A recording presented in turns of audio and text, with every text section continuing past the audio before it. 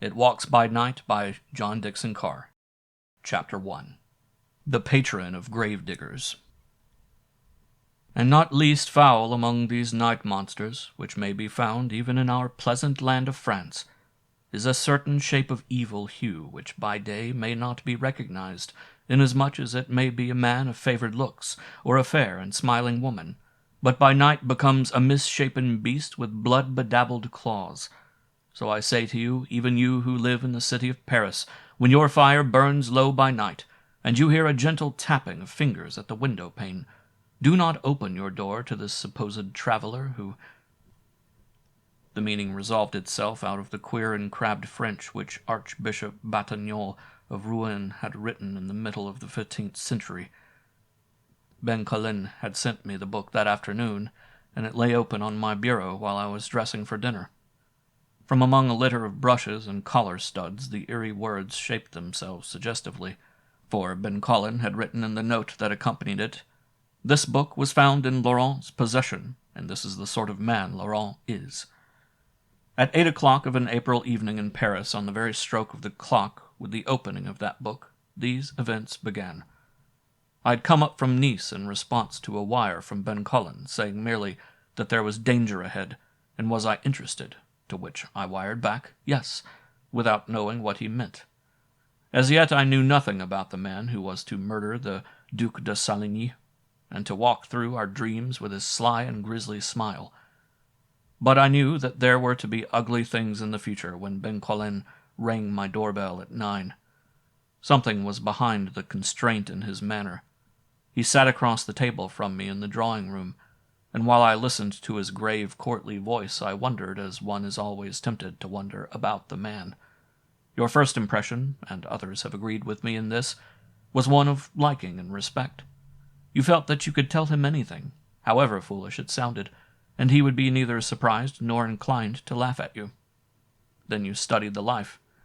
It is no part of my work to oversee his protection, except that he appealed to me personally. "Raoul de Saligny," he muttered after a pause. "The athlete, the beau saboteur, the popular idol. It is grotesque, a trifle too loud and back-slapping for my taste, Saligny, but a good sort. Well, you shall hear about it later. Let's have dinner now, then we are going to Fenelli's." During dinner at Les Ambassadeurs, he said no more except some reference to danger from werewolves. That one word, werewolves, spoken of as threatening Raoul Jourdain, 6th Duc de Saligny, added to a growing sense that even Ben Colin was more than a little disturbed. I could not keep my mind on the meal for trying to place some elusive memory, a newspaper item or possibly a bit of salon gossip, connecting Saligny with some horror. The trouble was that the man's doings were too widely chronicled. It was always, "The Duc de Saligny is expected to give Lacoste a strong fight in the semifinals at Wimbledon tomorrow," or how he had knocked out some light heavyweight in an amateur bout. He shot and rode and fenced with such uniform triumph, he was photographed so much, that he grew to be an almost unbelievable legend. He was a great unlettered aristocrat, of childlike charm, blond and jovial and eager. I did not know the man personally, though I fenced with him once in Maître Terlin's salle d'armes off the Etoile.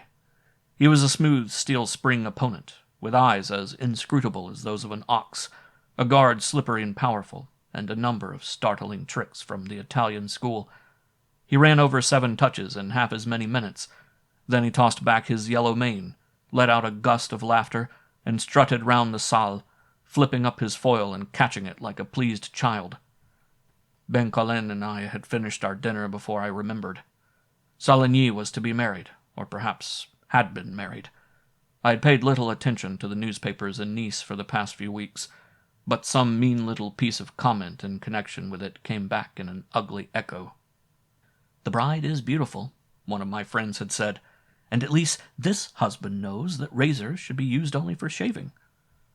It was 11:10 when we left Les Ambassadeurs to set out for Fenelli's.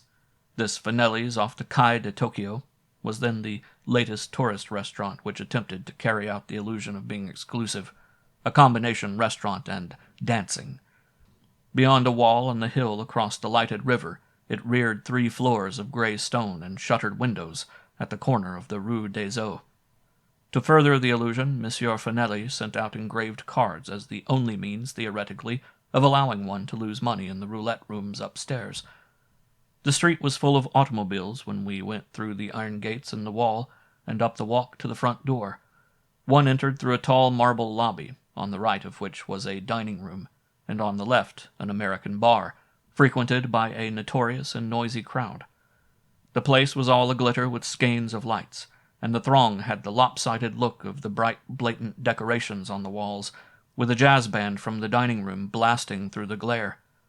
Ben Colin did not stop downstairs. He led the way under the lofty lights of the foyer toward a marble staircase at the back. Still, he had said nothing about our mission. He was looking for somebody in the throng. Finally, he saw his man, who was sitting on a chair near the door to the bar and looking very bewildered. He was a huge man, bulging out of seedy clothes.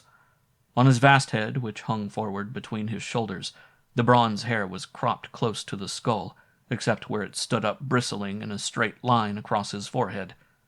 His skin was ruddy, and he wore square spectacles through which pale blue eyes peered in a naively intent stare.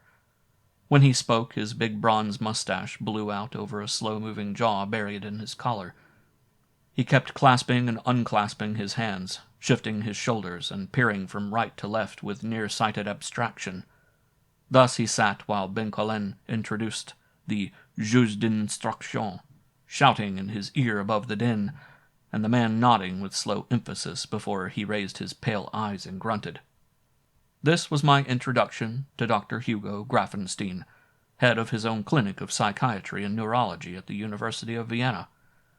He spoke French with a strong accent but very fluently, and as we all started upstairs he was arguing with violence against Ben Colin's choice of a meeting place. Ben Colin turned and nodded slightly. I saw 2 men come out of the bar and close in behind us. At the top of the staircase a uniformed attendant demanded our cards. We were in a long marble hallway, floored with red carpet, and from the double doors of a salon facing the Rue des Eaux came the sound of many voices. We stopped on the threshold of this room where Ben Colin scanned the occupants. It was a room 60-odd feet long, paneled in dark wood and lighted by 3 crystal chandeliers from the tall ceiling. Opposite the double doors by which we entered, a line of curtained windows overlooked the street. In the far wall to our left were a number of curtained alcoves where drinks were served, and in the fourth wall of the oblong, at our right, a small door. Roulette tables were in play under the 3 white glittering chandeliers. The marble floor held echoes of the merest whisper. Voices rose like a mist, mutterings and low laughter, the rattle of a rake among the chips, the scuff of felt-shod chairs. The players hung about the tables, peering over one another's shoulders, bending tense across backs, whispering in each other's ears. The croupier's voice sang shrilly, "Le jeu est fait, sire et dame, rien ne va plus." They became so still that anywhere in the room you could hear the ball ticking about in the wheel. They froze with motionless, raised eyebrows and craned necks. The bored voice chanted, "Vin de noir, jeu et dame." A woman laughed. One man got up from the table stiffly with an impassive face. He made a defiant gesture at lighting a cigarette, but the flame of the briquette wobbled in his hand. He smiled in a sickly way, and his face glistened as he glanced from side to side. I heard the booming of an English voice swearing triumphantly. For a moment the tension lifted, and all the air of the room flowed back, perfume and cigarette smoke, powder, jingle of bracelets, clacking footfalls, and once more these people burst into talk. It was a gaudy crowd, bright of plumage, excitable and bold-eyed, as though everybody were slightly tipsy, and when people turned to look they stared at you with great intensity. The harsh light showed worn places on faces and furniture. The harsh band clatter beat up from downstairs, mixed with a hum as of fans and the clinking of glasses. All the house seemed to be strung on thin wires of hysteria. "Our point of vantage," said Ben Colin, "will be one of those alcoves." The alcove in which we installed ourselves was a semicircular padded seat with a round table in the center, partly cut off by curtains from the salon. A rose lamp hung above the table behind which Ben Colin sat down facing the long room, with Grafenstein and I on either side of him. Your eye ran out a tremendous distance over that chattering throng, which we saw now from the narrow side of the oblong. Ben Colin had taken out a cigar and was turning it over in his fingers, studying the crowd with blank eyes. We were silent while an attendant brought a tray of cocktails. Dr. Grafenstein tasted his drink and made a gesture of repugnance. Then he began pushing his glass aimlessly back and forth on the table. "Pah, that nonsense out there. I hate it," said the big Austrian with sudden vigor. "And this cocktail." The glass was tiny in his hand. His slow eyes blinked at it in contempt, and he seemed to meditate crushing it in his fingers. Presently he looked at Ben Colin over his spectacles. "I came with you because you said something about a case in my line of work. Hein?"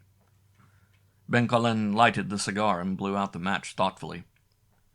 "Yes, I am bothered by a point very much in your line, and I wanted to take advantage of a visiting specialist, doctor. I have promised my young friend here that he shall see me in action. I begin by consulting advice." "Well?" "The Duc de Saligny, whom you are likely to see here tonight, is wealthy, good-looking, and still young," continued Ben Colin. "He was married today to a very charming young woman. There, you would say, is a perfect cinema romance. Both of them are here this evening, I learn." Grafenstein grunted. "In my day," he said, "we went on wedding trips. We were not so casual. That is bad, Ben Colin. The effect on the mind." "To the modern marriage," mused Ben Colin, "there seems to be something slightly indecent about privacy. You must act in public as though you have been married 20 years, and in private as though you had not been married at all. That, however, is not my affair. There is a deeper reason for this casualness. Has either of you ever heard of the bride?" Grafenstein muttered, "I do not see," and shifted restlessly. "She was Madame Louise Laurent. 4 years ago she was married to a certain man named Alexandre Laurent. Shortly afterwards her husband was committed to an asylum for the criminally insane." "Och!" cried Grafenstein, striking the table. "You do not mean the Alexandre Laurent I examined?" "Your favorite case, I believe, doctor. It seems to me that I remember your writing several learned treatises about him." The doctor eagerly adjusted his spectacles and settled himself to spreading gestures. "Monsieur Laurent, yes, of course I remember. What did you want to know about him?" "Just talk, if you don't mind. I am searching for inspiration." "Well, I thought to myself," said Grafenstein, "here is a pure case of hyperesthesia, of lust murder, but I had never known of a case in which the patient attempted lust murder on his wife. This Monsieur Laurent, shortly after his marriage, had attacked Madame, with a razor, I believe. Fortunately, she was possessed of unusual strength. She eluded him and locked him in a room until help could be summoned." He had drawn some envelopes from his pocket and a stylo. As he checked off each point, he would write down some lengthy word with a careful period after each. Ben Colin was watching the smoke rings curl out of his mouth. "It was in Tours, where I happened to be visiting, and they called me in to see him. It was astonishing. His brain was perfectly clear, his mood calm and pleasant. I found no cerebral disease. He seemed slightly amused at this, but there were traces of hereditary epilepsy. No physical defects except a slight weakness of the eyes due to overstudy. The man was tall and well-formed, with no signs of anatomical degeneration. He evinced disgust at my idea. He wore a short brown beard and eyeglasses. The eyes were brown and mild, but very penetrating. The whole face was of an absolute dead pallor, and the eyes acquired a singularly wide fixed prominence. He was one of the most accomplished linguists I had ever met. He spoke German perfectly, without any accent. "I can explain my own case," he said to me. "No emotion at all.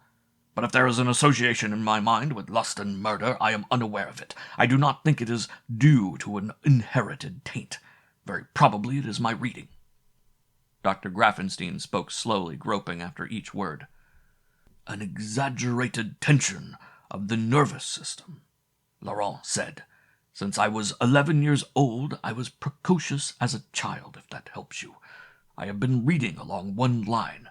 Cher, Friedrich, Desor, on the license of the Middle Ages. Suetonius, Friedlander, on what they call the depravity of Rome. And you know Wiedermeister's Der Wassen. Particularly the Borgia Chronicles, the Marquis de Sade, Opminzing's La Vie de Gilles de Rais. Grafenstein paused. I am sorry I cannot remember offhand all the works he cited. I remember that he had a fondness for the imaginative writers, Baudelaire, De Quincey, Poe, the latter two of whom he read in English with as much ease as he read German. It comes over me, he said, sometimes as an impulse, often as a slow process of thought, that there would be pleasure in seeing blood, the blood of man, woman, or beast. There are no lustful feelings. It is as though I were starved, and to kill would feed me, or say, rather, the sensation one gets from regarding a work of art. It is very powerful.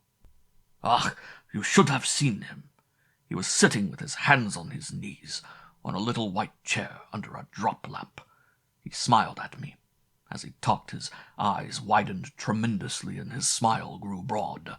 His hands were very soft and white as his face, and his brown beard, though neatly trimmed, was ragged, as though it were moth-eaten. I often kill, he said to me. This is the first time you have known it. I love my wife very much, so much I wanted to kill her. You know the legend of the loup-garou, the werewolf?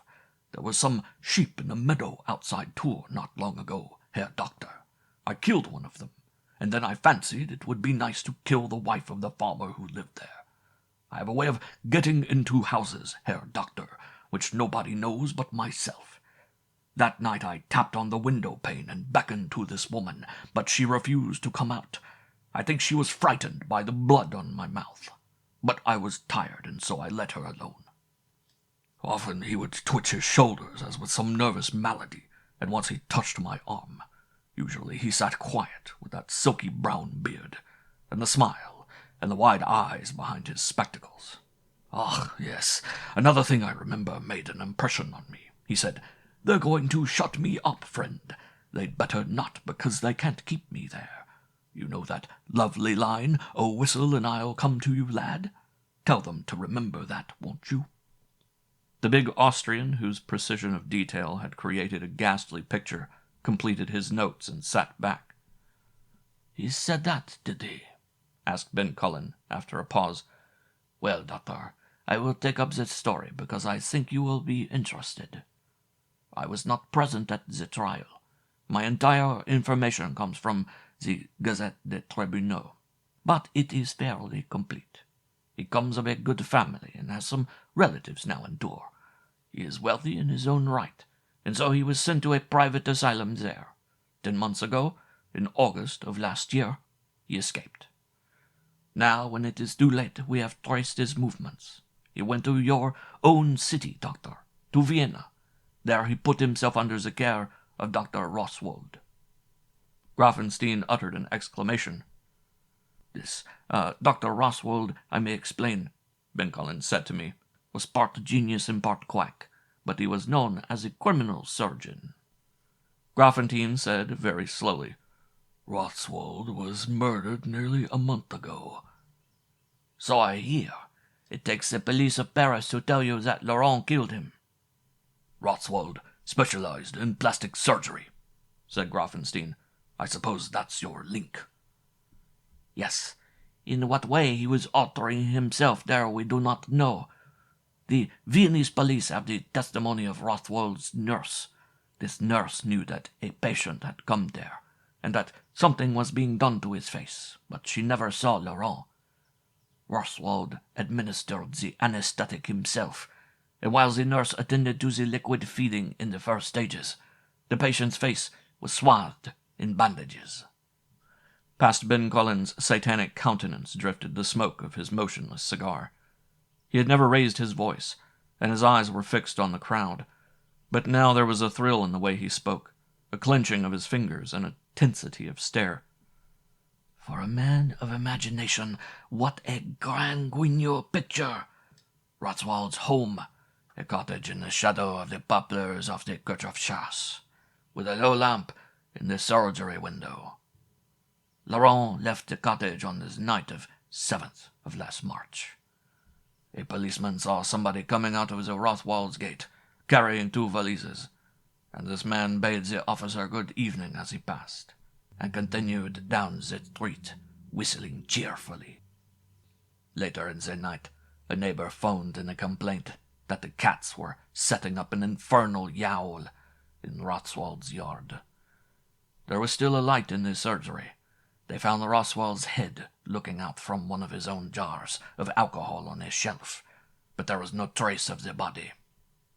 It seemed to me that the voices out there in the salon had grown more shrill, gestures more elaborate, the lights hard and cold. Ben Collin let his cigar fall into the ashtray and drained his cocktail glass. He seemed entirely unaware of the tinny beat of noise.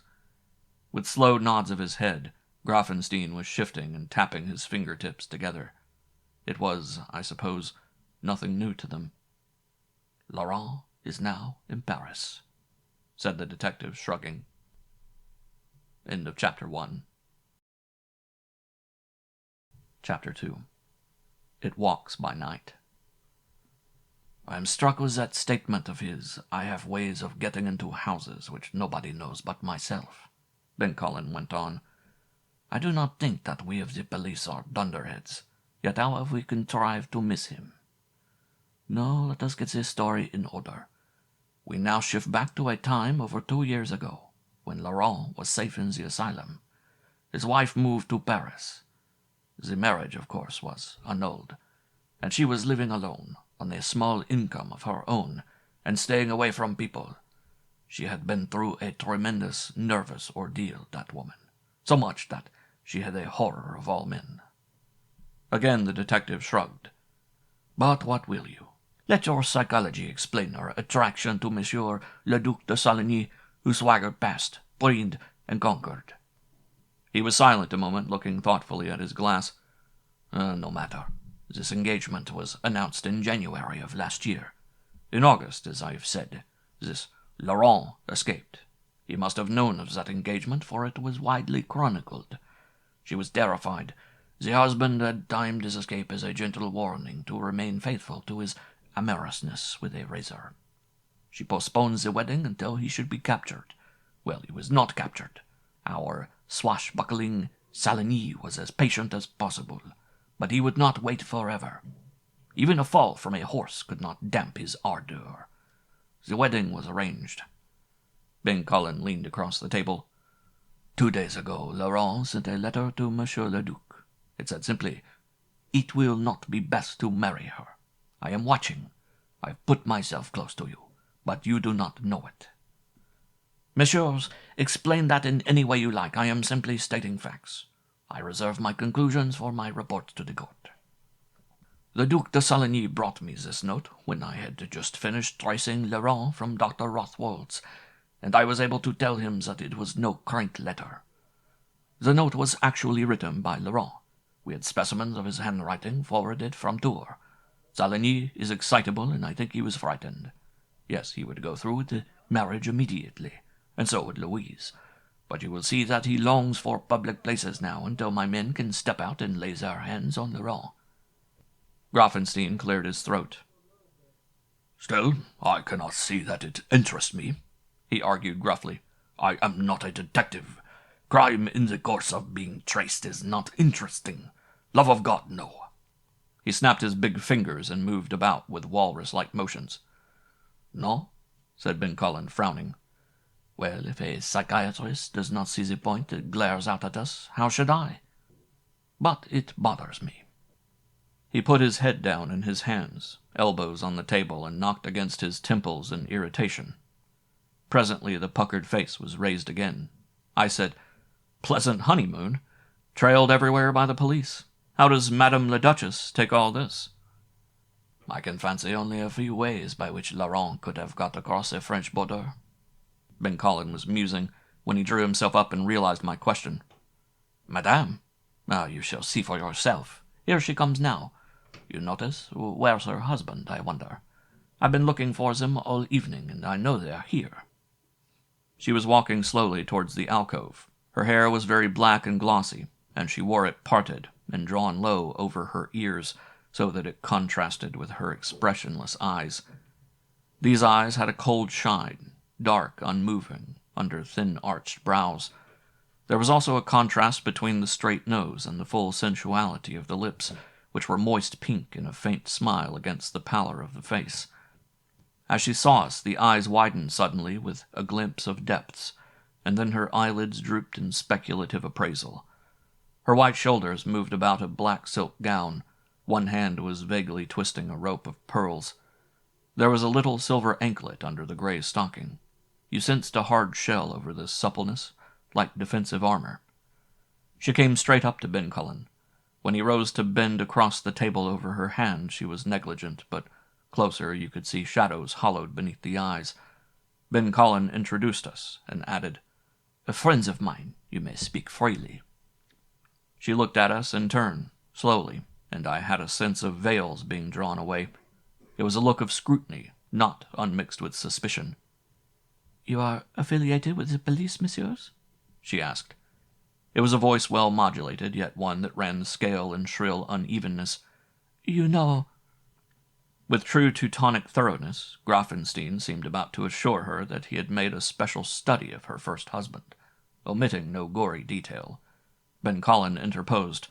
"Of course, they are here to assist me. Won't you sit down?" She sat down, refused one of my cigarettes, and took her own from a little wrist bag. Leaning back, she inhaled deeply. Under the red-shaded lamp I could see that her hand was trembling. On her left hand, as she moved it across her forehead brusquely, the wedding ring shone with a sudden luster. "Monsieur le Duc is here?" Ben Cullen asked. "Raoul? Yes, Raoul is getting nerves," she answered and laughed shrilly. "I don't blame him, though. It is not a pleasant thing, this. I keep thinking I see Laurent. Yes, I'll mention the name if none of you will." Ben Cullen gently raised his hand. She shivered, looked slowly out across the salon, and then said, "There goes Raoul now, into the card-room."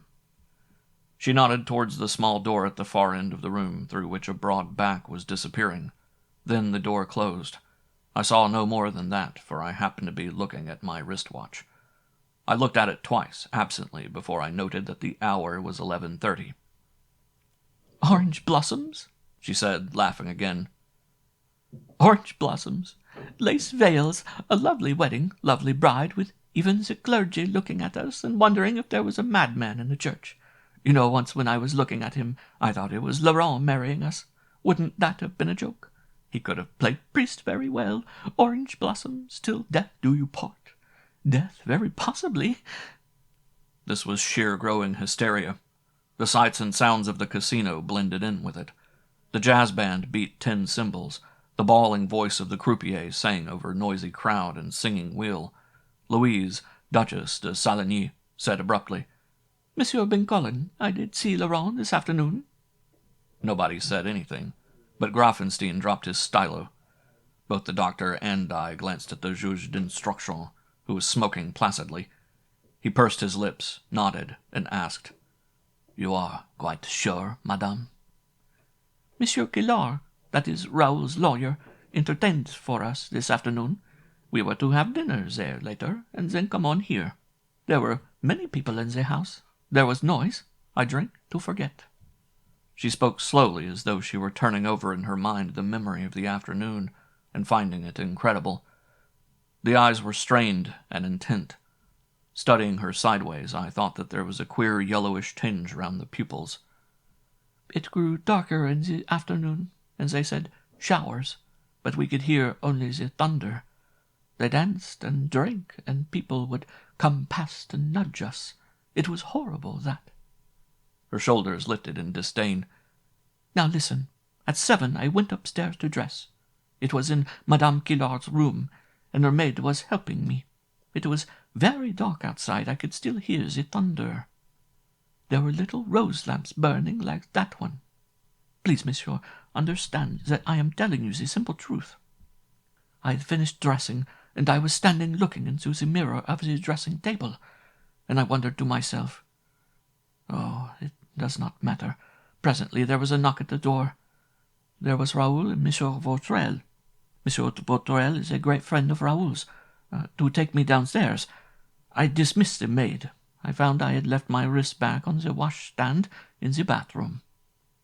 Her cigarette had gone out. She looked at it in a strange, shuddering fashion, and then dropped it into the ashtray. It was so homelike there, with the lamps, and I could hear a piano playing downstairs. But how can I make you— She gestured. How can I make you understand that it was terrible? Every once in a while you could see the lightning through the windows. I remember just how it happened. Raoul and Monsieur Vaudreuil were standing by a table over in the middle of the room, and they were laughing. Ah, yes, that was it. And Raoul was turning over the pages of a magazine. I went over to the bathroom, which opens off the boudoir, to get my wristbag. The lights were off there. When I opened the door, all I could see was a blur of white tile, light and gloomy. There was a window with colored glass. Then I heard this thunder. It frightened me. The lightning flashed through the window, all of a sudden, and I saw Laurent standing there, grinning at me. She seized Ben Collin's arm. She was now all of an unnatural brightness and quick breathing. He was standing there very shadowy, with that queer lightning through the window on one side of him, and his head partly turned to the side too. I could see him smile. He had one hand hanging in the air, and when he grinned at me, he opened his fingers and let something drop with a metallic ring on the tile. Then it was dark. Louise de Saligny sat back and searched our faces. But when memory went, the mask-like expression settled back, and stoicism or cool pride. You became conscious again of the inscrutable black eyes under drooped lids, the faint smile, the languorous warmth of her body reclining with one arm along the cushions. She flipped her fingers and shrugged. An impish gleam came into her look, and her next remark gave one a sudden chill. Very artistic of my cracked first husband, hein? It was like a hard iron clang of gates. Ben Collin inquired calmly, "What happened then?" Oh, I suppose I must have screamed. It was the proper gesture, don't you think? Raoul and Monsieur Vaudreuil came at a run. They turned on the lights and searched the bathroom. She paused. Well, although you may not believe it, there was nobody there. He went out that other door, then? Well, there were no other doors, except the one by which I entered. I tell you he had gone. The window was locked on the inside. Grafenstein, who had been listening with elephantine attention, now nodded ponderously and made another note. "It is easy of explanation, madame," said the Austrian. "Your conscious mind has been forcing to the background the image of this man, but all suggestions which have been made tended to create the image. You mentioned the lamp and the mirrors. It may even be a case of self-hypnosis, induced by those bright surfaces. The metallic sound, of course, was the result of your association of Laurent with a I have already told you," she snapped, "that it was not an hallucination. I saw him as plainly as I see you now. He was gone. They looked everywhere. I told them afterwards that I must have been mistaken. I didn't want to disturb Raoul, but I was not mistaken. Oh, you will not believe me. Very well." Gathering up his envelopes, the big Austrian blinked paternally over his spectacles and smiled. He sat back in complacence with his big hands folded. "Ah, well," said Ben Collin, shrugging. "We may easily settle that. What was the object which the scholar dropped on the floor?" "It was a trowel," replied the woman whimsically. "A gardener's trowel. I remember Monsieur Vaudreuil picked it up and said, 'Good Lord, queer thing to keep in a bathroom.'" There was a startled silence. Ben Collin burst out laughing. Suddenly he checked himself and said soberly, I beg madame's pardon. I did not consider the matter at all comic, but I usually find that the ridiculous is not very far removed from black fear." He clucked his tongue. "Well, doctor, does your psychology attribute a phallic significance to a trowel, I wonder?" "Madame is joking," Grafenstein observed, rather violently. I do not care for jokes. I do not care to be insulted. She tells us an impossible story, which we in my profession can always explain. Husbands, razors, it is perfectly clear. Then she tries to substantiate it by an insult. Madame's head was thrown back. The light lay along her white throat and glossy hair. An expression of weariness and pain crept up from her mouth. Sitting up abruptly, she said, "I have been through much, more than you would understand. Once I loved Laurent. Now I hate him so terribly." She looked down at her tense and hooked hands and said with a fierce clarity, "Has a person no right to happiness? Must your dirty God hound a person even in his own church? Jokes. I do not make jokes. I hate them. You can find the trial, monsieur, if you care to go to Monsieur Guillard's home. I remember Monsieur Vaudreuil insanely putting it away in the medicine chest." A new voice said, "Pardon?" and I almost jumped. A man had come up to the alcove. He was looking at us inquiringly with one hand on the curtain. "Your pardon if I am intruding," he observed. "Louise, I don't believe I know." She nodded towards us, quite self-possessed again. "Oh, yes, these are gentlemen from the police, Edward. Allow me to present Monsieur Edward Vaudreuil." Vaudreuil bowed. He was a tall man with waved blonde hair and an eye aggressively hypnotic. Wide nostrils flared above a narrow mustache. The face was lined in wrinkles and smelt of astringents. His bow suggested the soldier in the corset. There was a sort of heavy poise about the way he toyed with a monocle on a black ribbon. "Very happy," he murmured, and hesitated. Ben Cullen mentioned the weather. I noticed that in acknowledging the introduction he had not even looked at Vaudreuil.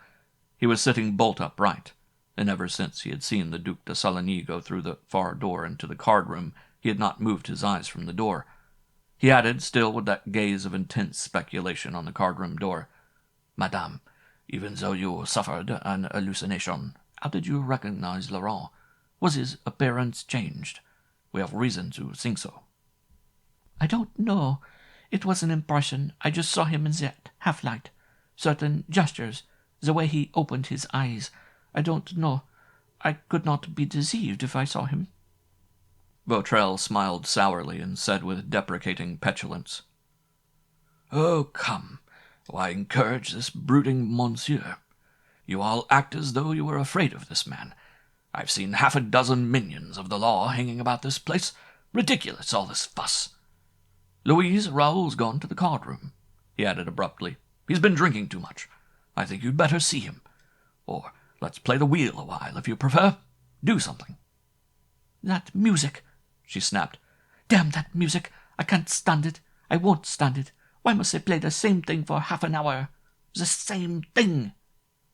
Doucement, urged Vaudreuil, and looked round in a nervous way. For a second the man seemed frightened, but he smiled at us with inflexible assurance. Then, in easy stages and with many apologetic nods, he began to get Madame out of the alcove. She seemed to have forgotten our existence. Ben Cullen reached over and picked up the cigarette stub she had left in the ashtray, but he did not remove his gaze from that door at the far end of the room. Madame and Vaudreuil were in the center of the salon, directly under one of the large chandeliers, and Grafenstein was saying grimly, "There, you've got it. Now you'll understand why I said what I did," when all our movements were stopped. We all heard the crash of breaking glass, and saw the white-coated steward leaning against the door of the card-room. He had let fall his tray of cocktails, and he was staring stupidly at the wreckage. Everyone turned to look. With the cessation of voices, the jazz band had stopped too.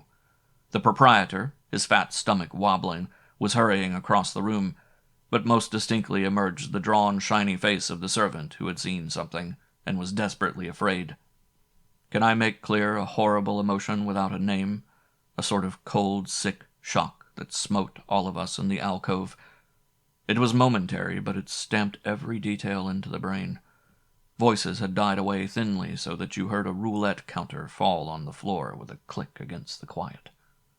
The heads turned ghoulishly. The surprised faces, the croupier glancing up in irritation, the giggle of some schoolgirl. But in all the salon there was no movement. Ben Cullen rose very slowly, knocking over his glass with a tiny clatter. I can see him yet standing over the mahogany table, outlined against the back of the alcove under the pink-shaded lamp. His knuckles supported his weight. The light over him turned his face to a devilish and inhuman mask. The black eyebrows slanted and hooked down over gleaming eyes, the thin, cruel lines going down from shadowed cheekbones past small mustache and pointed beard, the parted hair twirled up like horns. "Don't hurry," he said mechanically. "Follow me, you two, but don't hurry." The laughter had started again. They were returning to their tables with a shrug. The three of us moved casually across the room, pushing among them. From the corner of my eye I could see one of the tables with the numbers, silk and broadcloth pressing against it, even the glitter of the silver pivot in the wheel. One blazing chandelier passed over our heads. 2, 3, then we reached the door of the card room. Ben Collin extended in his hand for the manager's gaze the little card with the circle, the eagle, and the 3 words, Prefecture of Police.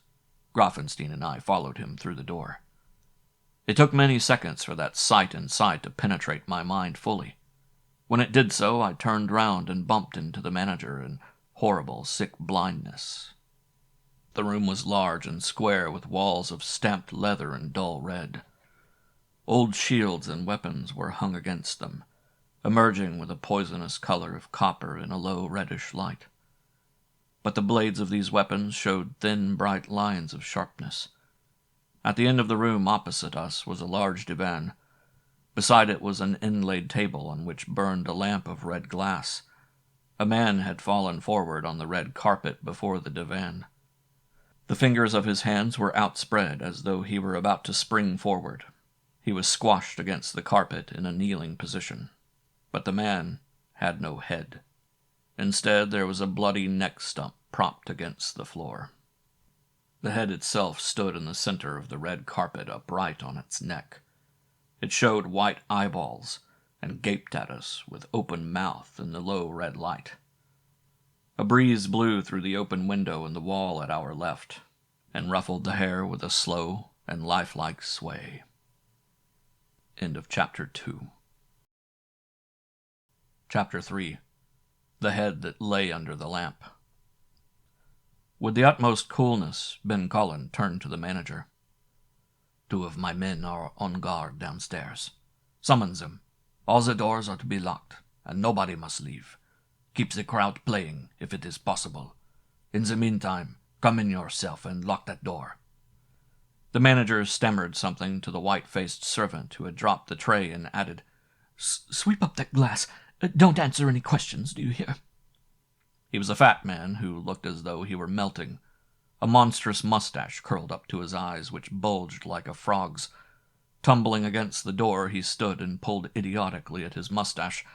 Ben Collin, taking out a pin, used it to turn the key in the lock. There was another door in the wall to our right, at the left side of the dead man as he lay before the divan. It was ajar, and a startled face peered through. "Francois," Ben Collin said, whereat the face edged around the corner of the door. One of my men. Peste, don't look like a damned sheep, Francois." He turned to the proprietor. "That is the door to the main hall, monsieur?" "Yes," said the manager. It... Ben Collin went over to it and held a short consultation with the operative called Francois.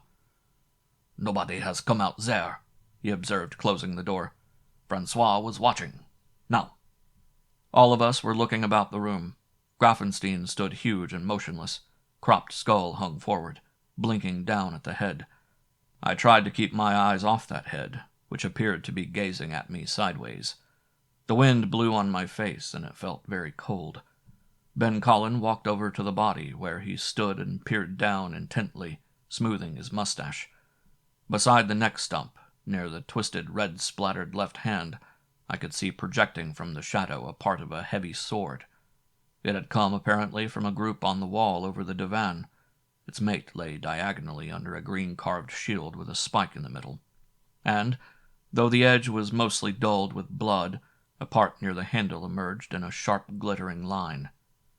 "Butcher's work," said Ben Collin, twitching his shoulders. "See, it has been recently sharpened." He stepped daintily over the red soaking against the lighter red of the carpet and went to the window on the left side of the room. 40 feet from the street. Inaccessible. He turned and stood against the blowing curtains. The black eyes were bright and sunken. In them you could see rage at himself, nervousness, indecision.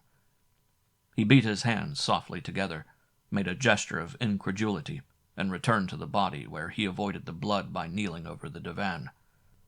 I moved over against the wall where the divan stood so that I could see them all in a line by that dusky red glow.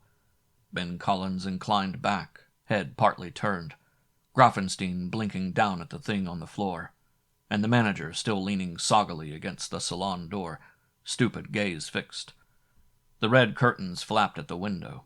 That scene had the ghastly unreality of a waxworks, all the more terrifying for not being human. Then Grafenstein bent over and deliberately picked up the head by the hair. He adjusted his spectacles and studied it with those mild blue eyes, turning it this way and that for closer inspection, and grunting thoughtfully. "Put it down," Ben Collin ordered, glancing up. "We don't want the place disturbed. Watch out now. Don't get the blood on your trousers." To the manager he said, "Come here, monsieur. The sword. It comes from the room here." The manager began talking excitedly.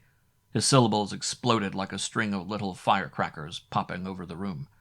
The almost unintelligible clipped speech of the Midi. Yes, the sword belonged here. It had hung with that other, like itself, crossed under the Frankish shield on the wall over the divan. It was an imitation antique. "Ah, yes," said Ben Collin. "Are you in the habit of keeping on your walls heavy two-handed swords sharpened to a razor edge for the mere convenience of your guests in matters of this sort?" The proprietor struck his chest. "Me? I am an artist. Everything in my house is perfect. When my patrons come and see my swords, they are real swords and they are sharp." He waggled his lifted arms and slid into a picturesque Italian oath. "Blood of the Madonna, do you have clocks that do not run? Do you have—" "A sound reason," said Ben Collin, "against having swords that do not kill.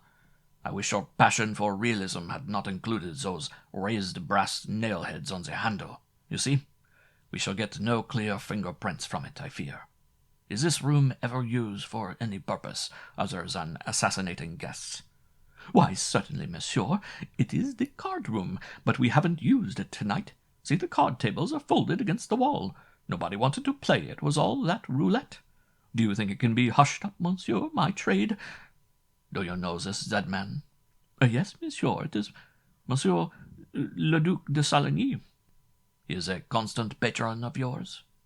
"Ah, for the last few weeks he has been coming here frequently. He liked my place," said the manager with pride. "Did you see him come in this room tonight?" No, monsieur. The last I saw him was early in the evening." "Where was that?" The artist reflected, twirling his mustache, one finger set in an elaborate gesture at his temple. "Ah!" he cried, making a discovery. "I remember. I saw his party coming in when I was downstairs. I congratulated him on his The manager's eyes popped. "Diable! His marriage! This is terrible." "Who was with him?" "Madame and Monsieur Vautrel, and Monsieur and Madame Quillard. The Quillards had to leave shortly afterwards. This is terrible." "Very good, then. You may go out now and inform Madame la Duchess. Be as quiet about it as possible. Better take her out in the hall in case she makes a scene. Tell Monsieur Vautrin to step in here." The manager, composing his fat shoulders, walked with a stately motion out the hall door. Ben Collin turned to us. "Well, doctor, what do you make of it?" "Method of killing is not unusual for this kind of mind," Grafenstein replied, nodding ponderously. "Wandgraft of Munich is an example. In this case, the impulse to kill was present, and the sight of the sharp sword was instantly associated in the murderer's mind with the idea of blood. He yielded to the impulse and attacked Saligny." Please, you are so occupied with what the murderer thought that you are completely forgetting what he did. This was no impulse. It was carefully and deliberately planned beforehand. Look at the position of the body. Does it convey nothing to you?" "Only that there seems to have been no struggle." Obviously not. He was struck from behind, as he stood or knelt with his back to the divan. Can you conceive of an infuriated madman reaching 4 feet up over the divan? He would probably have to stand on it to reach his shield, pulling down that enormous sword, and beheading Saligny, who obediently bent over and offered his neck for the blow. It would have been necessary for Saligny to have been deaf and blind not to have noticed it. Nevertheless, he was beheaded. Come over here, to the divan, said Ben Collin. You see these pillows? I lift them up, so. You notice that long imprint in the padding of the surface. The sword was there, concealed by the pillows. The murderer had set his stage. Therefore he was here before Saligny came. He was waiting. He knew Saligny would come here. He could talk with Saligny, who feared strangers, without suspicion on the former's part. Ben Collin made a gesture. Therefore? Nonsense, you say we must look for Laurent in the guise of one of Saligny's friends? At least as one of his acquaintances, yes. Further, it is somebody who could go and come in these rooms without exciting suspicion. In short, a patron and not an intruder. He could draw that sword from under the pillows while Saligny's back was turned.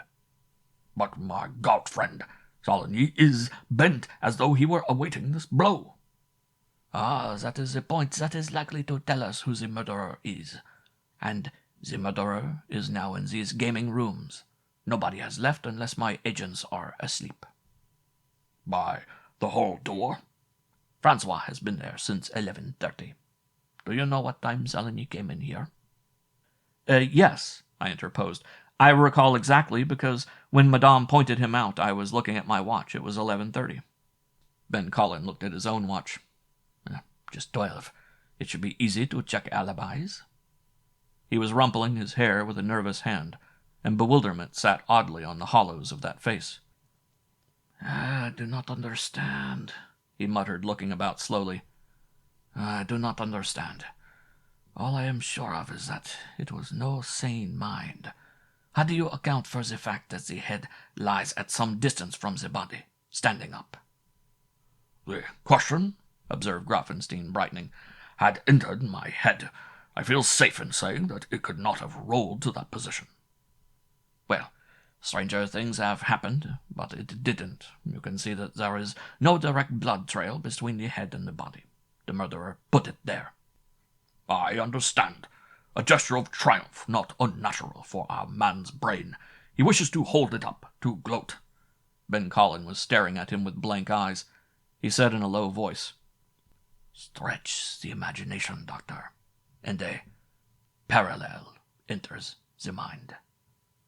You people, I observed irritably, have the most cheerful imaginations. But it is necessary, Ben Collin murmured, shrugging. Then he bent down gingerly and started to go through the dead man's pockets. Presently he straightened up to indicate a pile of articles on the divan. There was a queer smile on his face. The crowning touch. His pockets are filled with pictures of himself. Yes, see? He ran his hands through clippings and pasteboards. Newspaper pictures and a few cabinet photographs. Photographs of himself, of every conceivable sort. Pictures where he looks handsome. Pictures where he looks ghastly. Here is one on horseback. Another at the golf links. Nothing except some banknotes, a watch, and a lighter. Why these photographs at all? And especially, why are they carried in evening clothes? Pah, said the doctor. You should not be surprised to find conceit in such a person. Ben Collin was squatting by the divan, idly turning over the clippings. He shook his head. No, my friend. There may be another reason, which is the peak of all this odd business. Do you notice anything missing? Grafenstein loosed a few tremendous and terrifying comments in German. Afterwards he said, Have I means of knowing what he carried in his pockets? Yes, answered the detective imperturbably. I was referring to keys. It is advisable in this business always to conceive of what should be present and yet is not. Keys to his car, his house, his beer cellar, anything. I am inclined to think that they have been taken. He looked at us searchingly. The strangest thing that is missing, and most inexplicably missing, as I will show you. You two have overlooked altogether. You have overlooked a very solid substance, which by every law of sanity should be right here in this room, but nevertheless is missing. A clue to the murderer? Hazarded the doctor. The murderer himself, said Ben Cullen. We were suddenly startled by a tearing, rattling sound. The door to the hall was pushed open despite a protesting officer in plain clothes. There wandered into the room a pudgy, vacant-eyed young man with a paper hat stuck on the back of his head. Even then you noticed irrelevant details. The paper hat was in stars and stripes and had a pink confetti plume. In a face which resembled squashed clay, his eyes had a bleared and smeary stare. He grinned foolishly, his clothes were awry, and the noise was being made by one of those wooden twirlers they give as favors at nightclubs. He inclined his head in that sort of drunken leer very popular at weddings, shook the rattler at us, and smirked at the sounds it emitted. "Party here," he explained in English. "Escort couple home." Then he suggested that everybody have a drink, and struck to admiration by the merit of the idea, he demanded interestedly of the plainclothesman, "Got any liquor?" "Mais, monsieur, c'est défendu d'entrer." "Cut a frog talk, no compre. Where I go, by Jesus, they speak English. Big drink for everybody. Generosity, that's me. Set 'em up for a crowd. Got any liquor?" "Monsieur, je vous ai dit." Listen, you want to speak frog to me, and I told you I don't speak frog. I told you that, didn't I? He inclined his head as though for an answer, and then admitted in a mollified tone, "All right, I told you. Now look here. Gotta see my friend Raoul. He's married. Ain't that a fine thing to do now? Ain't it a fine thing to do when a guy goes and gets himself tied in the flirtations of connubial—" He gargled and made spreading gestures indicating oratory. I hurried over to the stranger, who showed a tendency to hold forth on the theme, and spoke in English. "Better go out, old top. You'll get to see him." The young man pivoted with wobbly dignity and studied me with increasing animation. "My God, you're my friend," he crowed, opening his eyes wide and thrusting out his hand. "Got any liquor?" "Please, this is necessary. Let's go out." "I've been drinking," he confided in a low tone. "But gotta see Raoul. Did I tell you he's married? Do you know Raoul? Let's have a drink." Suddenly he sat down in a red plush chair beside the door. For a moment the bell cord hanging beside him engaged his thoughtful attention. Then he fell into a half-stupor, still twirling the rattle. Its sharp rasping sound in that room of death, flimsy and foolish like the paper hat, intensified the horror by contrast. "Monsieur," cried the policeman. "I'm gonna pop you," said the newcomer, opening his eyes and pointing a finger at the policeman with a curiously intent look. "Sure as hell I'm gonna pop you before you don't get away. No, you let me alone in this chair." He relapsed again. "Who is this?" I asked Ben Cullen. The detective was studying him with narrowed eyes. "I have seen him before, with Saligny," Ben Cullen replied, shrugging. "His name is Gaulton, or something of the sort. An American, naturally." "We had better put him—" Again there was an interruption. We heard a woman moaning, "I can't stand it! I can't stand it!" in other feminine tones urging her to be quiet. It was Madame Louise's voice. The door to the hall opened, and Edouard Vautrel entered. His eyes traveled past me, past Ben Cullen, and down to the floor. He winced with a startled spasm which seemed to come from inside his locked jaws like the rip of a sore tooth. He was pale, but almost immediately he became very calm and very supercilious. Polishing his eyeglass on a handkerchief, he looked round coldly. "Was this necessary?" he said. Supported by a little wizened woman attendant, Madame Louise came in after him. She glanced at the thing on the floor. Then she stood stoically, upright and motionless, with the rouge glaring out on her cheeks. Her eyes were dry and hot. I have seen few things so stately and arrogant as she was then, standing before her dead. She did not cry out or make any movement, though one of the shoulder straps of her gown had slid down, and her hair had an uneven look as though frenzied hands had smoothed it. She shook off the arm of the woman attendant and walked slowly across to the shattered body, where she bent her head. "Poor Raoul," she said, as one would speak to a child who has hurt its finger. Then she turned about, and her eyes brimmed over. There was a little space of silence, so that we could hear the red curtains flapping at the window. Abruptly, Galton, the American, looked up from his glassy contemplation of the floor and saw her. He emitted a crow of delight. Never noticing the body, he hoisted himself unsteadily to his feet, made a flamboyant bow, and seized Madame's hand. "My heartiest congratulations," he said, "on this, the happiest day of your—" It was a ghastly moment. We all stood there frozen except Galton, who was wobbling with hand extended in his bow. The paper admiral's hat stuck sideways on his head. It was the only time that drunkenness ever seemed to me to partake of the horrible, here over the body of the fallen athlete. Galton's eyes moved up to Vautrell, and he added waggishly, "Sorry you got the gate, Eddie. Raoul's got more money than you, anyhow." End of Chapter 3. Chapter 4. We determine the position of the puppets. Vautrell snarled, "Get that drunken dog out of here!" and made a movement that was restrained by the plainclothes officer. "Take him out," Ben Collin whispered to me, adding under his breath, "Learn what you can." Galton was more easily led away by one of his own nationality. Besides, at that moment he gave signs of becoming unwell. The policeman passed us out into the hall. It was very quiet here, with a subdued noise coming from the smoking room, a deserted palm garden at the end of the hall, and opposite the card-room door a big curving stairway of marble with a grandfather clock at the turn of the landing. The inevitable strip of red carpet against the marble floor haunted one again. Some guests were coming up the stairs laughing, but they gave us only a casual glance as I supported Galton down the corridor to the men's room. It was a comfortable room, walls set in mirrors, standing lamps beside deep brown leather chairs, and in the middle a big table piled with magazines.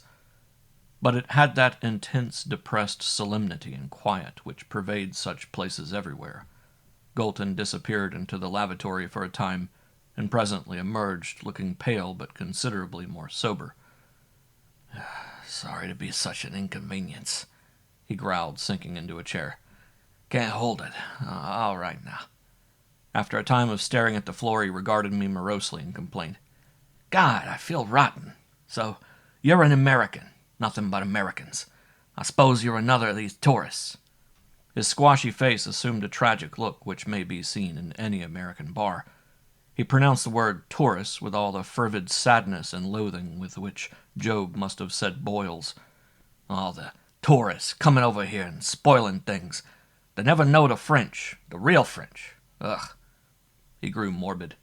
"Now I know Paris. I know a Frenchman." "Indeed?" "Yeah, I know Raoul. He's been married." He began musing, and into his throbbing head penetrated an idea. "Say, what's all the fuss about? Up in that room where I was, they all looked kind of funny." We were getting down to business. I disliked this person intensely.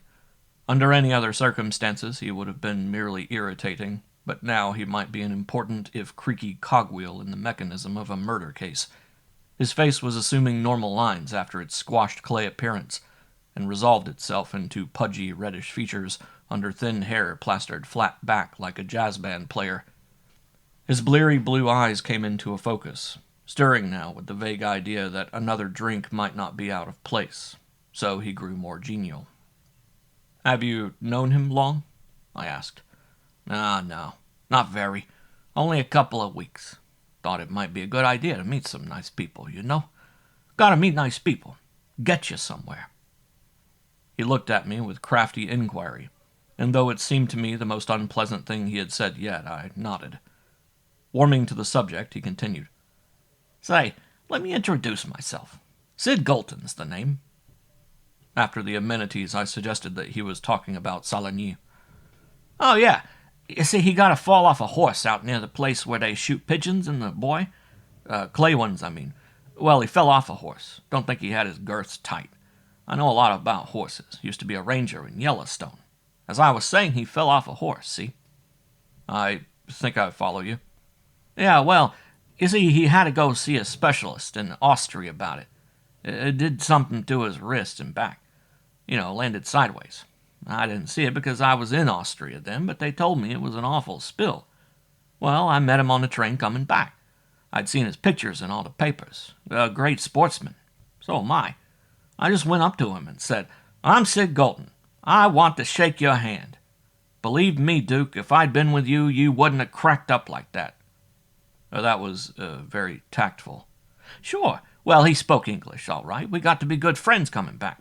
He was kind of laughing. He liked me. You see, it's not hard to get acquainted with these big bugs if you know how, he concluded with complacent pride.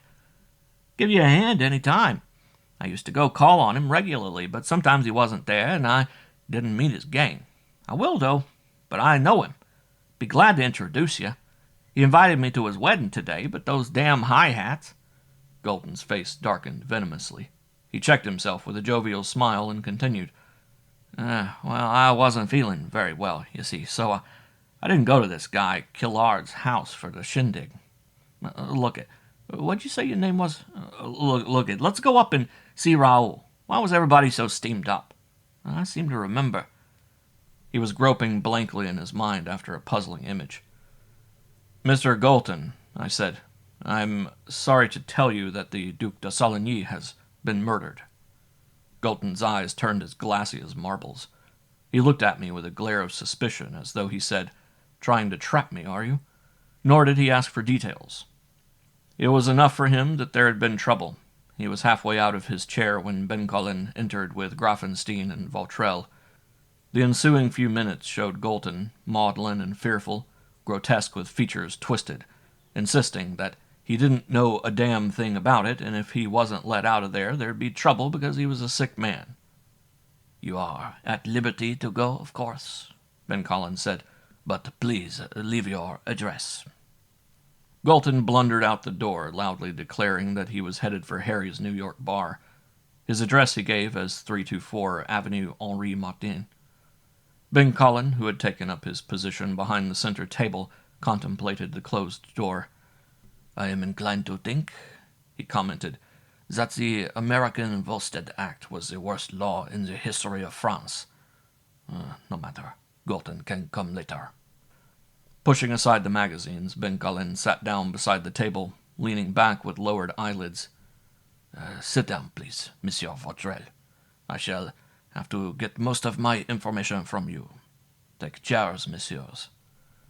It looked, I thought, rather like the judge's chambers in the criminal courts building at home, with the buff-colored lights on brown-leathered chairs and floor in squares of black and white marble. A business conference, you might have said. Grafenstein stood with his back to the mantelpiece, blinking as he filled a pipe. In a chair before the table, Vautrell sat bolt upright. Seen sideways in the full lamplight, his face was now a mask of lines hemming the yellow mustache. Those impersonal eyes were now cool and insolent, slightly inquiring. The waved blonde hair, you noticed, was gray around the temples. His shirt front did not bulge. He was a model of poise and tailoring, almost like a dummy, but one received the impression of tremendous restlessness and intelligence, with more than a trace of gesture and charlatanism.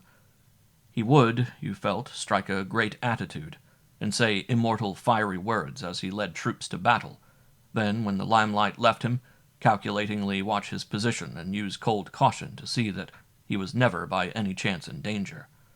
The material of a general, an artist, a sideshow barker. A few questions, please, monsieur, went on Ben Cullen. You understand that this is necessary? Vautrell inclined his head. May I ask what time you arrived here tonight? I can't recall the exact hour. It was some time after 10 o'clock. I wish you would tell us everything that happened afterwards. That is not too difficult. I did not care particularly to come. He looked round with distaste. But Louise had had an unpleasant experience, and Raoul thought the life of this, rather gaudy place would take it off her mind. We came with the Killards. who were forced to leave early. Besides," at this juncture he regarded Ben Cullen as though he were thinking of some very entertaining joke, "besides, I believe he had an appointment here with somebody." "Indeed? You say somebody as though it might possibly be referring to a woman, Monsieur Vautrel." Vautrel shrugged. Ben Cullen appeared to be hardly interested in the conversation, but the two were looking at each other warily like duelists. "I really don't know. We came upstairs. Louise was immediately surrounded by her feminine friends and carried away. There was a very small crowd. There was nobody in the smoking room when Raoul and I went in to have a drink. Afterwards he left me there. He was going in for a try at roulette. 'I'm going to play the red, Edward,' he cried. 'Red is my lucky color tonight.'" I could have sworn that again the sardonic smile flickered over Vautrel's face. Then Raoul turned to me as though with an afterthought. "By the way," he said, "what was that cocktail you were describing to me? The one the man makes in the American bar at the Ambassador." I told him, "It is a particularly devilish concoction called, I believe, a monkey gland." "Well, then do me a favor, will you?" he said. "See the bar steward here and show him how to make them. Get him to mix me a shaker of them. I'm expecting a man on something very important tonight, and while you're there you might tell him to bring it to the card-room when I ring. I expect the man about 11:30 o'clock. Thanks." I remained in the smoking-room. "One moment, please," interposed Ben Cullen.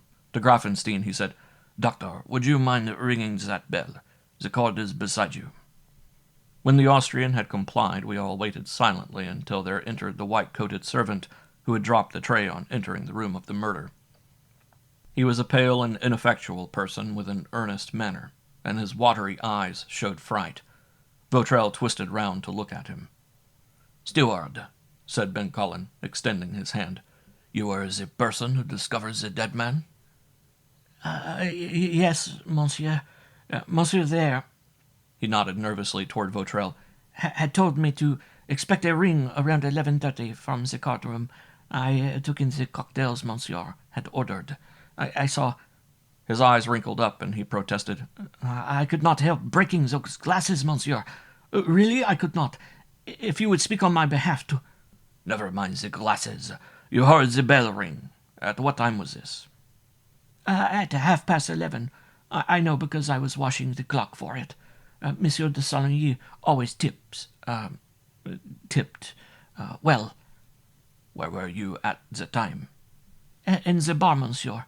The bar opens on the smoking room, and both of them are next door to the card room on the side towards the front of the house." "Where is the bell cord in the card room?" "By the door into the main hallway, monsieur." "You came immediately when you heard the ring?" "Not immediately. The bar steward took his time about mixing the cocktails, and insisted that I wash some sherbet glasses. It must have been 10 minutes before I answered the ring." "By which door did you enter the card-room?" "By the door opening on the main hall, naturally, monsieur. You see, there was a man standing just outside it. He was your detective, monsieur. I knocked and got no reply. I wondered, if I had better go in. It might be embarrassing. I knocked again, very loud. No answer. So I said to your detective, I said, 'Is there anyone in there? Do you think I'd better go in?' He said, 'What do you mean? Who is supposed to be in there?' I said, 'Monsieur de Saligny.' Voila, he got as white as a candle. 'Go in,' he said. 'Go in, or I will.' I entered." The man began to speak very fast and shift his glance from side to side. "Alors, I go in. At first I do not perceive that anything is wrong. Your man is looking over my shoulder. No, at first I did not see the... I did not notice. Alors, I walk across and... merde de Dieu, I almost stumble over the head. I cry out. I reach the door of the main salon. I can hold the tray no longer. That is all, monsieur, I swear." He was doing elaborate pantomime, eyes frozen with the memory. Then he backed towards the door, and he was breathing hard. Ben Cullen sat back, and for an interval he stared up at a corner of the ceiling, bearded face pinched in thought. Then he motioned the steward to go. With a deep breath, as of one again taking up a burden, he addressed Vautrell. To continue your story, monsieur, Saligny left you in the smoking room. When was this? Vautrell's amused smile grew broader. I don't know that I can time every movement I made tonight, my dear man. It was shortly before 11, perhaps 5 minutes of the hour. His tone was one of mild expostulation, but the watchful gaze never wavered. So, he shrugged, I really can't say. You might trip me up. You stayed in the smoking room, then? Yes, in one of the booths. Neither Raoul nor I had many friends here. Zut, this clumsy social set. He wrinkled his face disdainfully. And roulette. You see, monsieur, a game of mere chance I cannot tolerate. It is no matching of wits. It is not what Poe called the measuring of one's antagonist. No, I stayed there very comfortably. I was reading a book which somebody had left behind in the booth. It was a very amusing book in English called Alice in Wonderland. Good God, said Ben Cullen despairingly, and struck the table. Messieurs, the fates are intoxicated. They are throwing custard pies. They are splitting their celestial sides with mirth at the spectacle of one man who pays a visit in order to drop trowels on the floor, another who leaves a copy of Alice in Wonderland in a gambling casino, and still a third who placidly reads the book while a murderer prepares a feast of blood in the next room. There must be sanity to the play somewhere. If there is no meaning in any of these incidents, there is no meaning in all the world. A freezing change came over him. For one instant, as brief as a snapping of your fingers, his face had the terrible triumph of Satan beholding at last the weakness in the armor of Michael, and the dart of his eyes was like the lunge of a conquering spear. Then it was gone. He said briskly, Very well. Now I must trouble you for time again, Monsieur Vautrell. I have consulted the clocks in the smoking room and on the staircase. They agree with my watch that it is now... what hour have you? Vautrell turned a thin silver watch over in his palm. He consulted it with great deliberation and announced, Exactly 25 minutes past 12. So have I, to the second. He turned to me. You have? 24.5 minutes to the second. Ben Cullen scowled. Very well. To proceed, Monsieur Vautrell, can you tell me your whereabouts at 11:30, when Monsieur de Saligny entered the card-room? Within a few seconds, monsieur, I can. Vautrell hesitated. Then, startlingly, he burst into a roar of laughter. I was speaking to your detective on guard at the end of the hall. I stayed with him for 8 minutes or so when I walked into the main salon under his observation and was introduced to you. Ben Cullen very nearly lost his temper. After an interval of silence, the bell was rung again. Francois, the plainclothes detective, came in with an air of importance, rubbing his large nose. Yes, monsieur, the gentleman was there with me, he responded. I had come on duty at 5 minutes before, and I was sitting in a chair before the door of the smoking room, when he came up to me and offered me a cigarette and said, Can you by any chance tell me the right time? My watch seems to be slow. I'm positive, said I, that my watch is right, 11:30.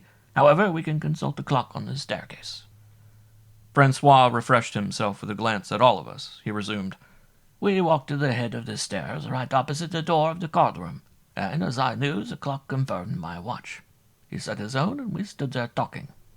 So, interrupted Ben Cullen, that you were directly before the hall door to the card-room at the same time that Monsieur de Saligny entered this room from the salon side. Yes, he stayed with me, Monsieur Vautrell, for over 5 minutes, and then he walked down the hall and entered the salon. I remained at the head of the stairs. All this time you watched this door, did you? Not consciously, monsieur, but I watched it. I was standing with my back to the staircase. You are positive, then, that nobody either entered or left that way? Positive, monsieur. I was standing there when the boy came up with the cocktail tray. He had probably told you about that, and I was behind him when he went into the room. I saw the body when he did. I did not leave that door until you yourself came in from the other side, as you remember, and even then I still had my eyes on it. Nobody. That is all. Ben Cullen sat at the table with his chin in his hands. Throughout this questioning, Vautrell had become restive. He tapped his monocle on the chair arm, fidgeted irritably, and those graven lines of his face wrinkled into a sneer around the narrow mustache and wide-set teeth. The long nostrils twitched. Pale malevolence shone in his eyes as though in a reaction of weariness or relief. He said softly, "Of course you are at liberty to imagine that there had been tampering with the clocks." There has been no tampering with the clocks, nor with my friend's watch, nor with mine. I have made certain of that." "Then I suppose I am free to go. I dare say Madame needs attention, and I shall be glad to take her home." Where is Madame now?" "In the ladies' room, I believe, with an attendant." "I presume," observed Ben Collin with a crooked smile, "that you will not take her to the home of Monsieur de Saligny." Vautrell appeared to take the question seriously. He put the glass in his eye and answered, "No, of course not. I shall take her to the apartments she previously occupied in the Avenue des Bois. In case you want my own address," he extracted a card case, "here is my card. I shall be pleased to present you with a duplicate." He added politely, "At any time in the future you feel called on to be as insulting as you have tonight." Preening himself, he rose to his great height, lip partly lifted, glass in his eye, and his manner said, "There's no reply to that." It was as though he had leaned over and calmly flicked a glove into Ben Collin's face. I saw a rather dangerous silken film come over Ben Collin's eyes. Thoughtfully turning over the card in his fingers, the detective looked up with wrinkled forehead. "Possibly," he said very gently, "it might be embarrassing for Monsieur. Possibly Monsieur's experience does not extend to the knowledge that the dueling code unfairly allows Monsieur's adversary to have a sword also." The blank, expressionless eyes met Vautrell's without moving, politely surprised. They stayed thus for a single tense instant, as though every nerve force of the two men were locked and fighting over that table. I heard the small crash as Grafenstein's pipe dropped and broke on the hearth, and saw his bewildered head turning between the two of them. And if I remember nothing more of Edward Vautrell, though Lord knows I have good reason to remember him, it will be at that moment, smelling faintly of lilac water, with his handkerchief hanging just so out of his pocket, and his sharp-tailored body poised. It was not, I think, any implication of guilt in Ben Collin's words that swept the momentary twitch to his wrinkled mouth and the quiver to his eyeglass. It was rather the slow, sick knowledge that someone had again discovered him to be a coward. He carried it off beautifully, of course. In an instant he was cool and amused and very jaunty. But through all, the man, from his polished hair to his polished boots, was the crushed futility of one who had seen defeat under many flags.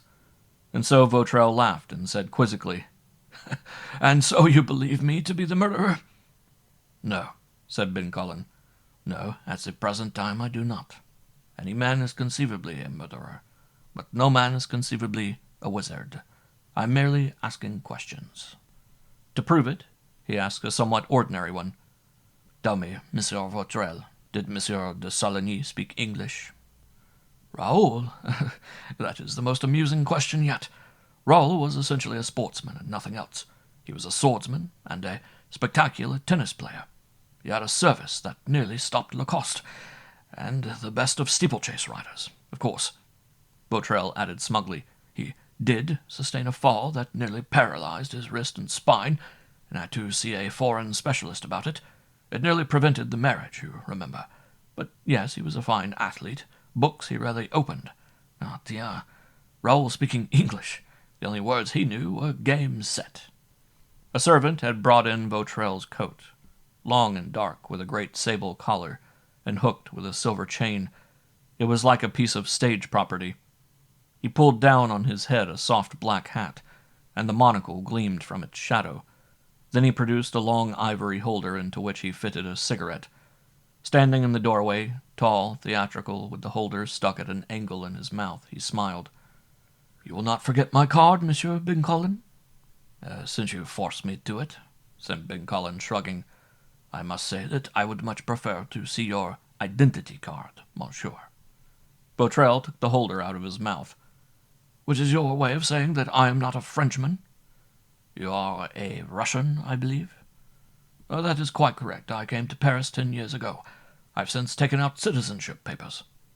Oh, and you were? Major, Fedorf Battalion, 9th Cossack Cavalry, in the army of His Imperial Majesty the Tsar. Mockingly, Vautrell clicked his heels together, bowed from the hips, and was gone. End of Chapter 4. Chapter 5. Alice in Wonderland. Ben Cullen looked over at me and raised his eyebrows. Alibi, baby, I said. I don't see how you're going to shake it, Ben Cullen.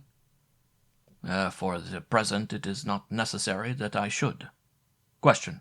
Where does this species of fire-eater get the income to go about with a millionaire like Soligny? He frowned. The unfortunate part is that there are so few people here tonight who know either of them. Francois! That officer hurried in. Francois, you are seeing to it that these various people are followed when they leave here? Oh, yes, monsieur. Very well. Put Rotard to work finding people who positively remember seeing Soligny at the roulette table and in the smoking room. Ask the bar steward if he saw Vautrell there. When you go to the smoking room, look in the booths and see if you can find a copy of a book called Alice in Wonderland. Find out, if possible, who left it there. That's all. Wait. Send the proprietor in. When Francois had gone, Ben Cullen turned to us. I am not sure that I can answer my own question about Vautrell's income. However, I am inclined to believe that he had been supplying Madame la Duchess with drugs. Ah! Grafenstein exclaimed heavily. That was it, then. I make no statement till I am sure, but I thought... Yes. When she came over to us this evening, I remarked that she looked as though she were in a drug fog. That was the literal truth. Did you see me pick up the cigarette she left in the ashtray? Ben Cullen fished it out of his vest pocket. There will be no maker's name on that. Come here, doctor. You notice how loosely packed and thick the tobacco is, with the paper edges folded over the ends. Smell it. You note that those brown dried leaves inside the tobacco. Marijuana, or hashish, I think. I can't tell until our chemists analyze it. They eat green hashish leaves in Egypt. This is a deadlier variety from Mexico. Whoever supplied her with that is carrying on an extensive and far-reaching trade. Symptoms, doctor? Contraction of eye pupils, heavy breathing when stirred, pallor, clammy skin, congestion, hallucinations. Didn't I tell you? She told us that mad story. No more mad doctors than the situation which we are facing. I'm not sure that it was an hallucination. You're speaking of hemp derivatives in large doses. This was a small one, and it gives no such paradise as the Indian sugar pellets. It was a stimulant. She is a confirmed user, or it would have made her violently ill. There are no languorous dreams in this preparation for a confirmed user. It kills, you know, within 5 years. Somebody is most earnestly trying to do away with her. He was silent, tapping a pencil against the table. Grafenstein, hands folded behind his back, took a few lumbering steps, removed his spectacles, wiped them, and stared at his companion. The removal of the glasses gave his face a wholly different, rather caved-in expression of bleariness. He growled through the big mustache. I was wrong. You don't want a psychoanalyst here. Donnerwetter. The place is more unhealthy than my clinic. He shook a huge fist. The doctor was still stumping about when the proprietor of the house came in. That gentleman came in wild-eyed, his mustache drooping like a dog's ears. Monsieur, he cried before his stomach had preceded him through the door, I beg of you, you must countermand that order that nobody's to leave. Several have tried to go, and your men stopped them. They are asking all sorts of questions of my patrons. I'm telling everybody it was a suicide. Sit down, please. A suicide will enhance the reputation of your establishment. You need not worry. The other demanded with a kind of ghoulish hopefulness. Do you think so, monsieur? The reporters... So it's been given out, then? Is the medical examiner here? He has just arrived. Good. Now, before coming here this evening, I consulted our files for some information about you. It is a lie, of course. Of course, agreed Ben Collin composedly. In particular, I want to know if there is any patrons here tonight who are unknown to you. None. One must have a card to enter, and I investigate them all. Unless, of course, it is the police. I should be grateful if my compliment to you were returned. He was drawn up in offended dignity, rather like a laundry bag attempting to resemble a gold shipment. Ben Collin's pencil clicked regularly against the table. Your name, I am informed, is Luigi Finelli, not a common patronymic in France.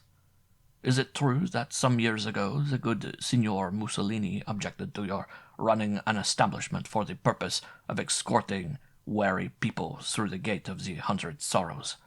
Briefly, monsieur, were you ever arrested for selling opium? Finelli lifted his arms to heaven and swore by the blood of the Madonna, the face of St. Luke, and the bleeding feet of the apostles that such a charge was infamous. You give good authority, said the detective thoughtfully. Nevertheless, I am inclined to be curious. Does it require a card, for example, to be admitted to the 3rd floor of this establishment? Or is the soothing poppy dispensed like the cocktails by courtesy of the house? Finelli's voice raised to a shout. Ben Collin's hand silenced him. Please, said the detective. The information was mine before I came here. I give you 12 hours to throw into the Seine whatever shipment you have on hand, opium and hashish. This leeway I grant you on one condition, that you answer me some questions. Even the illustrious Garibaldi, said the other, was sometimes forced to compromise. I deny your charge, but as a good citizen I cannot refuse to assist the police with any information at my command. How long has Monsieur le Duc de Soligny been a user of opium? Don't deny it. He has been known to come here. A peculiar watery flabbiness had begun to overspread the manager's face. For a moment you saw there the triumph of one who has vindicated a theory. He choked. I was right. But again he smiled effusively and made a deprecating gesture. Well, then, within the last month, monsieur, to allay pain is a noble thing, he explained virtuously, and Monsieur de Soligny suffered much from his hurt. He was downcast. He thought that perhaps he might never write again. I was shocked and grieved at such a fine young man. No doubt, no doubt. Did the woman who is now his wife contract any charming habits here also? Each, explained the manager loftily, was very much concerned about concealing it from the other. I think she had been taking it a long time. Ah, yes. Now, no moralizing, if you please. I want a direct answer. Did you supply her with hashish cigarettes tonight? Finelli was sweating profusely. It is possible, monsieur. Answer me. Did you? Before this blast, the manager wilted. In brief, yes, monsieur. You see, she needed it. I swear to you she needed it, and it is not good for them to stop suddenly. It was a little while after the party had come here. She was with some ladies, and she left them and implored me to get a few cigarettes. I took her up to my office on the 3rd floor. She was upset. I gathered she was nervous about her marriage. She kept talking about bathrooms and trowels. Ah, these brides. He smiled a ghastly, flabby smile. Ben Collin interrupted the questioning long enough to look at Graffenstein. You see, doctor, what you call an hallucination had existed before she took any of the hashish. Now, Finelli, what time did she leave you? Oh, around 11 o'clock, monsieur. Please, What did you do afterwards? I stayed upstairs. I was going over my accounts. Just before 11:30 I came down. Monsieur, I have answered enough questions. I have helped you, have I not? That is all I will tell if they subject me to torture.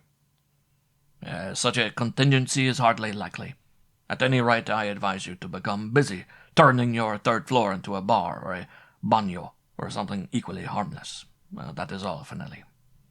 When the manager had gone, I said, "May I ask how much of your information you're concealing, Ben Collin? That was the first intimation of this angle. Soligny is a drug user." Ah, but that's another pair of sleeves completely. I was not sure it had any bearing on the case. Now I am morally certain it has. How did you learn about Finelli's private parlor on the 3rd floor? Saligny told me about it. Saligny told you about it? You don't mean Saligny, do you? Yes, he volunteered the information when he brought me that note. It is inexplicable, but there it is. Now, in a moment, we shall be invaded by a whole horde. I hear screamings and protestings out there. But first, let us argue the case a bit. He sat back and put his arms behind his head. What are your impressions, messieurs? Do you notice any leads? Any contradictions? Inconsistencies? Personally, said I, there seemed to be at least one glaring contradiction. Grafenstein cut me short with a vast flip of his hand. Wait, here is something I want to know. Ben Cullen, you say that Laurent must be masquerading as somebody we have seen tonight. Oh, not necessarily somebody we have seen, though it might very well be the case. Identification papers are easily forged, even under the prefecture. I said merely that Laurent is masquerading as somebody Saligny knew. All right, then. Now, Grafenstein's face was puckered as though he were trying to hold a dozen things in mind at once. You are sure, are you, that it was Laurent who killed Saligny? Ben Cullen replied with a queer, twisted smile. I am positive of it. The doctor nodded his head doggedly. He checked off the points on his blunt fingers as he went on. So, we know Saligny had an appointment at 11:30. Good. He ordered some cocktails. At 11:30 he went into the room. Good. Shortly afterwards, the bell was rung. Don't forget that. The bell was rung, yes, said Grafenstein, waving the point aside. Ben Cullen looked at him as though tempted to swear. Instead, he merely grinned sourly, and the doctor resumed. The murderer, then, was already there. He had prepared the sword under the pillows. Yes, which way did the murderer go into the card room? By the door. He was there early, remember? Yes. Now let me ask you. Ben Cullen suddenly leaned across the table. Which way did he go out? During a long, intense silence, a deep red crept up Grafenstein's thick neck, and he had the look of a person at once stung by wasps and hypnotized by a snake. Surely a distressing plight. I said meekly, Doctor, I was trying to call it to your attention. Wait, ordered Grafenstein, loosing his breath like a steam shovel. With slow tenacity, he continued. The murderer did not go out the hall door. Because, supplemented Ben Cullen, my detective was standing directly before it a few seconds after Saligny entered the room from the salon side, and he did not leave it even after the murder was committed. And the murderer did not go out by the other door into the salon? Because I myself was watching it from the time Saligny entered until the time we ourselves went in. I never lost sight of it for 1 second, and yet nobody came out. Isn't it possible that you've realized the implications of this situation? I wonder how long it would take you to do so. Nobody spoke. The juge d'instruction continued patiently as though he were explaining it to children. Here were 2 doors, both guarded, one by me and one by my most efficient man.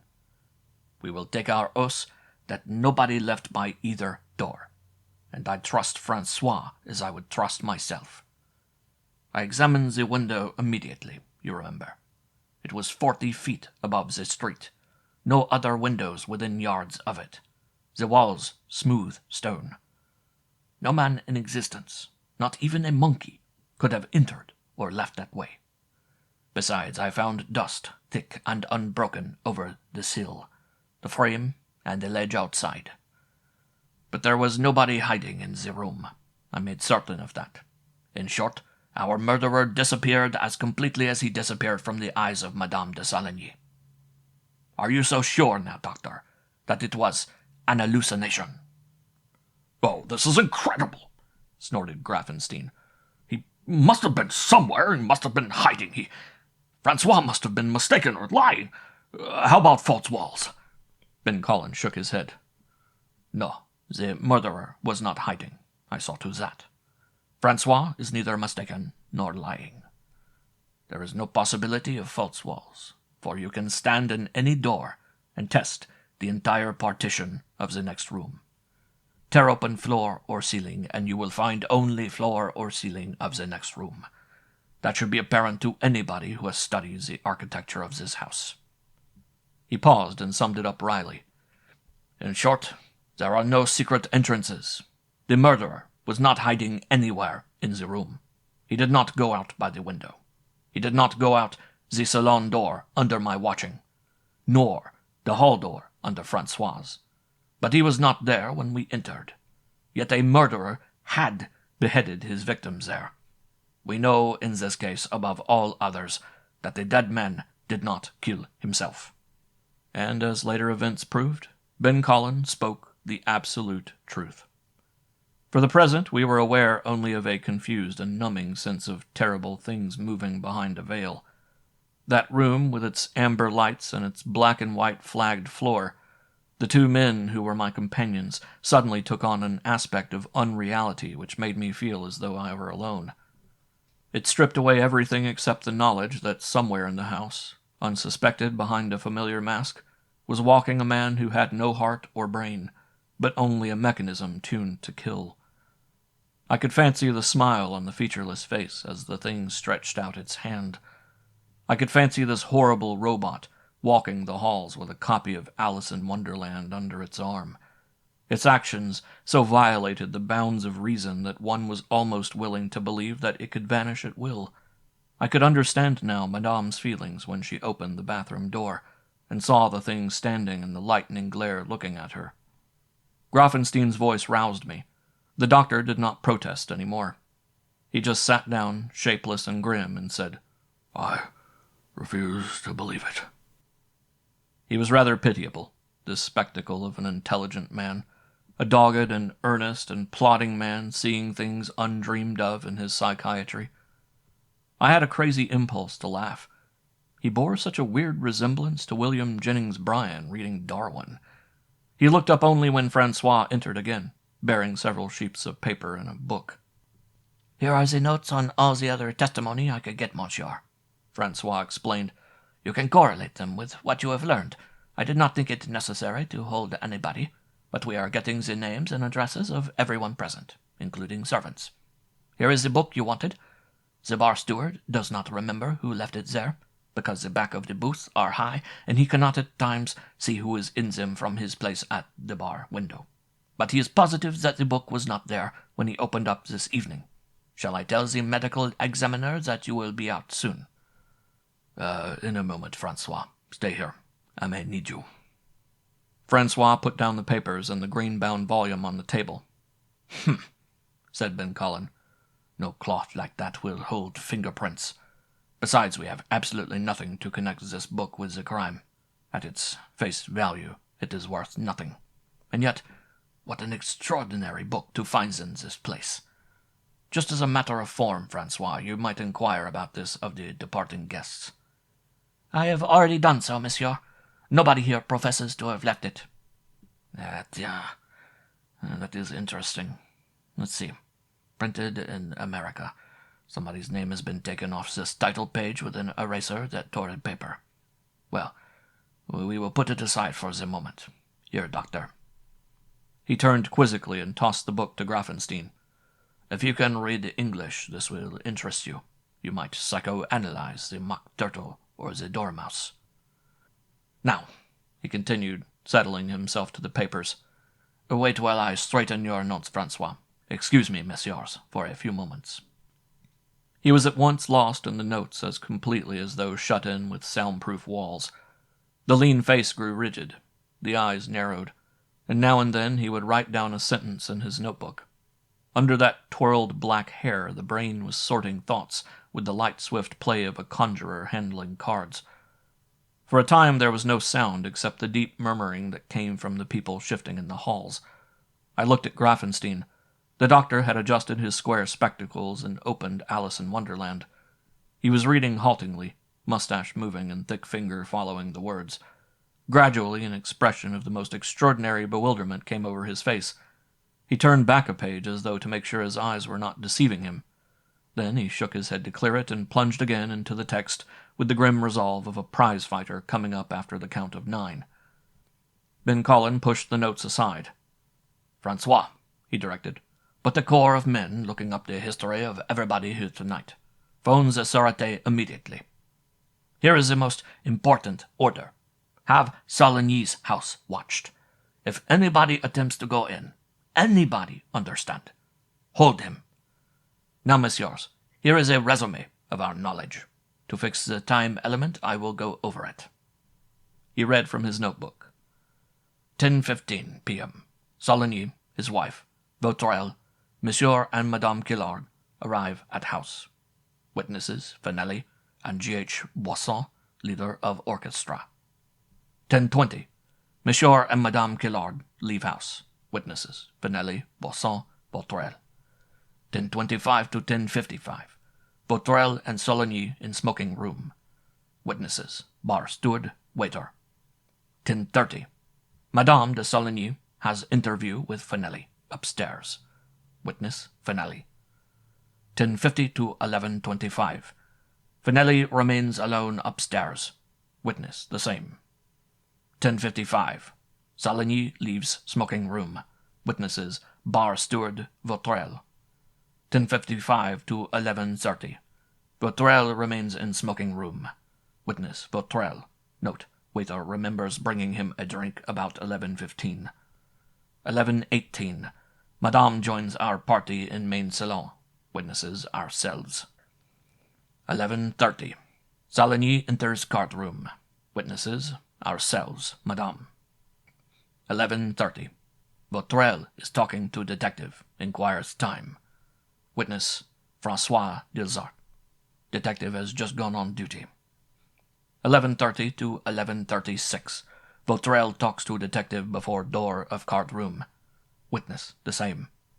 11:37. Vautrin joins us in alcove. Witnesses, ourselves. 11:40. Murder is discovered by Stewart and François. Remarks. Nobody can be found who remembers seeing any of these people in the hallway from 10:20 to 11:30, the lapse of over an hour. Nobody remembers seeing Saligny from 10:55 when he left Vautrin in smoking room until 11:30 when he entered card room. It is quite possible for anyone outside the house to enter by a rear door giving on an alley communicating with the Rue des Eaux. This door was not watched before time of murder. "A document," commented Ben Collin, "which tells us much by its gaps. I hope you will see its import without communicating from me. So, Doctor, I leave it for your consideration." He turned to me. "Come along. We will see what the medical examiner has to say." End of Chapter 5. Chapter 6. In the Black Parlors. We walked slowly down the hall again, Ben Collin and I, now that the scene was beginning to resolve itself into definite personalities.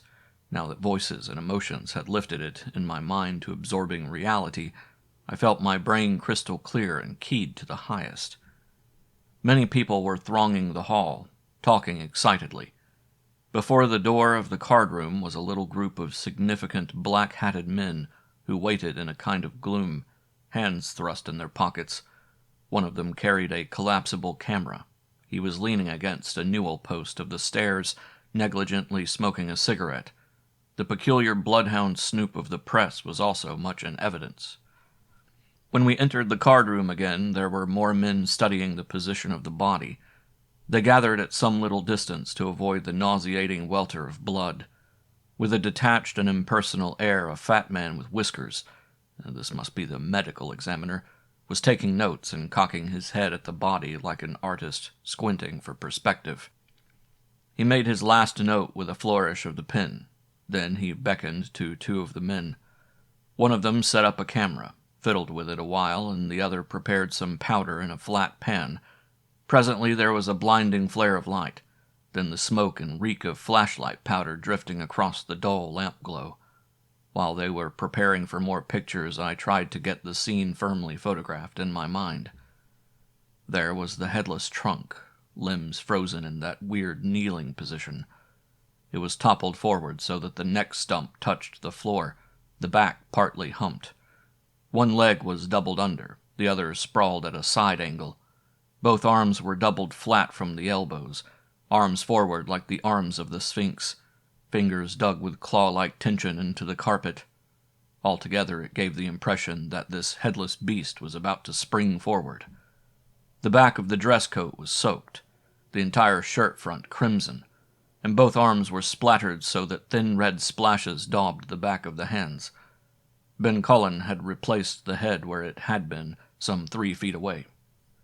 Again the flashlight powder glared over motionless men, blinding like an instant of terrifying death. One of the men stepped forward, and with an enormous lump of chalk, such as tailors use for suit markings, he drew a line around the edges of the body. Afterwards, the medical examiner jerked a thumb over his shoulder, and in a tired voice said, "All right, boys." 2 of them lifted it up. It was becoming stiff, like a big plaster image in clothes, and started to bear it from the room. It passed by us, and Ben Cullen, coming out of his reverie, stopped for a moment the 2 who were carrying the burden. Pulling at his mustache, he looked down at it for a time. He unclasped one of the hands and bent close. What he extracted from under one fingernail I could not at first see. It was a tiny bit of thread, colorless and nearly invisible. Ben Cullen put it in an envelope and motioned the bearers to go. A matter-of-fact voice saying, "All right, boys," a jerk of the thumb towards the door. So that was how they carried a gentleman to his grave. It was impersonal and curiously pathetic, with a jazz band to play the requiem. The medical examiner, notebook in hand, was addressing Ben Cullen. "No more use for me here, monsieur the judge. What do you want done with the body? His relatives?" "He had none," said the detective. "No close ones that I am aware of. Send it down for an autopsy. I want that report. And communicate with his attorneys. They will see to the undertaker, unless his friends," Ben Cullen's smile was ugly, "care to take charge. That's all." Well, there seemed to be few friends here. I wandered out of earshot. It was a curious way to die, not so much in its tragedy as in its lack of simple dignity. Certainly the living Saligny must have cut a prouder figure than that, when you fancied the lift of that powerful body smashing a tennis ball white against a glare of dust and sun. Was he, as I imagined, a sort of swashbuckling, back-slapping chap, ingenuous and hearty with everybody? A conscious D'Artagnan, with a ready jealousy and an equally ready sympathy. There was the head, with thick blonde hair and the startled, wide-set eyes of an ox-like and docile brown, lips open on magnificent teeth. Now it was all smeared with a glaze. Yes, Raoul, you must have carried that head to better purpose than being surrounded by jabbering and paunchy men, to be accidentally kicked and set rolling by somebody's casual boot. I went to the window. It was still open, red curtains flapping, and I leaned out to peer around. A high sailing moon lit the gray walls all about and shimmered on darkened windows across the street. Lying just below was a little yard, cut off by a wall from the pavement of the Rue des Eaux. Far across the street, beyond the walls of the apartment houses, the Eiffel Tower blazed its running electrics against the sky, a living thing in loneliness. All very still and cold. I craned my neck. Ben Cullen was right. It was, and I also say this in the light of what happened afterwards and confirmed the statement that nobody had left that way, impossible to leave the room by that window. On the floor above there were no windows at all to that side, merely a smooth upward run of stone for some 20-odd feet to an overhanging roof whose slope afforded neither a hold for fingers nor the attaching of a rope. The windows on either side were 20 feet away, and of course gave on the occupied salon and smoking room where 24 people were present. Below, the line of windows all had iron grills closely wrought, a fancy protection against housebreakers. But most of all I saw the dust. It was thick over the outer and inner sill, an unbroken coating everywhere. The smallest body or part of a body could hardly have gone through without smearing the dust somewhere. The window was ordinarily kept closed. Why then had it been opened tonight? I turned back to see Ben Collin directing the group of men. They were looking for fingerprints now, with their lenses and their brushes and the little tins of powder like flour sifters. But there were few surfaces capable of holding prints, though they even went over the card tables folded against the wall. The photographing continued, and the room reeked terribly now. Two of them, at Ben Collin's order, took off the cover of the divan, folded it together like a bag, and carried it out along with the pillows. A man was scraping into the rug. He appeared to be grubbing after ashes or something of the sort. Then they got round to the window, these pecking chickens making a barnyard of justice, and yelped childishly at the discovery of some prints on the glass. At length we were alone with the medical examiner. The sound of tramping in the hall had nearly ceased. Out there the agents were at work taking the names of all who left, so that you sensed the grind of great wheels in motion. Alone in the room of the murder, Ben Collin was leaning against the door to the salon, whistling between his teeth, his eyes a blank. The medical examiner, silk hat stuck on the side of his head, was standing in the middle of the room, frowning and jabbing at his notebook with a recalcitrant pen. Before him was the white chalk outline stark against the red of rug and blood. In the silence, Ben Collin began to talk softly. 4 walls of a room 20 feet by 20. Walls of red leather. A red glass lamp on a table by a divan. Half a dozen chairs in red plush. 3 card tables against the wall. That is all, except a body and a disappearing murderer. "Hein?" exclaimed the medical examiner, sticking the pen behind his ear. Slowly, as though to get the situation clear in his own mind, Ben Collin explained it. The medical examiner struck his notebook. "Oh, that's nonsense," he said. His eyes wandered slowly round the square room. "But it happened," stated the detective, going over and opening the door to the hall. "Francois," he called, "stand where you were before." From my position by the window I could see out into the hall, see the staircase and the edge of the clock on the landing below. Francois appeared, poking his head around the corner. He was directly opposite me now, some 5 feet from the door. Ben Collin then opened the door into the deserted salon. "There we were," he explained, "at that lounge over there. We were watching the door all the time. After Saligny entered, nobody else either entered or left. Nobody escaped by that door Francois was guarding. But there were nobody here when we came in."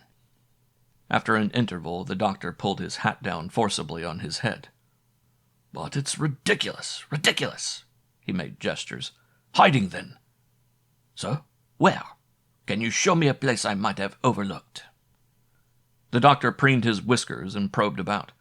He started to say triumphantly the window, but when he had poked his head outside, he came back crestfallen.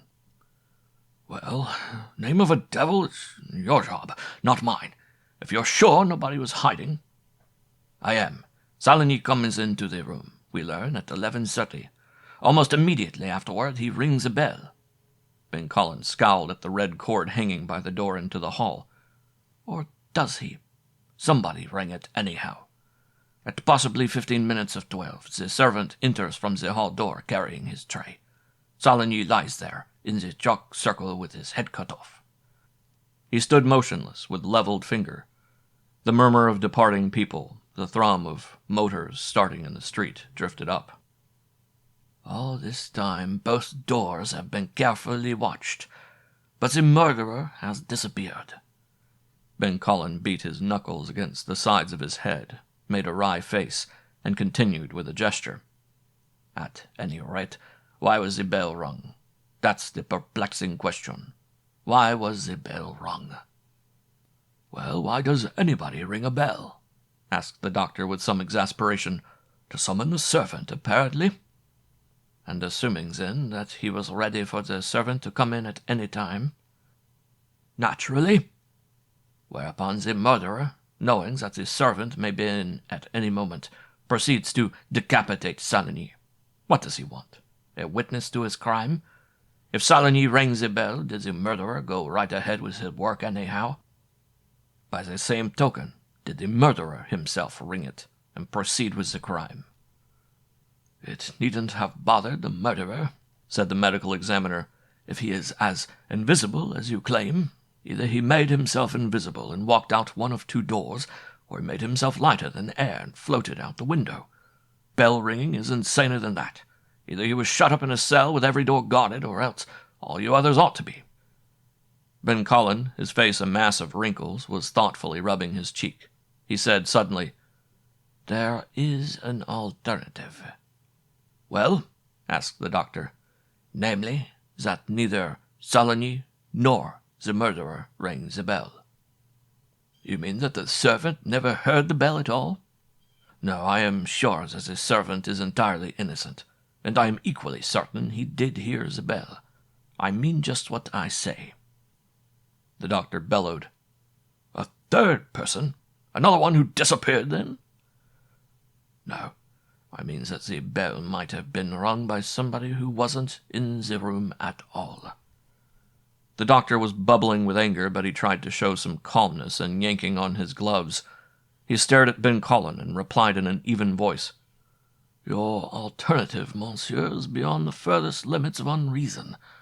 Personally, I prefer the mere impossible. You are absolutely sure that this detective, Francois Delsart, is trustworthy, and that his testimony is true?" "I would stake my life on it." "And you swear equally to your own testimony?" "Yes." Without another word, the doctor made a gesture of high tragedy and stalked out of the room. In a moment we could see him standing with Francois at the head of the stairs. They were both waving their arms and jabbering excitedly at each other, engrossed with Gallic earnestness and debate. Ben Collin closed the door. "The possibility of a secret entrance," he remarked, thumping his foot on the floor, "is out of the question. As I told you, I have looked along the line of all the walls. However, to satisfy the particular before I send an architect to look into it, we will see to the floor and the ceiling. I will have the rug up in here. In the meantime, you might go upstairs and locate the room immediately above this. We can go over that floor and do some sounding between us, but I am convinced of the result." Slowly he shook his head. "Every character, every event at cross purposes. Each event is brought about by precisely the wrong means, but too many of these wrong movements combined form a pattern that baffles us. I am inclined to believe that the thing is almost too consistently unnatural to be the work of a madman." I went out into the hall, leaving him motionless in the middle of the room. The diminishing voices of Francois and the doctor echoed up the well of the staircase. An emptiness had settled on these chambers. The low light showed disarranged chairs at the end of the hall. One of the potted palms had been knocked over. A few cigarette butts lay on the marble floor with its strip of red carpet. The proprietor was nowhere in evidence, but a surly scrub woman had appeared with mop and bucket. There was a clink of somebody gathering up glasses in the main salon, and cautious footfalls tiptoed round the smoking room to the tune of a man whistling Hallelujah under his breath. The stairway of marble and bronze rail was dark as it curved to the next floor, and I might have known it, for it led to regions where ordinary patrons were not allowed. It had a closed door at the top. Tentatively, I twisted the knob. The door was unlocked. Double bolts on the inside. Finelli had been taking no chances. I stood and studied the hallway. It was similar to the one below, except decorated with a defter hand. There were somber tapestries, subdued in gray and green with a gray carpet. It swam in a moonlight glow from a bronze Venetian lantern of pale glass. When you closed the door, it was so still that I suspected the walls were soundproof. 4 doors, numbered like private dining rooms, were in the side facing the staircase, and on the staircase side 3 more. The numbers on the doors emerged with a greenish shine from their dull background. No guard, no noise. Number 3, it seemed, must be directly over the card room. One moved like a phantom in this atmosphere. When I turned the knob of that door, it moved in an oiled lock, and the hinges were oiled and soundless, so that the movement of the door had the odd and dreamlike quality of an opening gulf. Inside there was a skylight in the roof, and in the blue over the well of shadows you could see bright, motionless stars. I saw, too, faint gleams from a perforated lamp, threading slow smoke against the weird moving rustle of the dark. You may know the suggestion of incense to the brain. It transfigures any environment. It is a creeping drug to invest locked doors with mysterious promise. Its mists, the flowering entrance to dreams, light and heady in the nostrils, the mind, and then pungent in the heart, as it was now, stealing through the silent room with a scent of buried cities, of flowers and fleshly shrines. I stood with a shudder at my heart, terrible and sweet.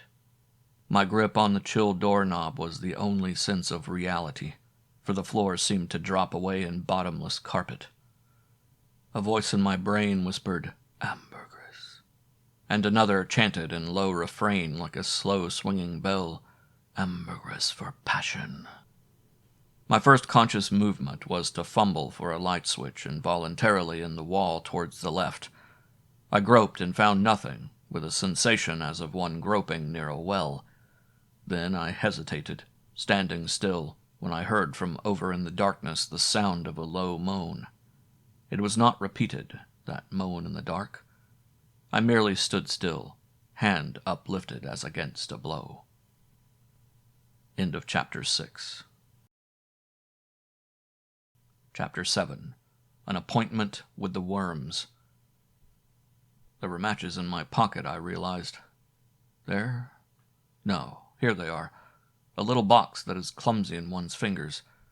The flame sputtered up. Surprising how a match flame can blind one against a darkness moving and breaking like whirls of foam on water. I do not believe that I was especially surprised at what I saw, for it fitted in such a breathtaking fashion with the pattern of the dead cities and the ambergris. To see the face of a beautiful woman looking up into a match flame is another part of the dream. The eyes were amber, turning to brown, and terror-stricken against a white face. The hair, waved and parted in dull gold, lay upon her shoulders.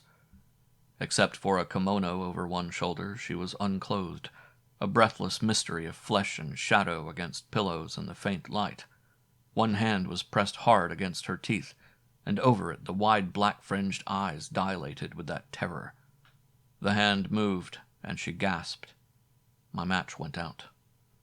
Ah, well, I thought, and shrugged and nearly laughed. Ah, well, it is merely somebody's assignation, another branch of Finelli's prosperous business. Nothing wrong or mysterious here. Then I was startled to hear her speaking in English, low and terrible. "Oh, God," she whispered, "what do you want?" Somehow this didn't fit the pattern. It shook one up, though I did not understand why it should. It was a sharp stab of that indefinable fear. It was as though something had whispered, "This is vital." I said slowly, trying to keep my voice even, "I did not intend to disturb you. I was told to come up here to look at the floor." Well, what the devil was a person going to say, anyhow? "Who are you?" "At present I am a representative of the prefect of the police. Hence—" I heard a rasp in the throat, a movement as of someone bitterly fighting to ward off knowledge, realization, like a physical thing. She said, "What has happened?" And then, with swift intentness, "Is he dead?" Score one for intuition. But steady now. Hold yourself steady. No surprise. You're getting somewhere. "Is who dead?" Raoul de Saligny." There was no hesitation. The voice was trance-like, devoid now of terror or tears. She spoke with an English accent, light and slurred. "That is correct, and," I said, "I'm afraid I shall have to ask you some questions. Will you please turn on the light?" I could hear her angry movement and the creak of the springs on what I assumed to be a couch of some sort. I could sense her staring through the dark. A queer interview this, without grace and the rather stupid futility and emptiness of a woman no longer desired. To be no longer desired, I think, is the one great shame. After a silence, she said bitterly, I know what you think. You think I'm a damned harlot. She snarled the word with the iron anger of what is known as the English good woman. Well, I'm not. You can understand that now. You needn't treat me. My dear girl, it makes no difference what you are. Why should it? If it spares your modesty, you will probably be able to dress in the dark. If not, I will gallantly close my eyes until you do, but I don't care to have you walk out on me by leaving the room. But please, let's end this silly talking in the dark. I'll dress, she said. She was crying now. There were more rustlings in the dark and more creakings of the couch as she groped and tied, a lesser shadow under the starlight blue. I felt a cold and nameless gnawing, laughed at it, and fell to humming the fragment of a tune. But that cold surge came back, deadened by the perfume of ambergris for passion, bright star points for romance, and downstairs a severed head grinning at the dark. There was a smashing cold deluge at the remembrance, too, this time an impact. Simultaneously, light came into the room, stealthily by a low orchid lamp which threw only a little illumination over the long divan and warmed the reddish-purple tints of pillows. She sat there rather forlornly, clad in a chemise, pulling on one stocking. The shadows lay on her curved shoulders, white ivory against the orchid. The shadows gathered round her breast, haunted the dark gold hair as her head hung down, followed the supple outline of her hips. When she looked up, it was with a defiance of black lashes and amber eyes. I don't care, she said in that slurred accent. I don't care. And she continued slowly pulling on the stocking. You don't look like a policeman, she said, and after a moment's pondering added reminiscently, It was nice lying there, dreaming. I'm partly drunk, I think. Putting her hands against her temples in wonder, she nodded. You'd be too if you had to put up with what I have. She shivered miserably. Yes, it was going to be the same old story of being misunderstood. You could sense it all along. I hoped she wouldn't start it. Tell me about tonight, I suggested. Yes, I'll tell you, she said with an attempt at recklessness. I don't know why I should, but I'll jolly well tell you. So, Raoul is dead. She talked in a small broken voice, steady but full of self-pity. Her eyes met mine with a surly steadiness. In her face the sybarite struggled with the clinging vine. She seemed torn between an attempt at valiance and a temptation to throw herself on one's mercy. She asked quietly, He was murdered, wasn't he? He was murdered. How did you know it? I felt it. I'll tell you the whole thing. If I don't, she muttered, biting her lips, her face growing half ugly with tears. If I don't, I'll go crazy. You see, I loved Raoul. Or I thought I did. I don't know. When I know he's dead, it doesn't seem to mean so much. Her eyes stared deep through a veil. Only recently he changed. Before that, he wouldn't have anything to do with me. I wanted to be loved. I had to have him. But that injury did something to him. He was moodier, and when he came back from Austria, I think he was maimed for life and knew it. He'd been acting like one of those silly people in books, bitterly, and talking about honor and the girl he was going to marry. But when he came back, he took me. It's a funny city, Paris, she said reflectively. You oughtn't to be lonely, but you are. You want to be loved, terribly, more so than anywhere else, but there ought to be people to love you, and there aren't. The spent voice, maimed, fell to earth. He took me. We came here because he was afraid his fiancée might find out. But he was an odd one, Raoul. There were things in his nature that seemed to develop after he got hurt. He was more, I don't know, mystic. He always spoke French to me. I understand it, you know, and I used to hate to hear French. It got on my nerves horribly, but he made it sound like music. He would sit here so you could see his face in the starlight and tell me great lines from The Flowers of Evil. great music of poetry. And once, when his voice was hardly over a whisper, he suddenly quoted in English from another poet. It stopped my heart. It was a shock. It was like an anthem rising. Her voice floated thrillingly against the low light. When the hounds of spring are on a winter's traces, and the mother of months in meadow or plain. You could see the ghosts, shadows wreathed in stars, sitting there against the orchid light. You could see her own white face now, framed in dark gold hair with eyes closed and lips moving faintly. Today he said he wanted to see me, for the last time, but there was something queer in his face. He looked half mad. I want to see you tonight in the same place about 11. I want to tell you something. You'll appreciate the joke. That was what he said. I came here before 11. I lay and dreamed. But did you ever have a premonition like the fear of death, hollowing out the inside of your heart with a cold hook? I did tonight. I had the devils. I knew something was wrong.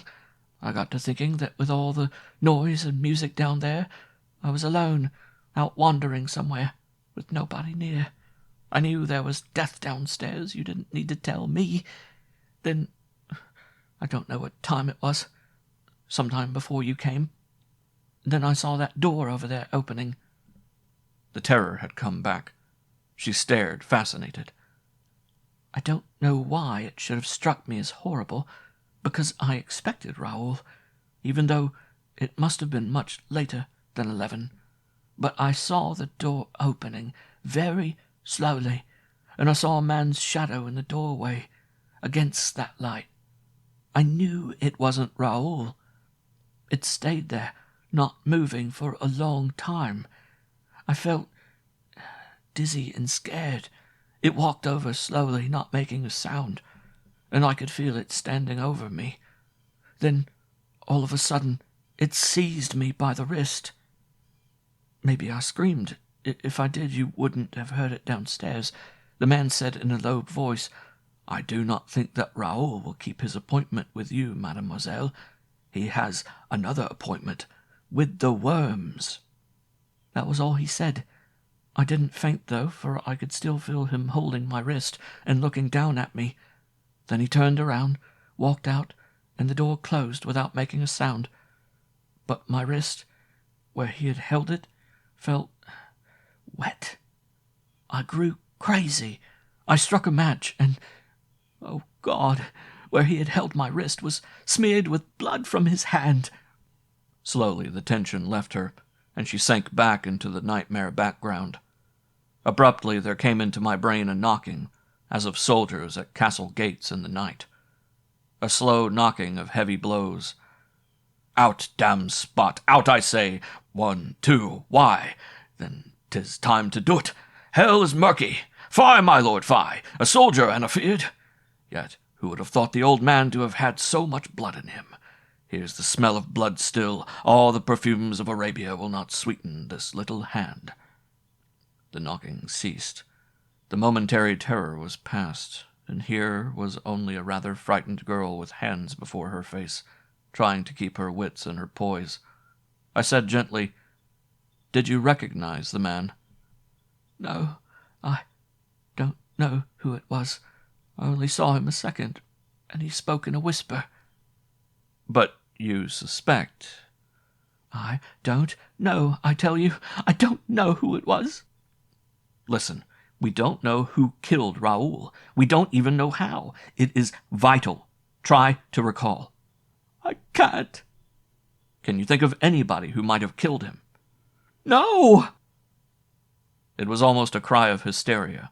She took her hands away from her face and looked up dazedly. "I wouldn't dare tell you if I could." I was surprised at the vigor of my own words. "Look here, you needn't be afraid. Nobody's going to hurt you." She studied me, bending over her. "Please," she said, "won't you let me go? You can ask me all this again. I don't feel like talking. I'll come back here. My name is Sharon Gray. I live at Versailles. You can find me." If you let me go, I can get out the back way without anybody seeing, and nobody will know I was like this." It had seemed natural that we should be talking thus, not odd at all. There was in it a sense of frankness and security, and the solid order of things. It was a bit astonishing to discover conventionality coming in like daylight. Somehow I feared its coming.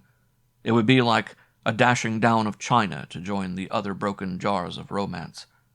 Without conscious intent, I said, "Yes, you may go. If there is a back way, don't let anybody see you go out."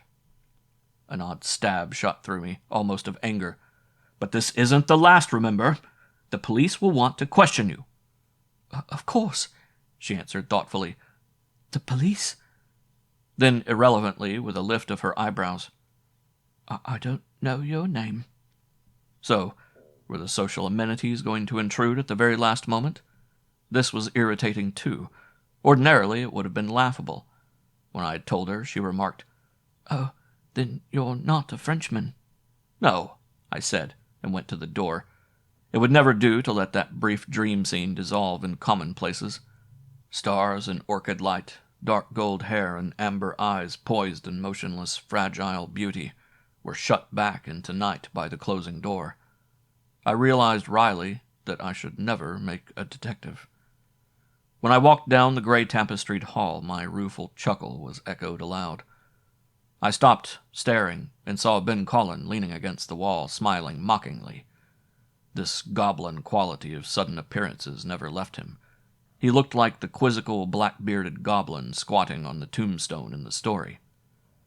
"My dear Jeff," he said with faint expostulation, "in the excitement of your tete-a-tete, you seem to have forgotten the reason why I sent you up to this very artistic place."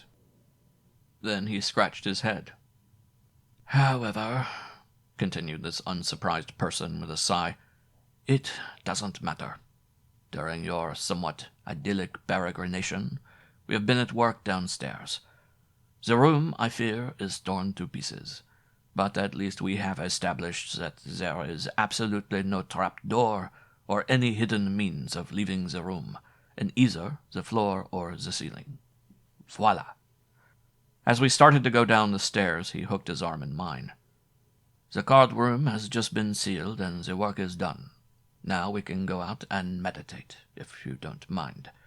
By the way, I took the liberty of listening to your very illuminating conversation with the English lady. Your deportment, I must say, was discreet and quite commendable. Now," I swore at him. "Well, you know I let her go, then. It was a stupid trick, I admit. Ben Collin looked at me with eyebrows raised in astonishment. "Stupid, you say? It was the only thing to do. I am inclined to think you extracted from her more information than I ever could. A lady sans garment is a lady sans reticence. She will be shadowed from here, of course, like all the rest of them, but in giving her name and address, I can testify that she told you the absolute truth. I am not well acquainted with the lady, but I know who she is." "Oh, have I by any chance stumbled on some famous person I should have known?" Not exactly. She has money, and, I think, a title somewhere back, but she is not especially famous. She is the mistress of our friend Vautrel." End of Chapter 7. Chapter 8. We talked of Poe.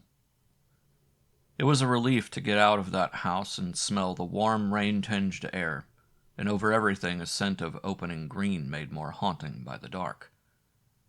The three of us drove along the river in a wide swing to the Place de l'Homme, where the white flowing lights all converged. The yellow glitter shining from Chez Francis on the sidewalk tables drew us in for a drink. Inside it was buzzing with the after-theater crowd of dignitaries from the stages where they do not dance the Charleston, and with the longer-quilled members of the press. There was an abrupt silence when Ben Collin entered.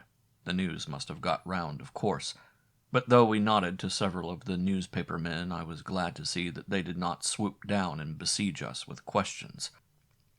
They merely smiled politely and returned to their vermouth and their poker dice. That was for business hours.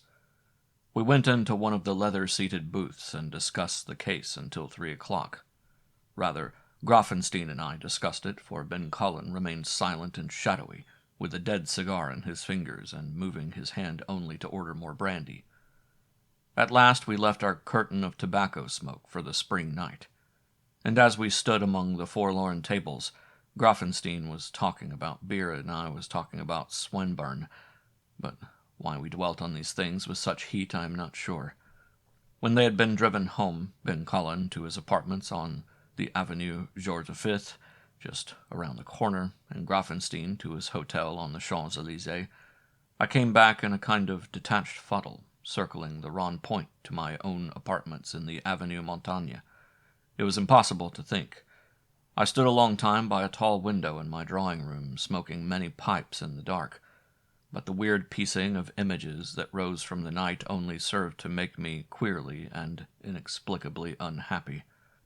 I woke in the warmth of clear blue sunlight, one of those mornings that flood you with a swashbuckling joyousness, so that you want to sing and hit somebody for sheer exuberance. The high windows were all swimming in a dazzle of sun, and up in their corners lay a trace of white clouds, like angels washing hung out on a line over the gray roofs of Paris. The trees had crept into green overnight. They filled the whole apartment with slow rustling. They caught and sifted the light. In short, it was a springtime to make you laugh at the cynical paragraph you had written the night before. I roused and stretched in energetic laziness. I could hear the sound of water running for my bath and smell the coffee bubbling in the percolator. Thomas, have I mentioned that invaluable servitor, was fussing about the room in his daily agony of spirit over what clothing to select, and smiling in the depths of his staid old British soul as he inspected the weather. I was having breakfast by the window when Thomas announced a visitor. It was Ben Cullen. He entered in the effulgence of topper and morning coat, looking almost too much like a Frenchman to be one. His beard was freshly barbered, his expression gay and quizzical, but I knew by the deep hollows under his eyes that there had been no sleep for him the night before. Sitting down on the other side of the breakfast table, he folded his hands over his stick and looked thoughtful. "Coffee?" says I. "Brandy," says he absently. It was some very choice apricot, and a most disapproving Thomas brought in the decanter. Its color glowed against the sun as he held up the little aventurine glass and studied it, but his eyes seemed to be looking deep into a fathomless crystal. I wondered if the man had been drinking all night. He drained the glass and pushed it thoughtfully away. "I do not like the tone of the morning papers," he said. "I think I shall finish up this case tomorrow. I once promised your father," he continued after a pause, "that I would see to your welfare when you came inevitably to Paris. I suppose that now includes your participation in the present events. And yet, I think you are rather too much like him to be of use. There is too much of the Irish in you both.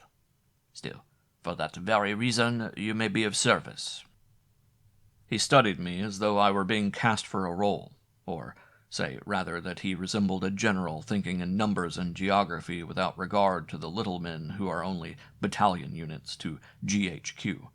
In his beard was a thin Borgian smile. "The reports from the laboratory and my check-up on certain people will be in this afternoon. Until then we have work. Finish your breakfast. We are going to interview Monsieur Gillard." "Good. Where is the doctor?" "We are to pick him up at his hotel. I have brought my own car, but I want you to drive yours.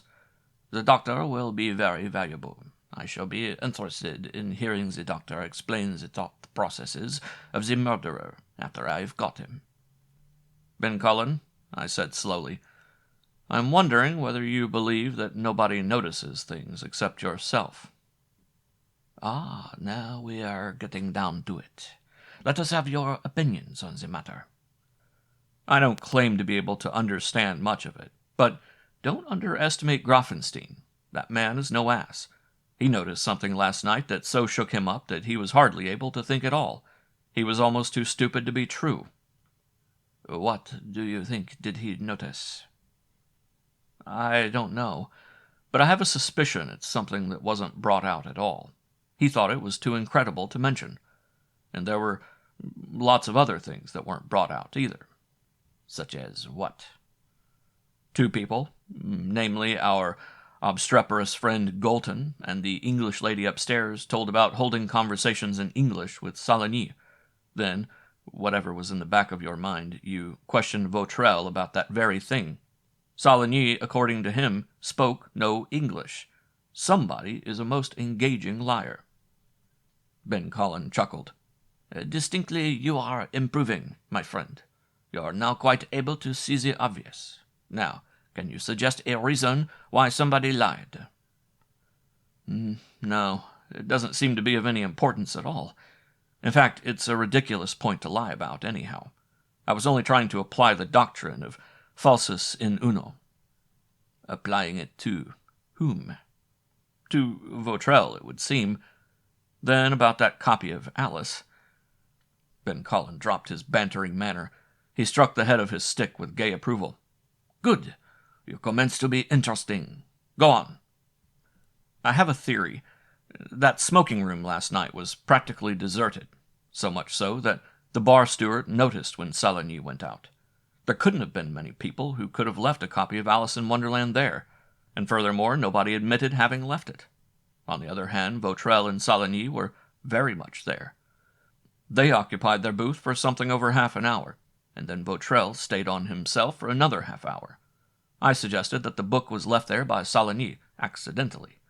I suggest that he was taking that book up to the lady on the 3rd floor, with whom he seems to have shared his literary tastes. I had unconsciously put a good deal of acid into that last remark, but I continued. In any case, why didn't Vautrel tell us that Saligny left the book there? You are stating an excellent objection to your theory, my friend. You imply, then, that Vautrel has an excellent reason for making us believe Saligny spoke no English. If Saligny left the book there, Vautrel must have known of it. But he didn't tell us. The alternative is that he left it there himself. Yes, if one grants your original premise that nobody else did. Well, Vautrel may have said what he did because he didn't notice Saligny had left the book in the booth. That is entirely possible, you know. It seems to me, I remarked with some asperity, that Saligny is having entirely too damn many appointments for one evening. One with the woman upstairs and one with his murderer. He seems to have planned for an exceptionally busy wedding night, which in no way concerned his bride. Then, what possible connection is there between Laurent and Saligny's paramour, Miss Grey? This mysterious man, Laurent, pays a visit to Miss Grey, smears her hand with blood, and informs her that Saligny will not keep his appointment with her. Is Laurent taking a paternal interest in all the women in this case? Softly, said Ben Collin, laughing. In your efforts to elucidate the matter, you are almost contriving to give me a headache. You might also inquire whether Saligny was taking a personal interest in all the women in this case. Tiens, he was a cool one, Saligny. Our big athlete's character becomes more muddled as we continue. In his simple, frank, straightforward manner, he arranges for a meeting on the night of his wedding with the mistress of his best friend. According to you, he is even so thoughtful as to bring along a copy of Alice in Wonderland, in order that no moment shall be wasted. Diable! He has efficiency, that one. He is what you call in America a Rotarian. While Thomas was phoning for the car, Ben Collin strolled into the drawing-room. I heard him strumming at the piano, picking out a careless bar or two with the dalliance of one who knows himself to be a master, and I was not at all pleased with his debonair patronizing of one's ideas. But when I came into the room, he looked up from the piano with a wry grin and observed, Listen, old man, it may interest you to know that I am afraid you're right. He shrugged and plinked out a ta-ta-ta-ta-ta-ta at the end of the keyboard. Then he rose to go. Out in the street, the garage man had brought round my car. Ben Collin's voisin led the way down the avenue. We circled, and he picked up Grafenstein at the hotel, after which I trailed him down the Champs-Élysées, across the Place de la Concorde, and over the river, then round the curve into the Boulevard Saint-Germain. We stopped before a gray and battered building not far from that famous restaurant which has annexed the boulevard as a secondary attraction. An archway with massive doors like a prison led into a tunnel, where a troll-faced concierge poked his neck out suspiciously as we passed through the tunnel into a weedy quadrangle shadowed by gray, gloomy walls. When we found Monsieur Killard's offices, a morose clerk lined us up in a long waiting room with barred windows and decorated tastefully by a picture of the eminent Dr. Guillotine. Presently we were led into the lawyer's office. He had been either rehearsing a speech or bawling out a clerk, for he exhibited signs of a passionate and Jovian calm. He was a gaunt man whose body looked collapsible. He possessed a high bald skull with a beaked nose and cold eyes under carven lids. The whites of those eyes gleamed with startling purity out of his dusty face. Standing behind a broad desk in a room lined with books, he wore an advocate's black robe and bowed loftily as we entered. "Ah," he said, "you've come about the Saligny affair. It was very sad, that. Have chairs, please." His manner was that of a dentist reaching for his forceps. We sat down in chairs which squeaked in chorus, the loudest creak emanating from that of Monsieur Killard. The lawyer glanced at us and turned questioningly. "I am sure, Monsieur Killard," said Ben Collin, "that you will be violating no professional confidences if you answer us a few questions. You knew Monsieur de Saligny well, of course?" The lawyer considered, cocking his head on one side.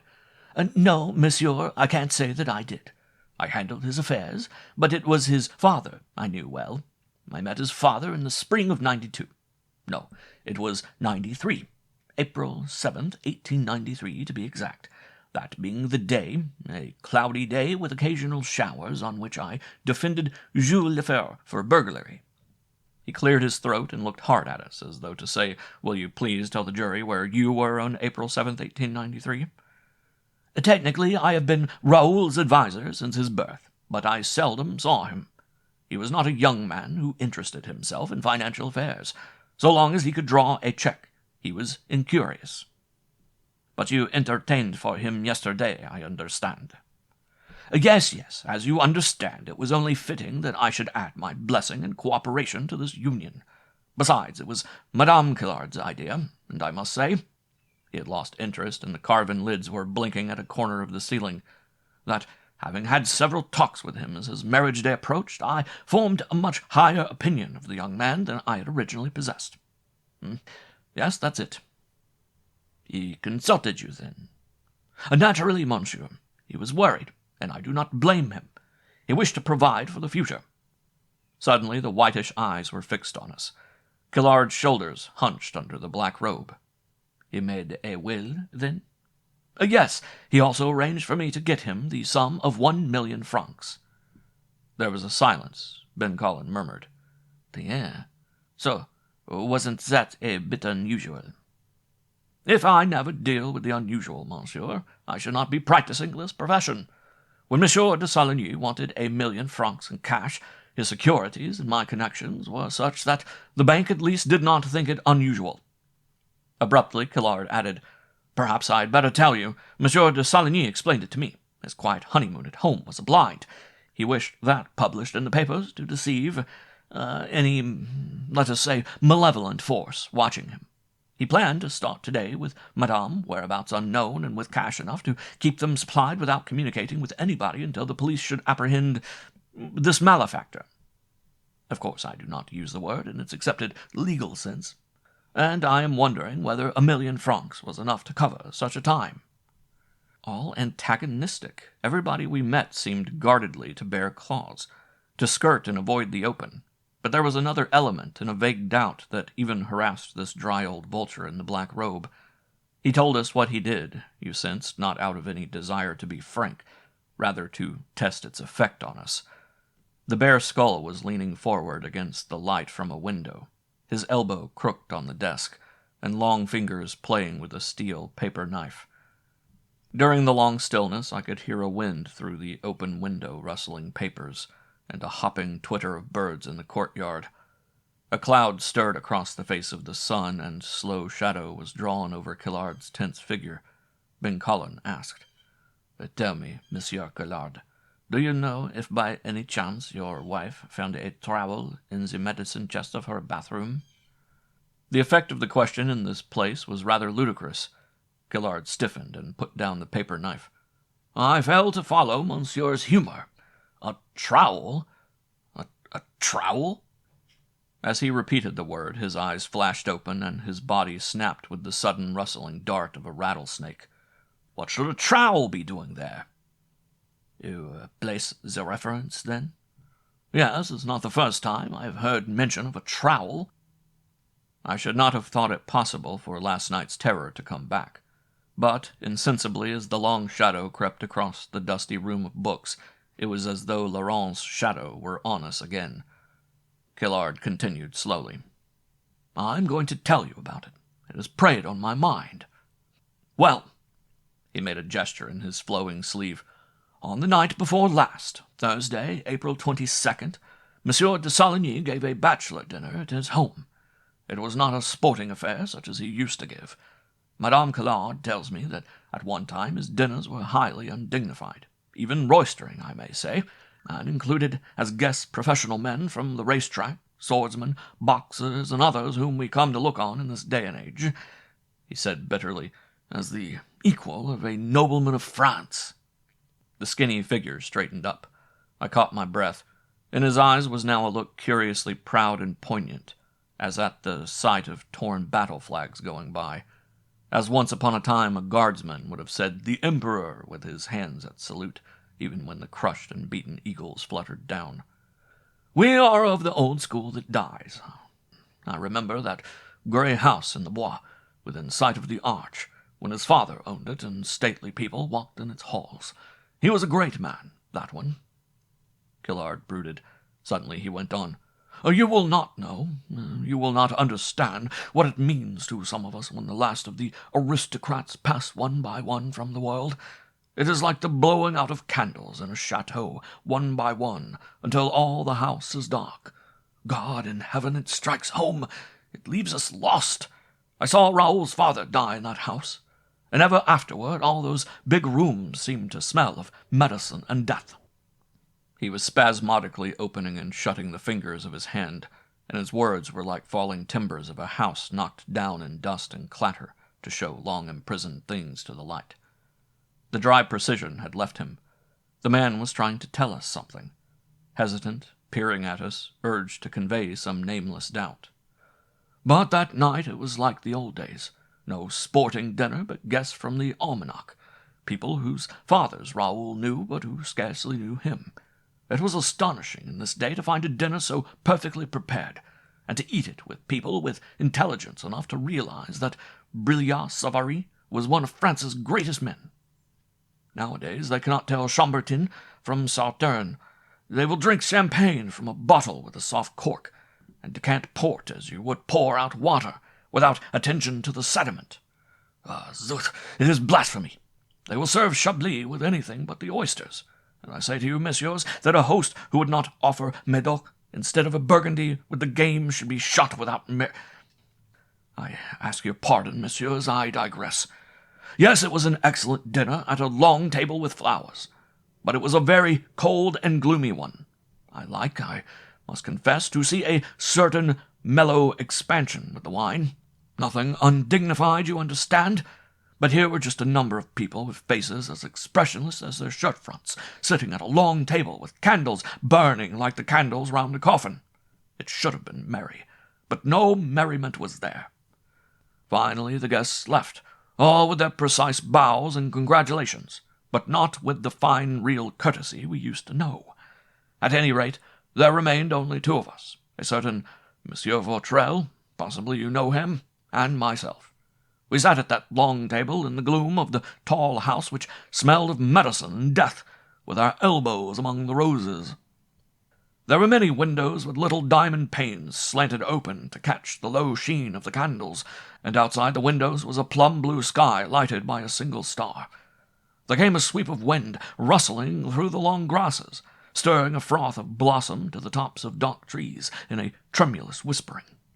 The flames of the tall candles undulated slightly above the white table, over the faded upholstery of the chairs until everything seemed to move except the faces of my companions, and their clenched fingers hooked round the stem of a wine-glass. But a cold presence had come like another shadow across the light, and as we waited for its approach, we talked. We talked of famous murders. Here was Killard emerging from his dry shell, the man who brooded so long on the past that he had become fey with a kind of dim poetry. Famous murders! The table piled with roses put the idea into Vautrell's mind of L'Anjou decorating the room for his sweetheart. We talked of Trotman, of Basson, Vacher, Crippen, and Spring-Heeled Jack, of Major Armstrong with his hypodermic needle, and Smith with his tin baths, of Durand, Harman, and La Pommeraye, of Cream, Thurtell, and Hunt, of Hoche and Wainwright, the poisoners, and the demure Constance Kent. There we sat with that insane repulsion which makes men go into the thing, and Vautrell talked of the artistry of crimes planned like a play and laughed. So Raoul's hand shook when he drank his red wine among the candle flames in the shadows. Now into Killard's dusty countenance had come a pale shine like marble, and the blue veins stood out at his temples. His black robe rustled, and the eyes under the carven lids fixed us with a hypnotic stare. We went into history and fiction. It was a nightmare. Vautrell was more than half drunk, but we all preserved that low tone of voice, and Raoul was sitting back with the glass dangling from his hand hunched up against his breast, and a kind of fierce glare in his eyes. So Vautrell, in his silky tone, said, "To my mind, the most artistic scene in all literature comes from Poe. You know Poe, don't you, Raoul?" And he smiled. "It is the story about the Amontillado, where Montresor takes Fortunato down into the catacombs to bury him in the wall forever, walled up with blocks of stone and bones. You're very familiar with that story, aren't you, Raoul? Fortunato, not knowing of his impending doom, asks his companion if he is a member of the Brotherhood of Masons. Montresor says yes. 'A sign,' cries Fortunato, whereat Montresor, with his own grisly humor, takes from under his robe a trowel. I said, 'You're very familiar with that story, eh, Raoul?' And he laughed in an arrogant drunkenness.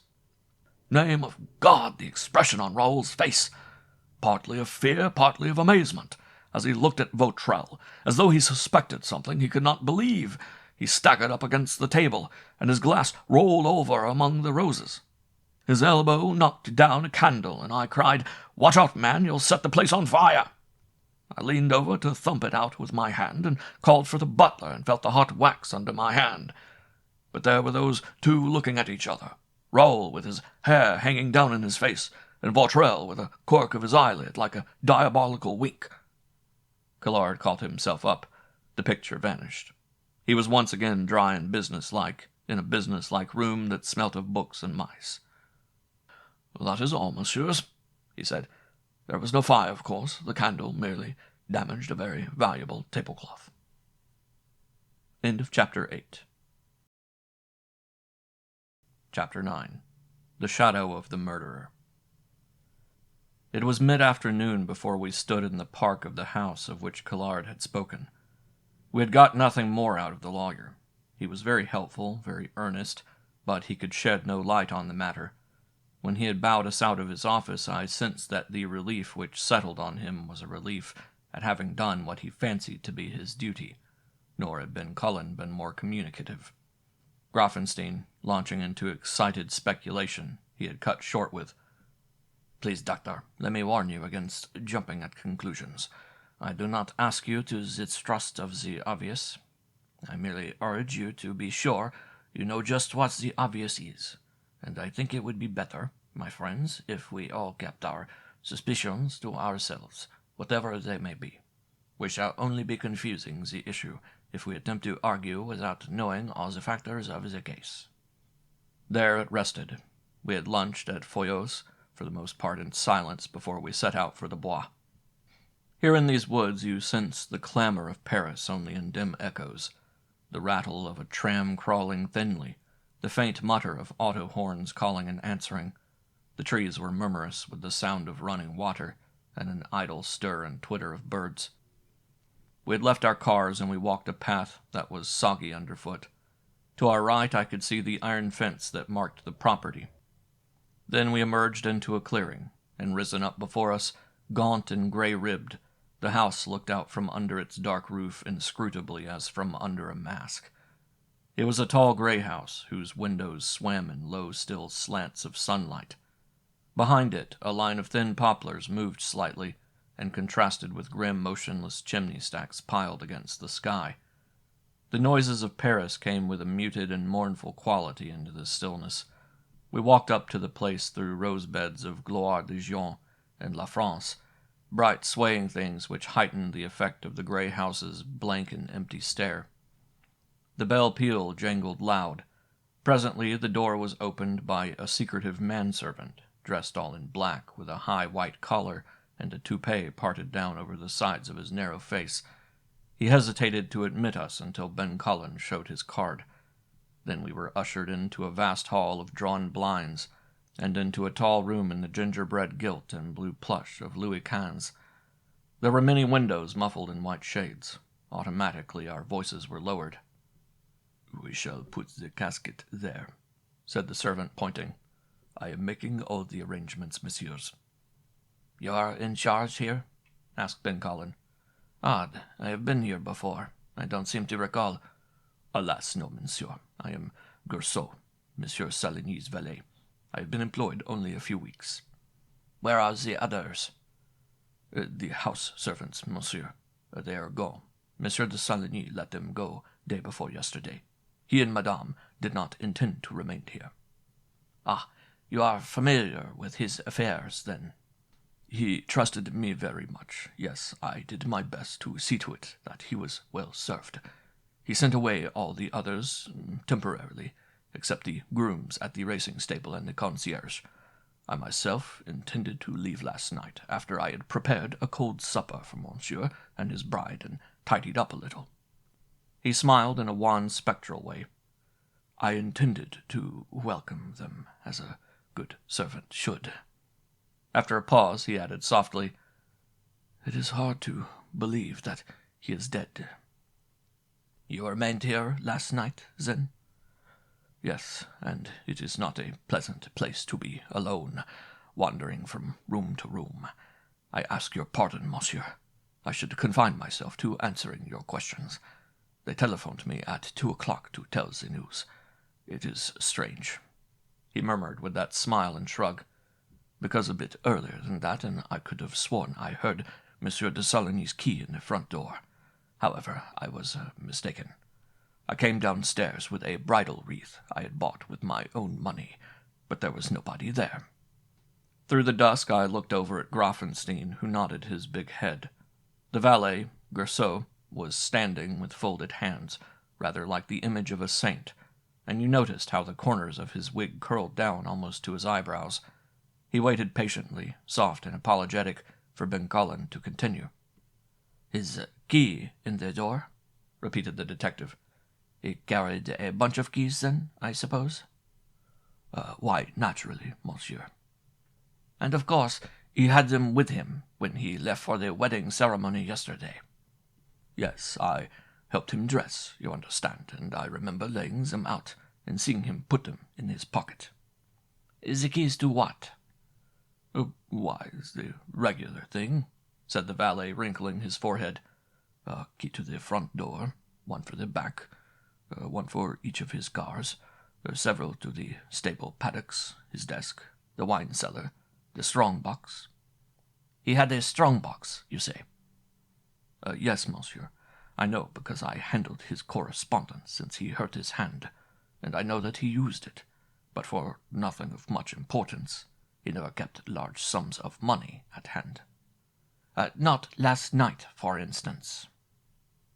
"Why, no, monsieur. Why should he? Pardon me. I mean, not to my knowledge." Monsieur de Saligny had many visitors?" "Very few, monsieur. He seemed to be afraid of something." "At what time was this when you thought you heard him coming in last night?" "I'm not sure. It must have been after 1 o'clock. Ben Cullen suddenly wheeled round.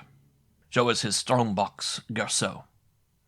When Gerceau was moving soundlessly over the floor, his outline wavering as though he were hung there and floating in space, I heard Ben Collin mutter, "Are there nothing but fools in my department? Am I always going to be too late?" And I thought for a second that Garceau looked over his shoulder and lifted a long upper lip to smile, as though he were saying yes. We went upstairs along another hallway of the drawn blinds, and the only sound was Grafenstein's asthmatic wheezing. The 3 dusky figures of my companions stopped before a closed door. Then there was a strained movement through them. I saw Garceau's narrow face turn on its high collar as on a pivot, his jaw fall open a little, and one hand with drooping fingers extended motionless towards the door. This is his study, messieurs," said the valet, "and there are his keys in the door." One of them was in the lock, the others hanging from the ring. You cannot be so weirdly reminded of somebody's presence as at seeing a key in a door when nobody is there. The lock was not even caught. The person you heard coming in, of course," Ben Collin said quietly, "was the murderer." Then with a spasmodic motion he pushed the door open. In contrast to the other rooms, the blinds here were up, but the place smelt stale and stuffy. A fly buzzed against one bright pane. It was a fairly large room, paneled in oak and with yellow straw matting on the floor. There was a profusion of tarnished silver cups on the panel rail, more of them on top of a big stone fireplace, and most of the wall space was taken up with framed photographs. The chairs were wicker, and on a wicker table charred with cigarette burns stood 3 glasses, partly filled with whiskey. A riding boot lay in one corner. A dirty shirt was thrown over a chair. You would have said that the occupant had dressed hurriedly and gone out whistling. I am very sorry, messieurs," said Garceau, "but I have not had time to clean up." "Who was drinking here?" asked Ben Collin, pointing to the glasses. Monsieur Kellard and Monsieur Vautrel, monsieur. They came here to wake up Monsieur de Soligny on the morning after his bachelor dinner." "And that door?" Ben Collin indicated one at our right. To his bedroom, by way of a bath." Except for the droning of the fly, there was silence while Ben Collin walked about the room.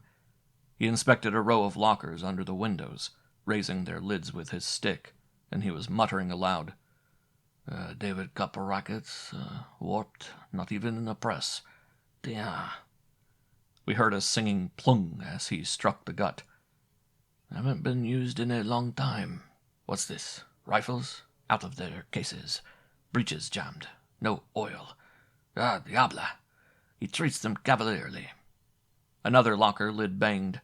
He looked at a stuffed leopard's head hung over a small bookcase. "Sumatran. He was a dead shot to get that, too." Suddenly Ben Collin turned, with the fangs of the leopard over his shoulder. "Messieurs, you remember that story which Charcot published in his book, The Beast Hunters? He said that there were only 2 men he had ever known to attack a mountain lion with a hunting knife. One was the late Monsieur Roosevelt of America, and the other, this young Duc de Saligny." He turned to the pictures. "His prize filly. He was getting her in shape for Auteuil this year. Here he is. He was in the finals at Wimbledon last year." Grafenstein protested. "Very interesting, but we came up here to see the strong box." The detective sat down on the window locker, put his forehead against the glass, and for a long time he stared out at the trees. The low afternoon sun crept along the carpet in a thin hover of dust, shining on Ben Collin's top hat and the silver head of his stick as he gripped them. Then the grip relaxed in a small gesture of weariness.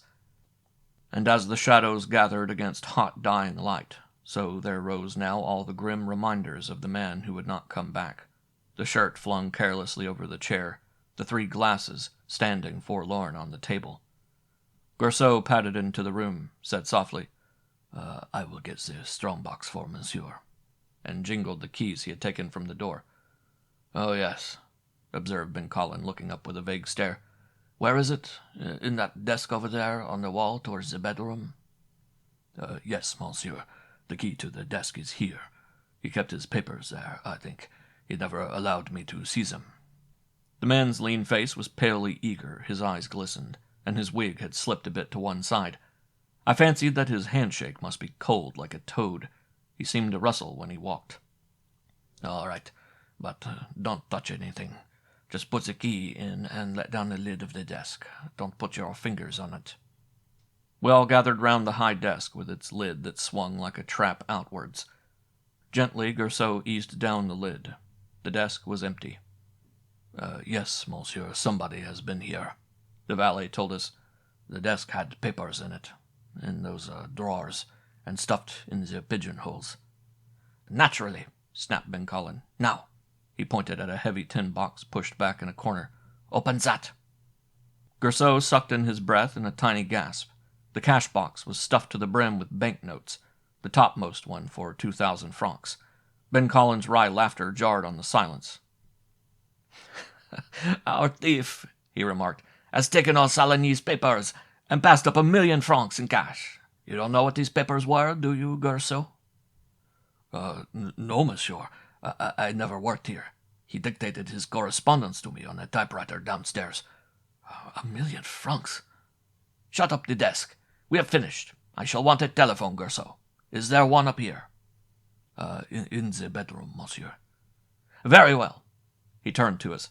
You might wait for me outside while I have a further look around. By the way, Gerceau, can you tell me if there are any keys missing? The valet ran over them and pondered. Yes, I am sure. The key to the wine cellar is not here. To the wine cellar? Surely the butler carried that. Not to my knowledge. For his dinner, Monsieur de Saligny supervised the wines himself. When he dined here alone, he rarely drank, and he kept the key himself. I remember his saying he was forced to discharge one butler for being too interested in the wine supply. Zoot, the man we have now. Gerceau spread out his hands. His long lip wrinkled in distaste. So Grafenstein and I left the two in the room. As we went out, Ben Collin had walked over to inspect the lion skin spread before the fireplace. We tramped down the great staircase as though we descended into a dim gulf from which rose voices of the past, all those portraits on the walls stretching out their mimic arms, stirring and rustling in brocade through the whitish dusk, as though the candles in those silver sconces drew back their ghostly light, and into the carpets crept the bloom they had lost for 100 years. I could not put down the impulse to wander through this place, to feel the pull of the memories that must have haunted it for so many. So, while Grafenstein lumbered out the front door, I turned back. In those stately shadowed rooms of cream panels, far up in the ceiling, glass prisms tingled faintly to your step echoing on the parquetry. You could hear, too, the voices of many clocks all ticking through the deserted rooms. Thin level slits of light were built up high in closed shutters to show dimly the outlines of marble mantels, mirrors reflecting the past, and murals delicately tinted, of simpering shepherdesses, curtsying forever with a crook tied in a blue ribbon. What was that song? Il pleut, bergère, ramenez-vous montant. You could almost hear tinkling the Swiss music box of the 18th century, and see the porcelain figurines dipping white wigs for a minuet. Yes, here was a spinet in a little music room off the banquet hall Killard had described.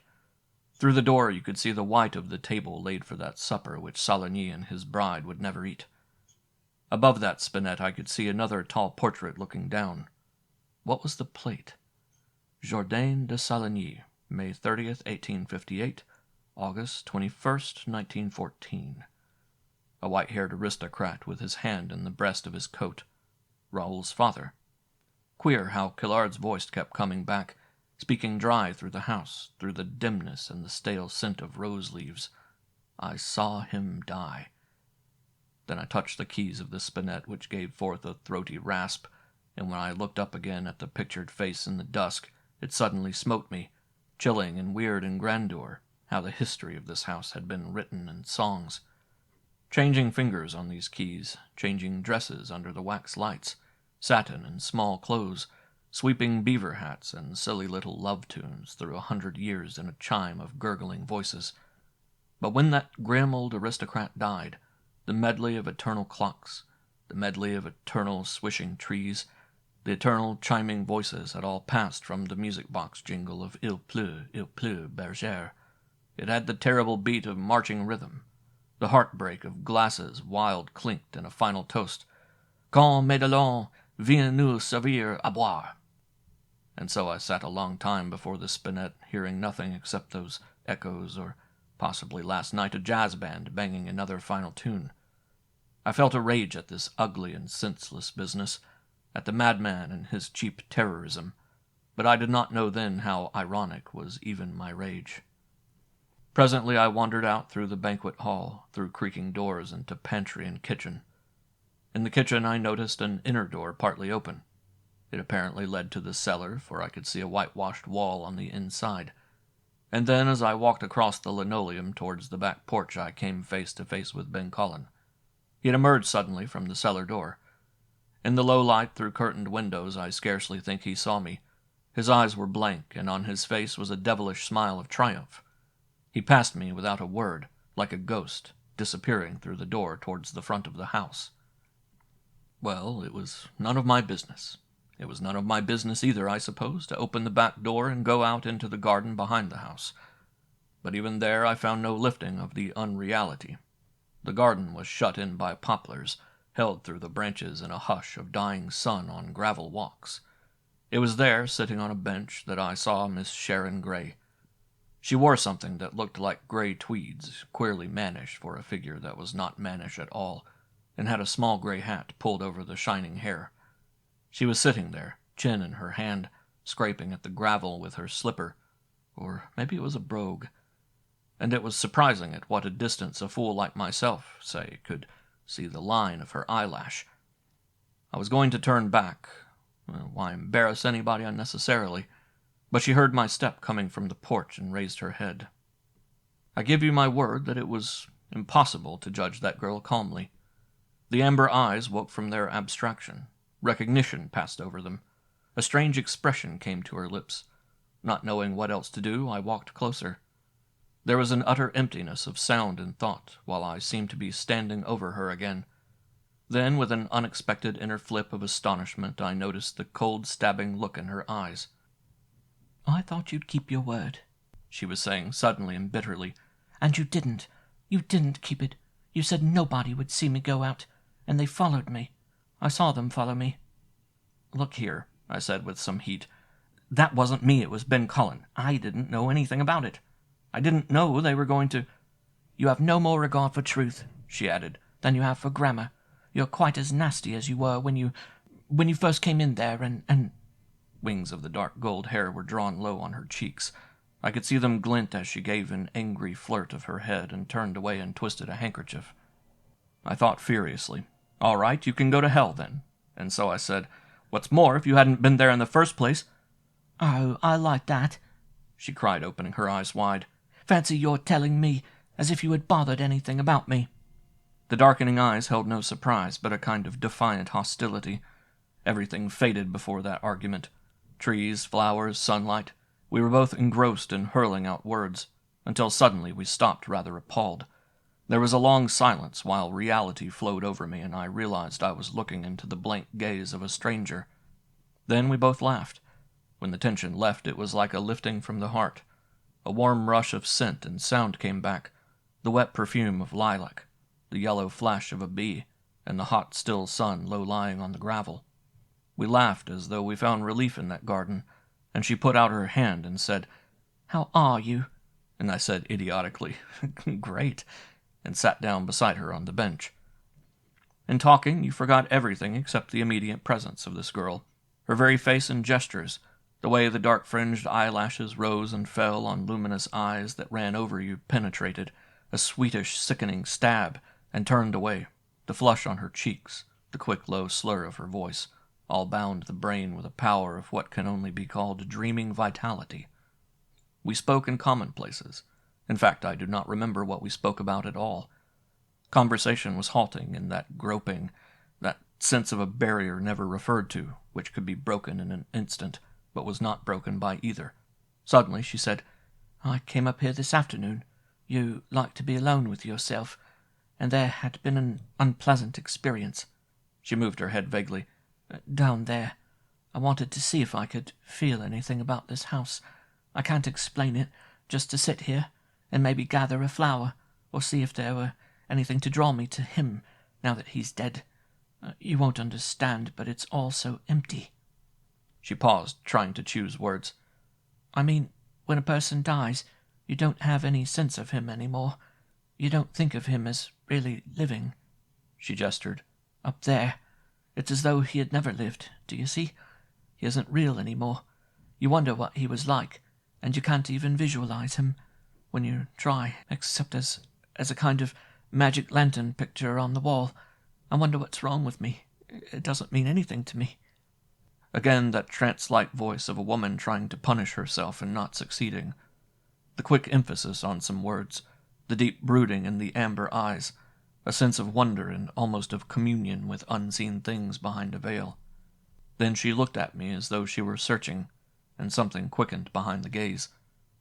It was then that there rose sharply from the front of the house a series of reports, an automobile backfiring, the scrunch of wheels on gravel, and the babble of excited voices. The sounds beat against the gray house, stirring a cloud of startled birds towards the sun. We rose and went to look. There was a dead finality in the sound. Circling the path in the shadow of the damp walls, we emerged round the angle of the house into the full westering light. A black van was backing up to the great front door, the driver twisting his neck around and gesticulating with his free hand, and 2 other men were unlocking the rear of the van. Exhaust smoke drifted across the dead color of the roses. Gravel scruffed and pattered from the men's feet. Somebody triumphantly said, "Voila!" We heard the rasp of a bolt, a grunt, and a long stretcher, dark-covered, was eased out from the van into the men's hands. "Softly there. Don't bump. Easy, mes enfants," cried a gendarme in uniform. "Diable, ma receipt. Softly now. Ah!" The sun dipped beyond the trees, falling in the shattered light. A tide of shadows crept up around the house. It seeped like water, rising slow over this proud place, whose windows were drowning eyes, sinking as the water swept it. But every chimney, every window, every dark stone stiff and arrogant in the stoicism of its death. "Up the stairs now. Monsieur, will you sign for this?" From the corner of my eye I could see Gerceau standing on the steps, and the gendarme flourishing a little notebook as the black burden was trundled up over the threshold. And Gerceau turned, and made a queer stiff bow as for a last welcoming. The songs were over. The master was coming home. End of Chapter 9. Chapter 10. Ben Cullen Weaves. She put her hands in the pockets of her tweed skirt and looked up jauntily. She drew a long breath and said, "No good moaning. That's over with. Have you a cigarette?" "Look here, aren't you dramatizing this a bit?" "Most of us do. A light? Thanks." She blew up a plume of smoke thoughtfully. Most of us do. We can't help it. Pernicious influence of the cinema. We have to find a substitute for the standards of acting laid down in Victorian novels. Now, the moment anybody mentions the word Victorian, you can take it for granted that the conversation is going to become artificial, and that the person who says it is avoiding all pretensions to frank discourse. But she laid her hand on my arm as we went back to the garden. "No, but really, that's what's behind all this. I've read in the morning papers, and I know all about it. Don't you see? The whole thing is dramatized, expertly staged. This murderer they're talking about is all kinds of stagey curtain-line artist. That's his trouble." She sat down on the bench and stared unseeingly at the tip of her cigarette. "The French can't realize it because they love gestures, so they come to associate them with life. The point is that they rarely indulge in them. I'm sick of aliens, and I'm afraid." She shivered. Her eyes regarded corners of the garden. "Oh, God, last night I—" "Steady now." "And today I got shaken up again. It was horrible." "Do you mean to say that this person came again?" "Oh, no, nothing like that. I can't tell you." "Yes, I will, though. Well," she looked at me defiantly, I thought I'd go round and see how Louise was taking this.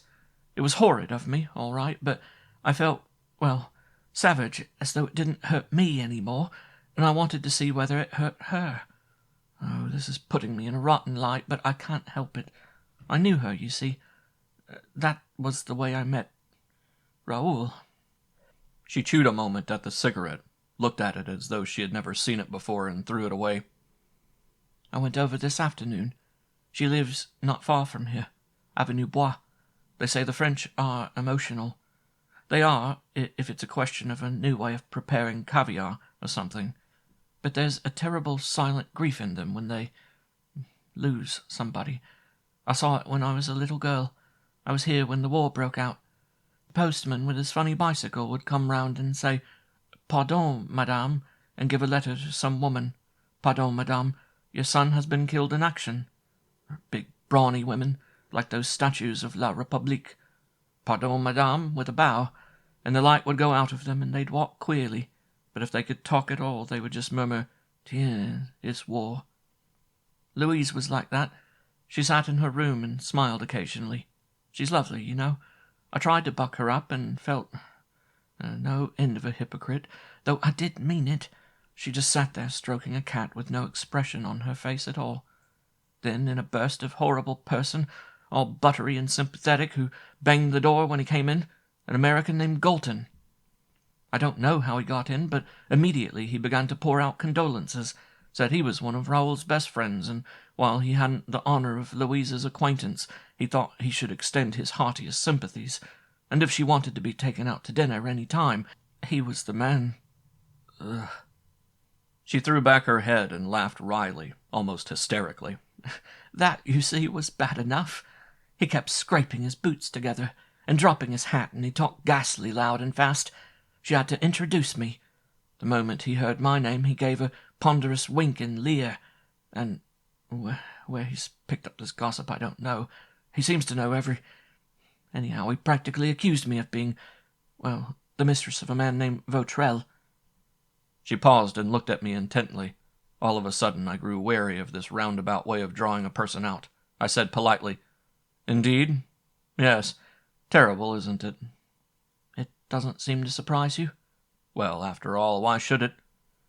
She rose breathless, her face flushed and her eyes dark with a questing, futile rage. The throb and fire of her loveliness, a languor that struggled to burn, swept a wave over the heart. That whole expression said, "Damn you," but something quivered in her lip.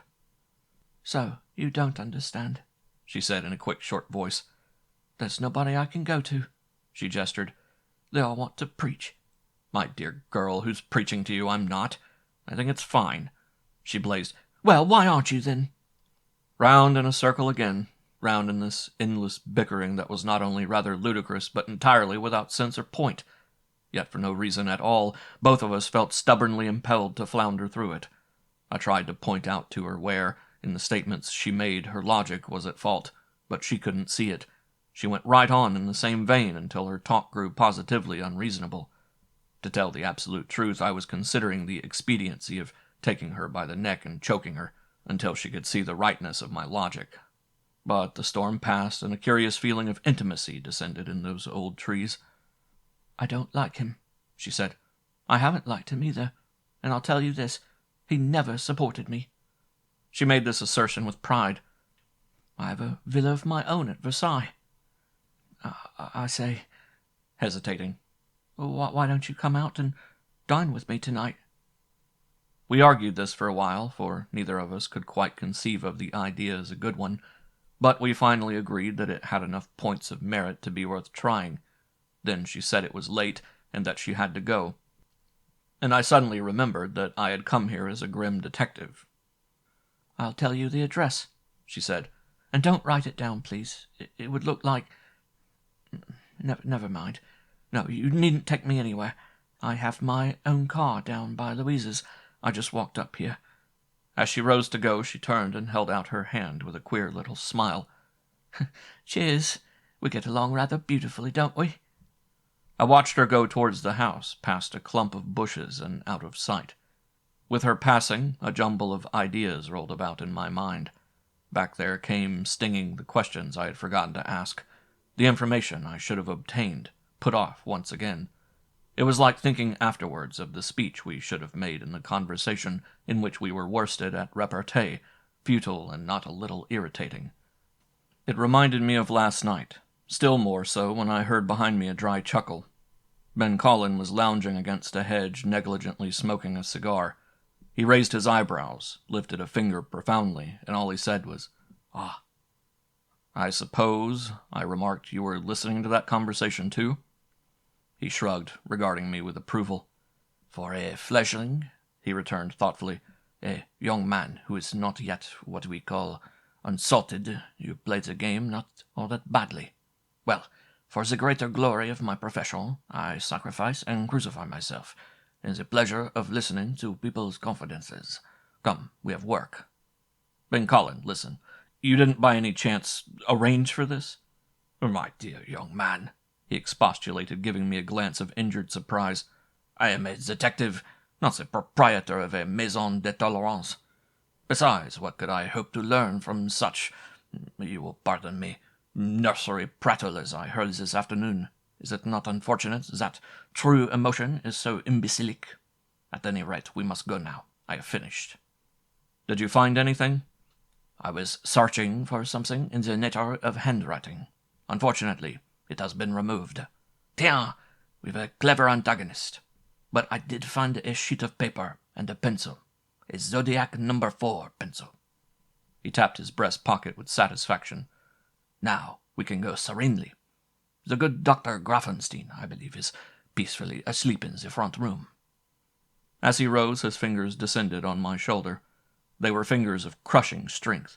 The mockery was gone from his voice when he said, Miss Grey was good enough to favor you with a few comments on my race. Let me add at least one comment on your own. You profess to deny that flames flare and die easily. Let me warn you to enjoy their warmth when they rise, and realize that they are only momentary as we realize it. Why not philosophically admit that it will not last, and therefore savor it the more? The great danger is that it will, by your own stubbornness, remain longer than you want it. Pardieu, would you not grow unutterably weary of eating every evening of the same dish? With a shrug, he released his grip. Let each dawn find a new nymph beside you, and you will be happy. Otherwise, you will be either hurt or bored. I speak, his head inclined politely, as a father. Now let us go and find Grafenstein. We found the doctor, as Ben Collin had predicted, asleep in the drawing-room. He had one shoe off as he sprawled on a Louis Quinze sofa, and he was emitting an ascending series of gurgles from the corner of his mustache. Across the dim room on a table, the body of Saligny lay under its black robe on the stretcher, waiting for the undertaker. Ben Collin looked thoughtfully from one figure to the other. And then he woke Grafenstein. Gerceau appeared again to escort us all to the front door and assured us, Yes, monsieur, I will see to all the arrangements. I expect the undertaker before long, and I shall attend to the flowers and the condolence cards when they arrive. Trust me, monsieur. The autopsy is over, Ben Collin observed as we tramped down the path toward the cars, and I shall have the reports I am waiting for. In the meantime, I think we had better pay a visit to Madame de Saligny. That was a very illuminating conversation you had with Miss Grey, my friend. But I can't see that we're getting anywhere, grumbled the doctor, who looked morose and yawning. Nothing tangible. We want evidence. Clues, he explained vaguely. He subsided again into a doze when he entered Ben Collin's car. It was not a long drive to the apartment house in the Avenue Bois where Madame lived. A pink afterglow was climbing the rooftops when we sent up our cards, but no lamps had been lighted in the foyer or in the halls. The whir and creak of the automatic lift bore us into dim regions, hushed like a sick room. A maid admitted us into the outer corridor. Immediately, through open glass doors to the drawing-room, we could hear a voice upraised. And I says to him, Say, brother, it'll take you and what army to put me out of this place? Look it, I says, I paid my money, didn't I? Against a line of long windows through which the pinkish light made many shadows, Madame de Saligny sat in a winged chair before a tea-table. Opposite her, perched on the edge of a chaise longue, Mr. Sid Galton was wiggling a glass of port in one hand and gesturing argumentatively with the other. Madame's head turned slowly, clear-white profile and night-black hair swimming in the elfin light. There was an infinite weariness of pain in her eyes, and at intervals she smiled mechanically at her visitor. She greeted us with an eager relief, but Galton was palpably annoyed. He gulped off the rest of his port and sat glowering. and I regret very much having to disturb you for a moment," Ben Collin was saying. He ignored Galton and spoke in French. "But I was certain you would be interested in running down the culprit in this affair." "Naturally. Please sit down. Will you have tea or port?" "Neither, thank you. We cannot stay." Ben Collin was standing there with his hands folded over his cane, a weird figure against the dying light, and there was a queer gentleness in his voice. "I merely wanted to ask you how much you know about a certain Monsieur Vautrel." For an instant she quivered as though she had been stabbed. Galton demanded in a hoarse stage whisper, "What are they parlez-vous about?" Then Madame's bracelets jingled faintly from the depths of the chair. "He is a devil, that man," she said in a suppressed voice. "I, who know, tell you that." "He was a close friend of Monsieur de Saligny's?" "For what he could get out of it, yes. He was interested in trying to get Raoul to back him financially with a play he had written." "How long had he known him?" A faint wan smile went over her face, like the smile of one who sleeps. "No, I know what you are thinking. I thought of that too. He is not Laurent. He is evil, that man, but he is not Laurent. He knew Raoul at a time when Laurent was confined." Her eyes flashed open. From the depths of that chair it was oddly as though she were struggling in water. Her voice sank to a crooning, "But Laurent is somewhere. I sense his presence. They cannot deceive me. I sense his presence."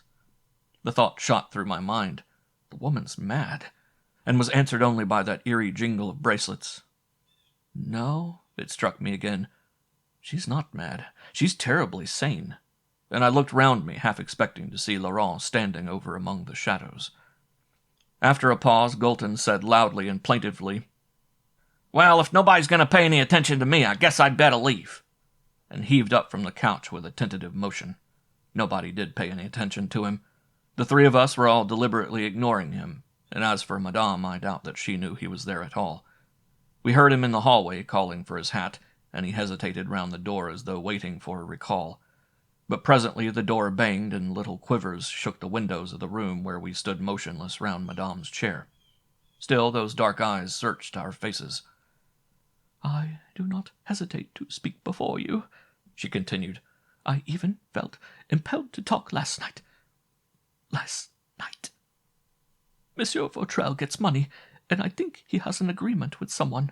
The proprietor of that place we visited, vous savez, that droll little man." She made strutting gestures. "That is all I am sure about.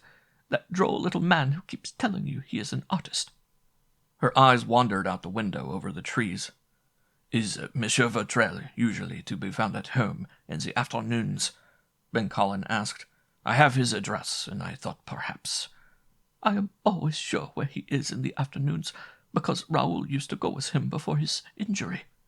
They would practice at Maitre Derlin's fencing rooms just off the Étoile.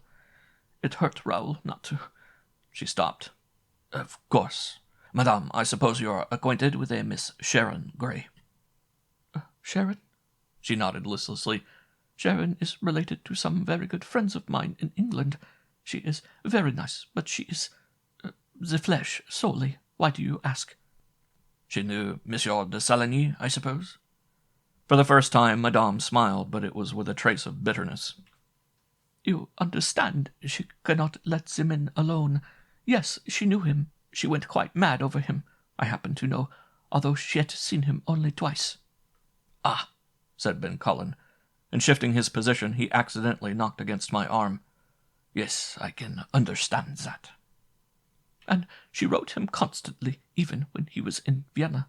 Personally, I did not care. Raoul was not that sort. He used to show me her letters." She looked very proud when she said this, because she believed it. I found myself thinking, irrationally, that Saligny was rather a fool in his preference of Miss Gray. Ben Collin changed the subject. "Please forgive me, madame, if I bring up unpleasant subjects. But you understand we are engaged in a criminal investigation. We have reason to believe that your first husband has taken the guise of somebody almost certainly known to Monsieur de Saligny, and very possibly known to you." She put her hands over her face suddenly, and said, "No!" "And, madame, you know him better than anyone else. Is it your opinion that he would be capable of doing this?" "Doing what?" She had been staring at him, but when he replied, she settled back again. "I mean, could he, let us say, assume the guise of a character alien to his own? Another nationality, perhaps?" No doubt he was a clever actor," she said in a hard voice. "He deceived me into thinking he was not mad. No, don't bother to spare my feelings, Monsieur Buncolin. Please now. I understand. Yes, he had a gift of mimicry. It usually is a part of a great aptitude for foreign languages, you know, and that was his hobby. He used to clown sometimes. A relief from restraint, he called it." "Relief from restraint?" She laughed. "I've seen him imitate everybody, and people of many nationalities. Given a half-hour to watch a German, I have seen him do it with Hindenburg, whom he admired, and you would swear you were listening to a real German. Gestures, mannerisms, everything. But all the time you had the idea those horrible eyes were on you." She paused, fascinated, impelled against her will to go on. "How he would sit in his study and plan what he called his jokes. I did not understand then. I thought his silky beard was rather comical. I used to feel him stroking my throat and see him open his eyes, but I did not know. It was when he took off his spectacles that you noticed a change. He put on weight easily, too. It made him look... I was drawn to him. I don't know why. It was almost a repulsion. I'm tired," she said suddenly. "I'm tired." We left her, head on her hand, looking out into the red sunset. Once again we heard the whir of the elevator in darkened halls, and emerged on the Avenue Bois among the tall trees. "And now," remarked Ben Collin, "one last interview before the aperitif. We go to the salle d'armes of Maître Turlin. Possibly we may get a bit of illumination from Monsieur Vautrel." End of Chapter 10. Chapter 11. Swordplay. Just off the Étoile, in its angle with the Avenue de la Grande Armée, is the fencing school of Maître Jérôme Turlin. I have not been inside its cobblestone court for a year, but I am as sure it is still there as I am that the unknown soldier still lies under the arch. Monsieur Turlin, in his browned age and his agility with the foil, resembles a mummy touched by a galvanic battery. He taught me to fence when I was 8 years old, with a miniature foil which, he said, had been used by Louis Napoleon. People 30 years older than I have early memories of him dancing about while he bade them spend wearisome hours of practice lunges, the tiré au mur, or stroke at the wall before ever you might learn the simplest parry at tierce. We can recall this animated mummy hoping under his dingy walls, crying, "Clumsy camel! Species of elephant! Do not hit! This is no boxing match! The steel rod is not more rigid than your arm, can you see? And body and arm are one, moving together when you lunge." There it was, the same huddled gait with the lamp, when Ben Collin, Grafenstein, and I arrived that late afternoon. Tall lights were winking out in the tall trees. A pale glitter rose along the Champs-Élysées, deepening to blue-gray, and twinkling gleams as it swept down beyond the arch. Out towards Neuilly the red sky hung between the dark throats of buildings, glittering with car lamps. From this we went through the door, down a little alley to the salle d'armes. This place of Maître Turlin had now become a sort of occasional club, to which came only the great names of the fencing world for an exchange of reminiscences, a cigarette, and a glass of fine or lightning bouts wherein a touch was somewhat of a rarity.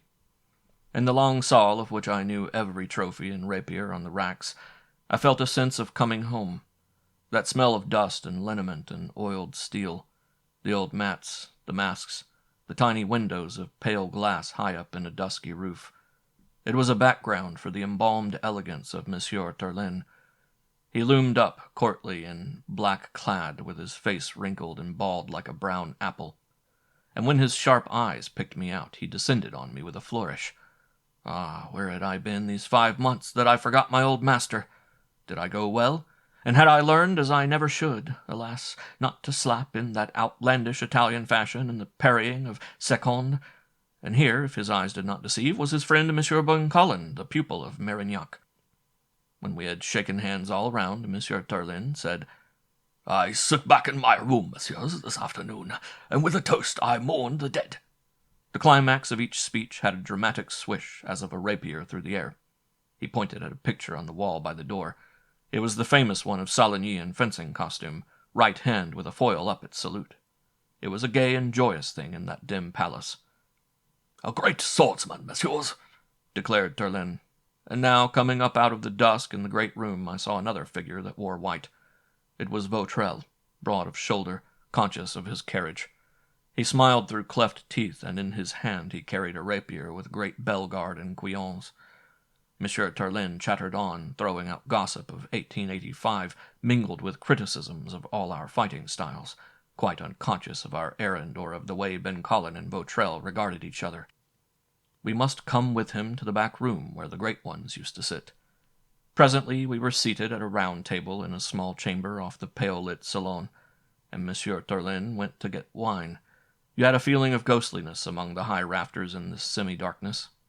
Vautrel was leaning back, one arm akimbo, and the guard of his big rapier shining across the table.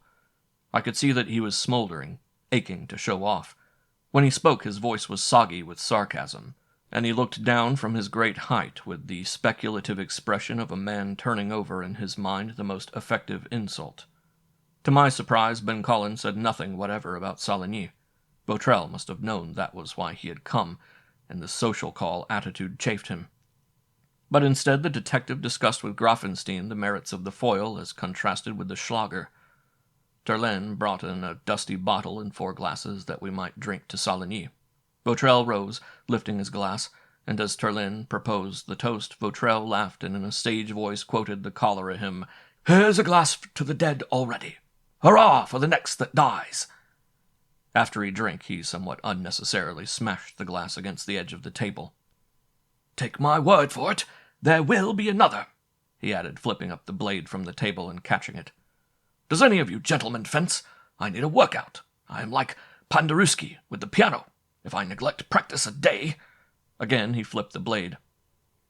"Ah, that is the spirit I like," said Turlin, chuckling. "In the old days, mark it, they practiced every day, and they did not use leather buttons either, I remember." "Never mind that," said Vautrel. "How about you?" he asked Ben Collin. "Does monsieur's dignity permit? 7 touches, no masks. What do you say? I need exercise. I'll give you a handicap if you like." Kindness itself," said Ben Collin, twirling his glass. "No, thank you. I should need to change, and I am not so spry as young people like you and Monsieur Turlin." 3 touches handicap," offered the other. "Even a juge d'instruction can come off his dignity, you know." He was growing exultant, and his voice grew more heavily patronizing. He had not forgotten last night. "Let's run it off, hein? I shall have to go soon. I've got a little mission in Versailles this evening, and I must dress." Ben Collin looked up with mild surprise. "How interesting. We must go too. My friend Monsieur Morel here also must go to Versailles tonight." He paused and added deliberately, "What is it, my friend? I forget. Don't you have a dinner engagement with Miss Grey?" His question as he glanced at me was innocence itself. I got a rush of blood to the head and stared at Ben Collin for the tactlessness of that remark, but the detective was finishing off his wine. Vautrel's eyes opened wide, and then narrowed. He held the blade out levelly, motionless. There rose the dry shrillness of Turlin's voice, crying in all unconsciousness, "There's an idea! Not Monsieur Ben Collin! Why don't you two fight?" Ben Collin said, "Tiens, tiens," and clucked his tongue. Grinning, he glanced round the circle with raised eyebrows, then sighed and returned studiously to his wine. He had a knack of making these gestures seem almost rowdy. So that was the idea, baiting Vautrel. "Oh," Vautrel said at length. For the first time he studied me from head to foot and asked sweetly, "Do you care to engage, monsieur?" "In what?" I asked. My blood was pounding quite fast, and I wanted to cry out, "You're damn right I will." "A fencing bout, of course." "Of course," said Ben Collin, shocked. Vautrel turned to him savagely, then closed his mouth hard. Vautrel and I had singled each other out. Why we should both be grimly polite, and why I should commence inwardly to call him a grandstanding swordsman, I was not sure. But I think we both got the feeling that we were both as small and foolish as chessmen whom Ben Cullen was pushing about the board. "Delighted," I said. "I used to have a locker here, if Monsieur Turlin hasn't given it to somebody else. What's it to be, foils or dueling swords?" "Neither," interposed Ben Cullen. "Zut, you two can fence to your heart's desire when you have time, but not now. You don't seem to realize it's getting late. We have too much to do to waste time with dress rehearsals. Encounters behind the Luxembourg can wait." "Oh," said Botrel, "I see. Well," he swished his blade through the air, "another time, perhaps, when you have nothing better to do than your present activities, Monsieur Morrel." He oozed thick sarcasm all over. Ben Cullen agreed. "By all means. You have not seen the last of me, monsieur. We shall meet again," he quoted and struck an attitude. Then he laughed. "Look here," said Botrel, leaning across the table. "You've done nothing but insult me ever since we had the misfortune to meet last night. Did you come here just to do it? I want to know what the point is." "When I am endeavoring to learn something," the detective answered, "I try to do so, if possible, without asking questions. That, I believe, is your own amiable technique, Monsieur Botrel. Do we understand each other?" He had risen and was moving his sleeve around his top hat absently. Botrel said nothing more. After a glance at me, he turned and walked away towards the locker rooms. I think he saw in my look the thing I was thinking. You're getting old. And that thought had no connection with his agility in the fencing room. I heard him murmur, "Damned boors." The swordplay that underlay this conversation had never been recognized by Monsieur Turlin. He expressed sorrow that the room should be so deserted that afternoon, and he was engaged in telling us some anecdote of Conte, the Italian master, as he escorted us to the door. It was only when we were taking our leave that it seemed to dawn on him that our visit had some connection with the murder of Saligny. We left him among the ghosts of the swashbucklers, pointing his finger first at the portrait of Saligny, and then towards the interior where Botrel was, thinking. Looking back over my shoulder, I saw him smite his forehead in the twilight. "Now, what was the purpose of that?" demanded Grafenstein when we were in the avenue. "Wait," cried Ben Cullen, struck with an idea. "I forgot something. I forgot the most important thing of all." He turned and went back into the alleyway, where I could see him conversing with Monsieur Turlin. "Yes, that was correct. I thought so, and Monsieur Turlin confirms it." "Confirms what?" "That Saligny's prowess had been honored by many nations. When they can't give a person any signal honor with a medal, note how our Legion of Honor has degenerated, they do the next best thing. France did it with her most distinguished athlete. He enjoyed the privilege of royalty. He could go through our customs houses without having his luggage searched." "Bah!" said Grafenstein, expressing much. Suddenly he smote his hands together. "You mean it might have something to do with the opium?" "It has very much to do with opium, but that wasn't my point. Patience, doctor. I will satisfy your curiosity very soon. In the meantime, let us go to the offices of the Sûreté." On the drive to the Quai des Orfèvres, my thoughts were taken up with Edward Botrel and Miss Sharon Gray. Ben Cullen had caught him off guard, as surely as a fencer breaks up a complicated feint with a time thrust, but it seemed to prove nothing except that Botrel was very much bound up with Miss Gray. Yet the connection was obvious.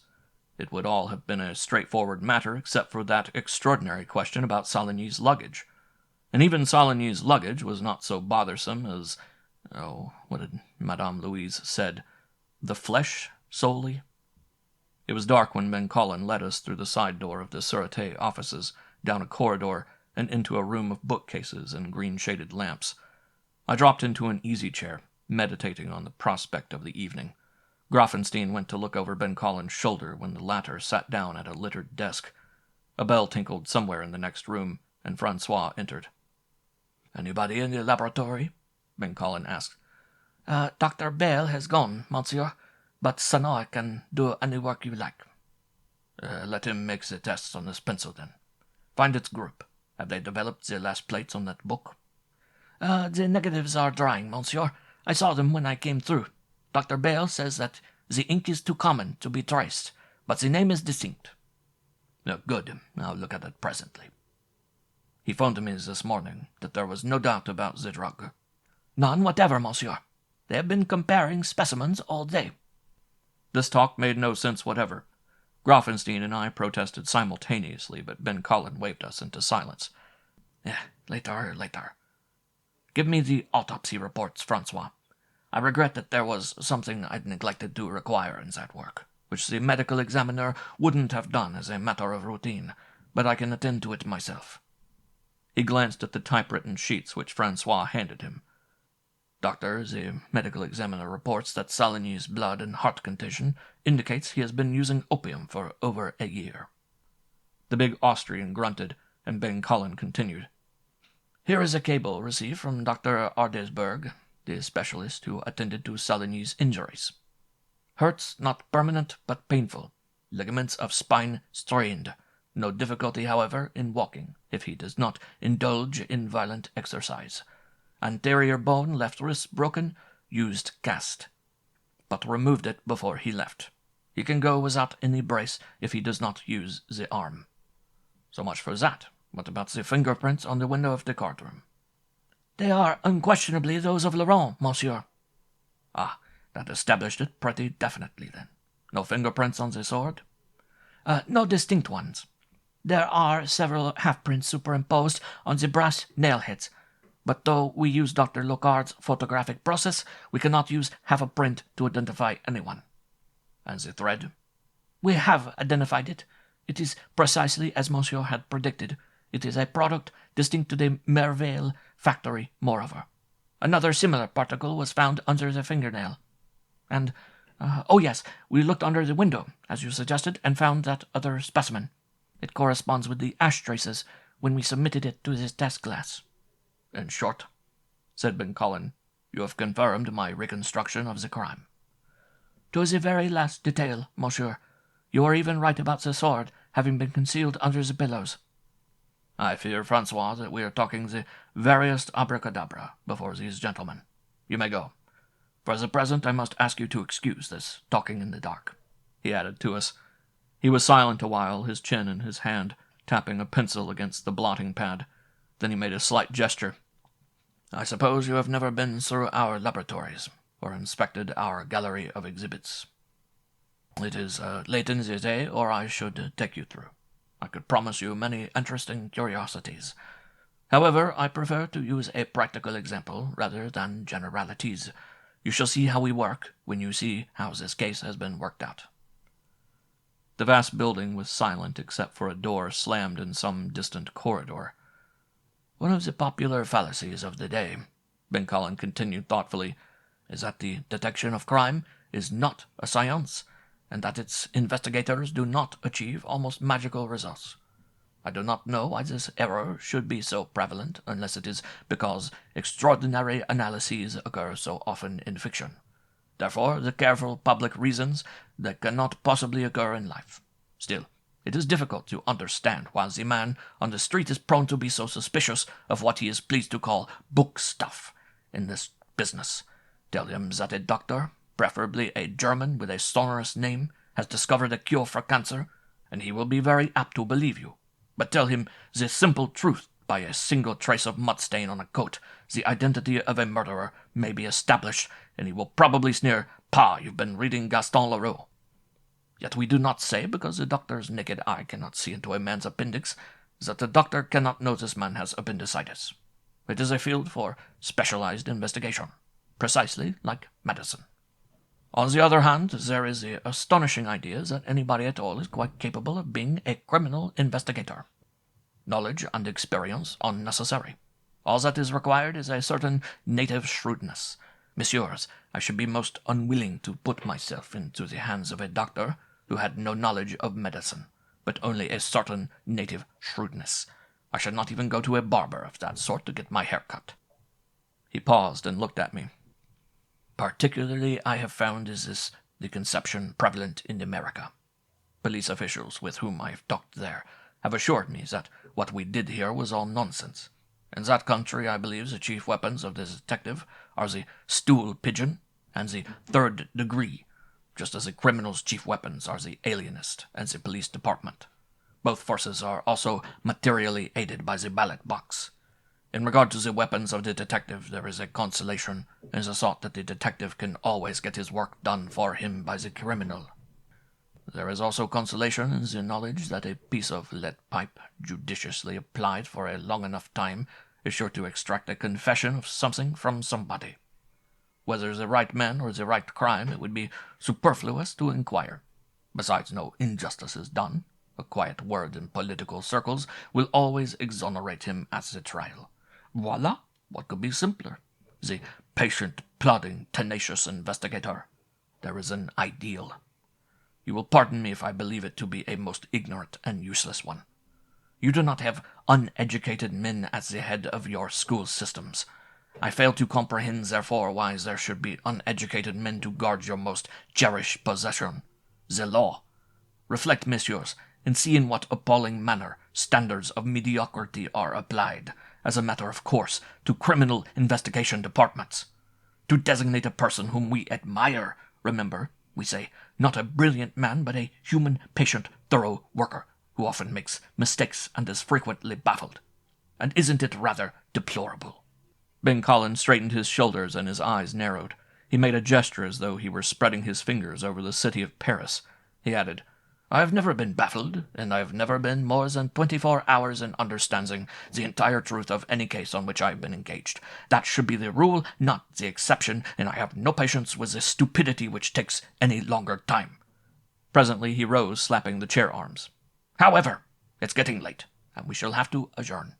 Before we go, I want to call your attention to the dossier I've collected on our friend Vautrel. Read it. He spread out a typewritten sheet under the lamp. Grafenstein and I approached and bent over it. Vautrel Edouard. Investigation discloses that there is no substantiation of statement on this man's identity card and application for citizenship that he was a Russian officer. First came to Paris, October 1925 from Marseille. Marseille Bureau wires that there is record of birth certificate of a man of that name in Hôtel de Ville, September 4th, 1881. Son of Michel Vautrel, fish merchant, and Agnes Vautrel, proprietress of wine shop on the waterfront. May be mistake in the names, but Russian claim cannot be verified. No imperial records kept at Moscow. Since coming to Paris, there is no record of employment anywhere. Bank account at Crédit Lyonnais shows monthly check of 4,000 francs, signed by Luigi Finelli. Ben Collin looked at us with the suggestion of a smile, and then he put away the paper in a drawer of the desk. End of chapter 11. Chapter 12. A hand is motionless beneath the cypress. So here I was at 8 o'clock of the evening, fighting a dress tie before a mirror which on that magic night reflected my image as I should have liked it to be, for all the world like an author reflected in his book. I believe that I have said very little about myself in the way of data. This is as it should be, for it is too late to begin now, even if I were so minded. Then I should not have included what I have if it did not have a bearing on the investigation in hand. Had it not been for the spring and the night, and the way of young men in Paris at blossom time, there might not have been hideous events in store. But I can see that only in retrospect. It comes back like a tune from over the hills and far away, and you can no more recapture its weird and mysterious glamour than you can recapture the sound of the violin you heard at night, faintly played and wandering, as you were sinking into sleep. Thus I went out to my car in the cool of the evening, with all Paris stirring to wakefulness around me, and set out for the villa at Versailles. It was all a vast shimmer, a ghostly halo round white monuments, alive with honking horns and darting auto lights that swept past and were lost. Fleeting conversation, fleeting faces.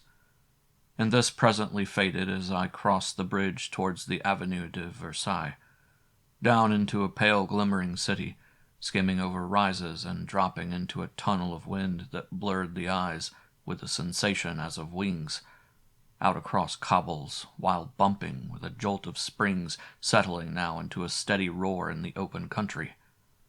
I ripped open the cutout, and over that pulsing drum I sent the call of the horn screaming like a battle cry.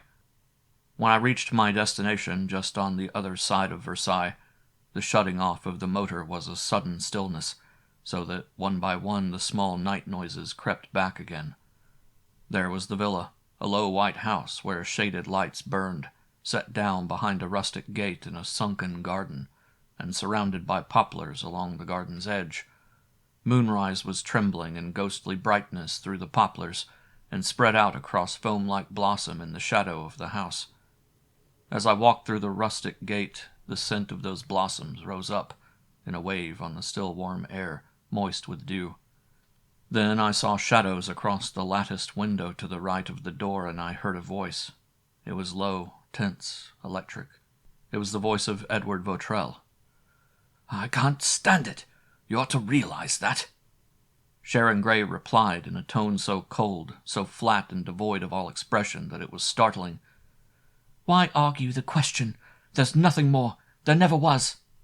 "So far as you were concerned?" "Put it that way if you like," he said in a high-pitched, straining voice. "My God, you're not even leaving me my vanity." "No." There came the cool scratching of a match. "You can't! I'm expecting a guest to dinner, Edward." "I brought you out the second act of my play," he said rather wildly. "It's good! I know it's good! Now I'll throw the damn thing in the fire!" There was a little quiet, amused laugh.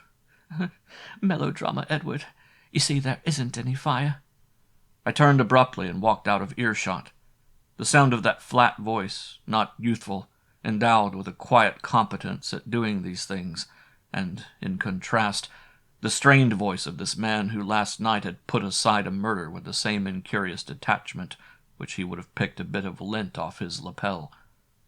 Her laugh rang in the air, unemotional, rather pagan, tinny against the tense atmosphere of the room like a laugh of common sense ridiculing a jack-o'-lantern ghost. I walked out to the steps leading up to the gate. I was angry, and I felt a gust of sympathy for Vautrell. It was a revelation both ways, yet I felt that it was a revelation I had dimly suspected at the back of my mind. Now, why? Shouldn't I have been glad she was giving him the go-by? Instead, it came to me with hard elation. She plays the game, all right, so shall I. When convenient, she, who was the essence of dramatics, could laugh heartily at her own household gods. It was a form of blasphemy, as though Deuce, in the midst of a heart-sweeping scene from some play of youthful romance, had suddenly turned to the audience and said mockingly, "You poor fools, can't you even see what tripe this is?" So I lit a cigarette and walked back to the villa, scuffling my feet as much as possible. When I knocked on the door, there was a little flutter inside, and then a dead silence of aching and vital words which can now never be said. An old woman in cap and apron opened the door, then she vanished altogether. The tension was still apparent in that low-raftered room, where candles burned in silver holders over deep blue cushioned chairs. Sharon, in a silver gown, rose coolly from a divan. She gave the impression of being interested in the long ash of her cigarette. "Oh," she said, "do come in. You know Monsieur Vautrell, of course." The faintest flicker of her eyelashes, the faintest way she accentuated that "of course."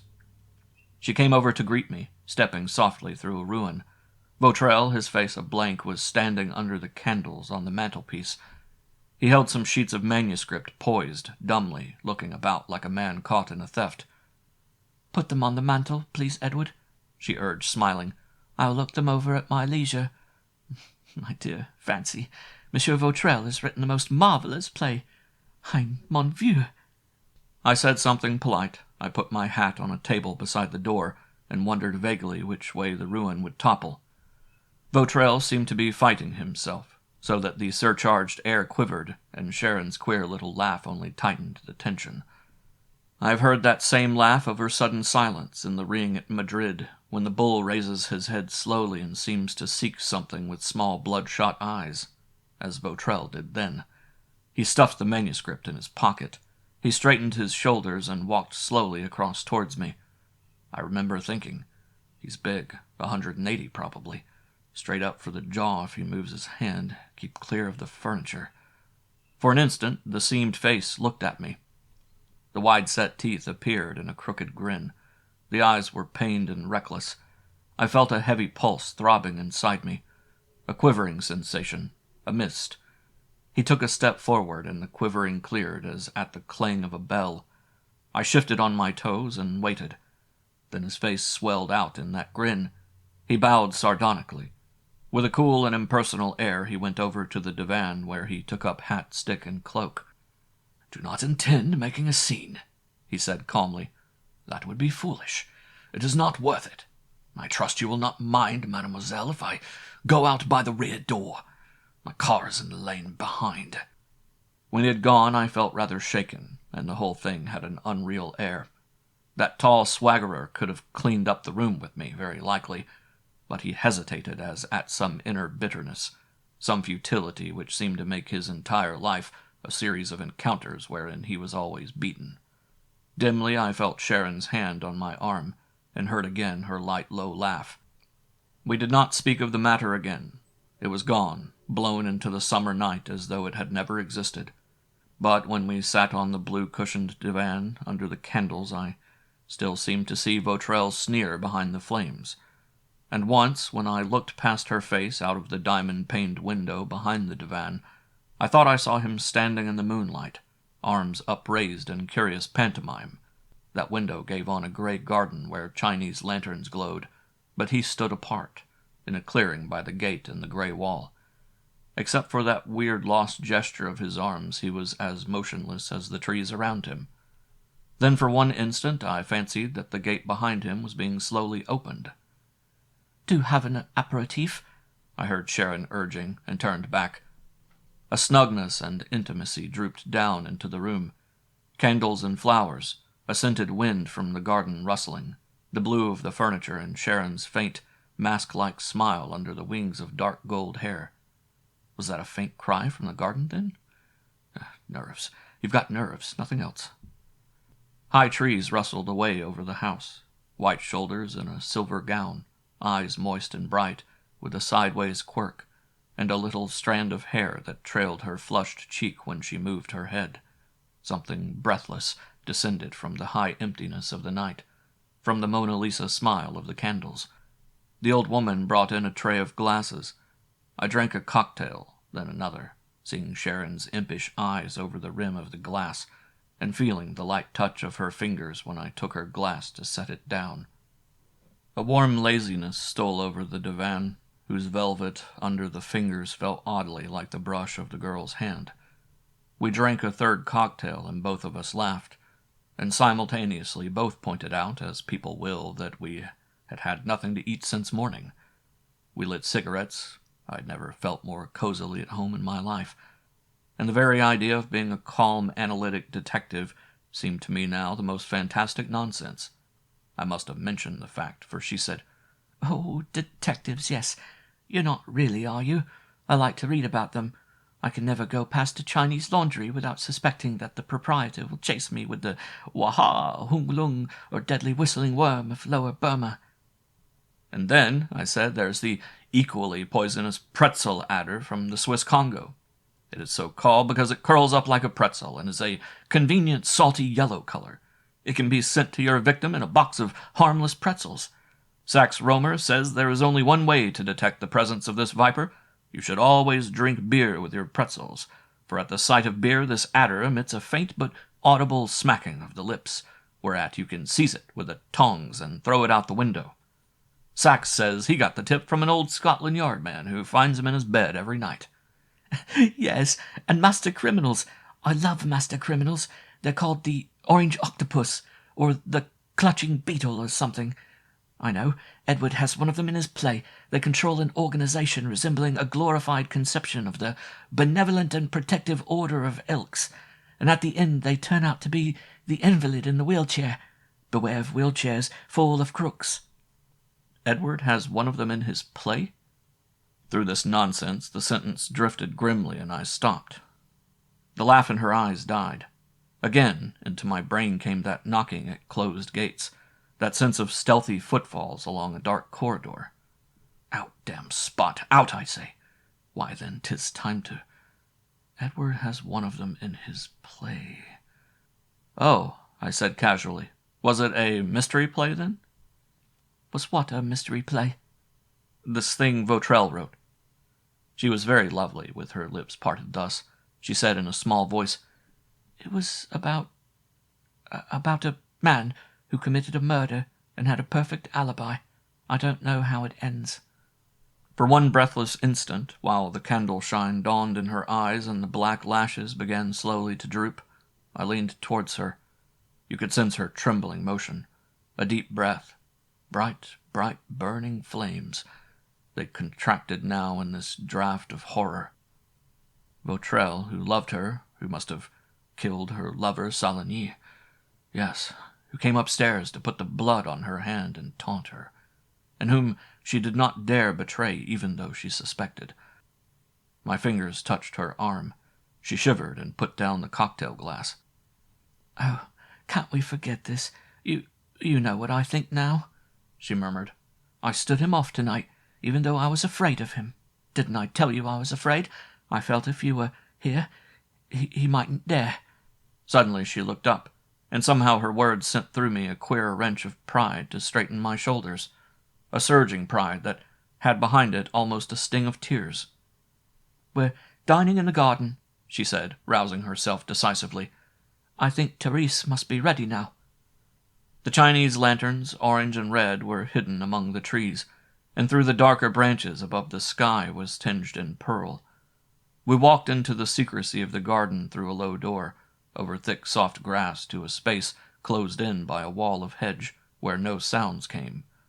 On the cloth of a table set for two, the flames of two thin candles rose unwinking in the still air.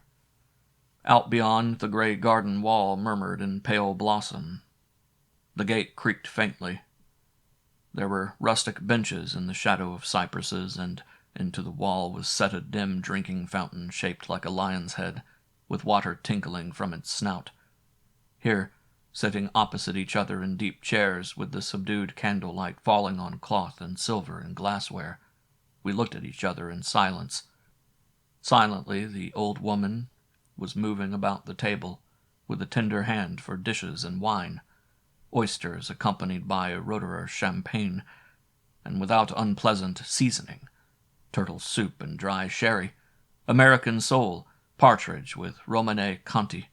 Thus we progressed, and in the deep red sparkle of that Burgundy thought was drowned. Haunted Versailles filled with the sound of wind and willows, with gilt in glass and the white finery of kings. This girl was as subtle a blend into the pageant of flower beds as a Gru's head, as Antoinette at Trianon, with laugh and harpsichord. Across the table she glowed in defiant gaiety, lips wine-moist, eyes bright and wandering as the candles drew down their flames with the shortening night. We talked of books. She was clever, but she did not force you to notice that. Neither of us seemed to pay the slightest attention to what the other was saying. It was not necessary, in a deep hush of uncertainty that came upon us. A voice faltered now and then, but that was all. We spoke only the more rapidly. She smiled and nodded, and I drained a glass of Madeira with the last course, and felt an uneasy tension thumping against my ribs. Books. Verlaine, Lamartine. Her favorite was La Crucifix.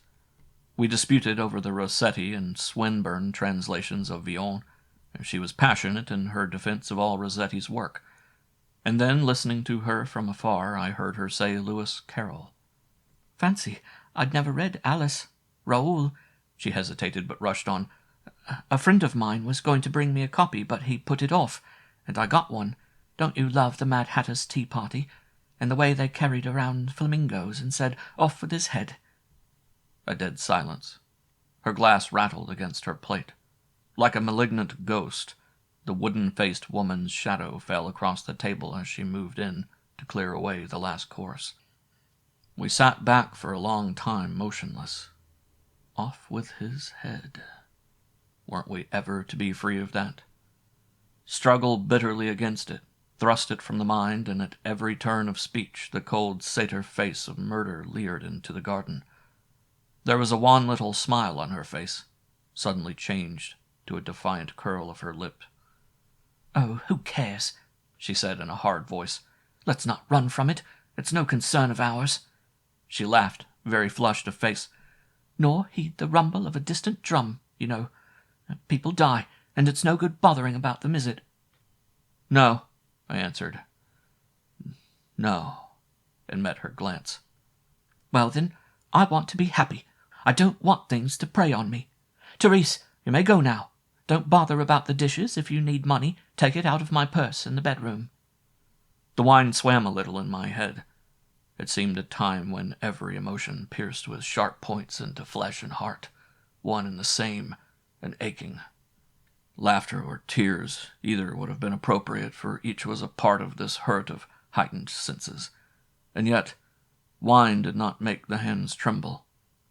One by one, the lights were dying from the Chinese lanterns. Dragons, gold and scarlet, pagodas with black letters, gave a last flicker before they faded among the leaves.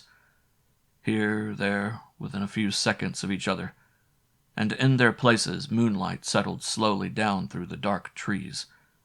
Now only the 2 candles burned low on the littered table in broad, nervous sheets of fire.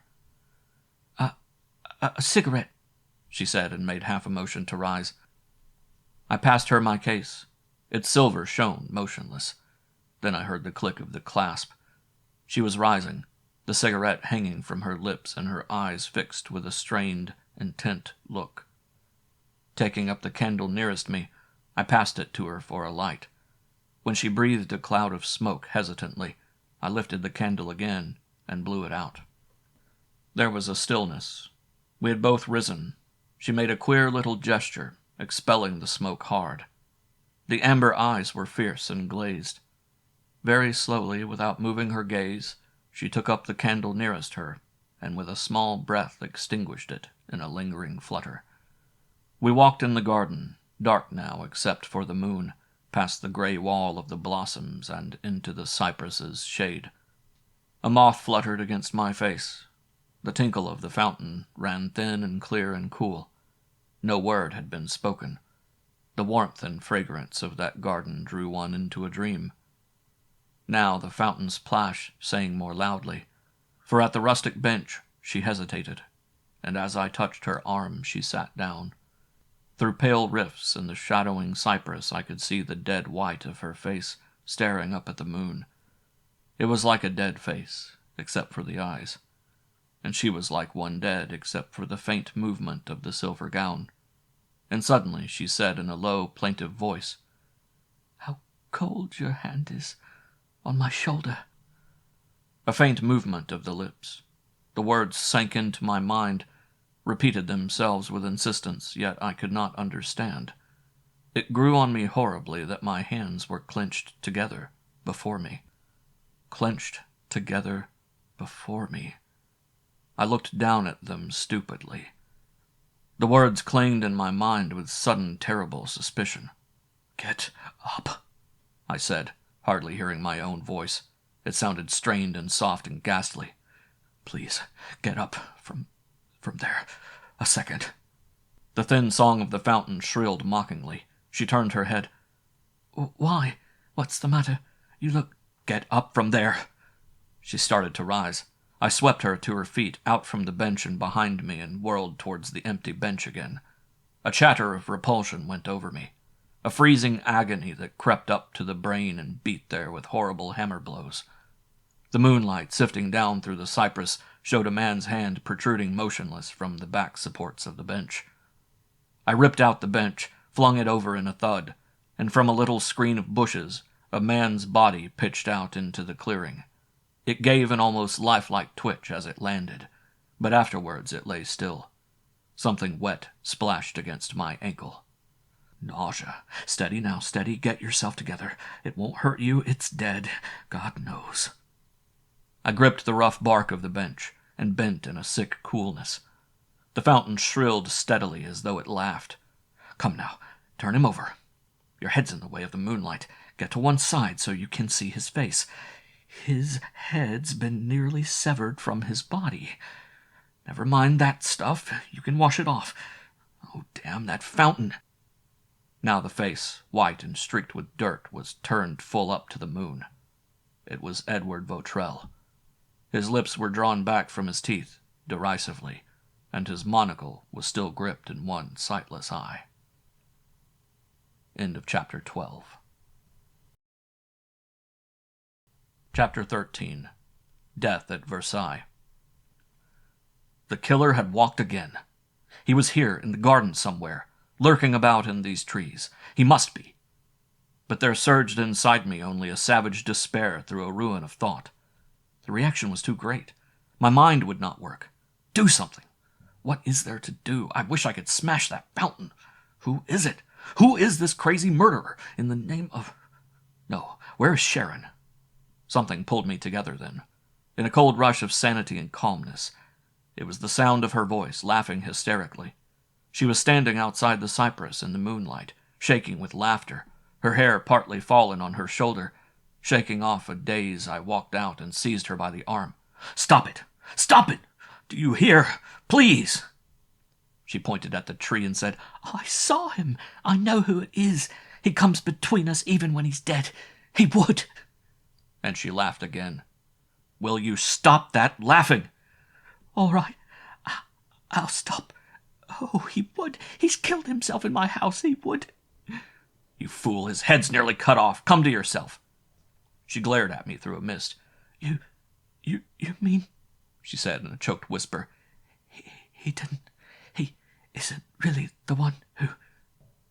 "That's what I mean. Go and see for yourself if you want to."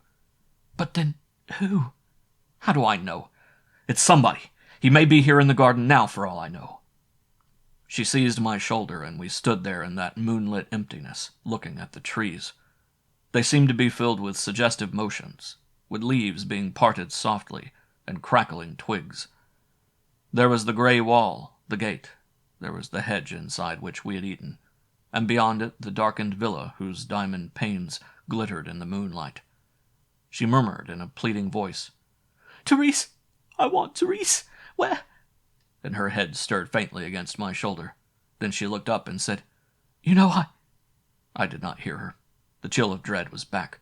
A sense of being alone and without weapons in this whispering place of death. A sense of having to stand and fight a host of creeping things with hideous faces.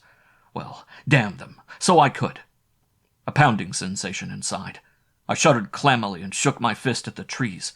Then I saw, moving along the path from the hedge, the glow of a cigar. It moved up. It pulsed red, and ash was knocked from it as a shadowy figure came closer. Footsteps sauntered on the walk. My dear young man," said the voice of Ben Collins suddenly and lazily, "you seem to make no more efficient preventer of crimes than I."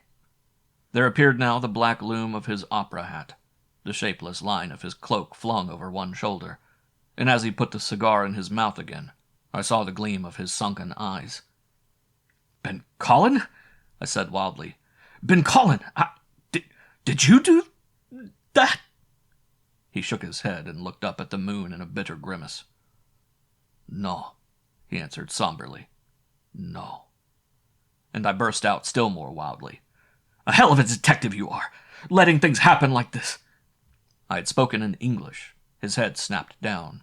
He said in a low voice, "That will be enough of such talk, please." After a tense pause, he touched Sharon with his stick and added, "Pardon me. I think the young lady has fainted. You had better take her into the house. I'll explain how I got here presently." Yes, she had fainted, a dead weight sagging against my side. I picked her up. How light she seemed, and started toward the house.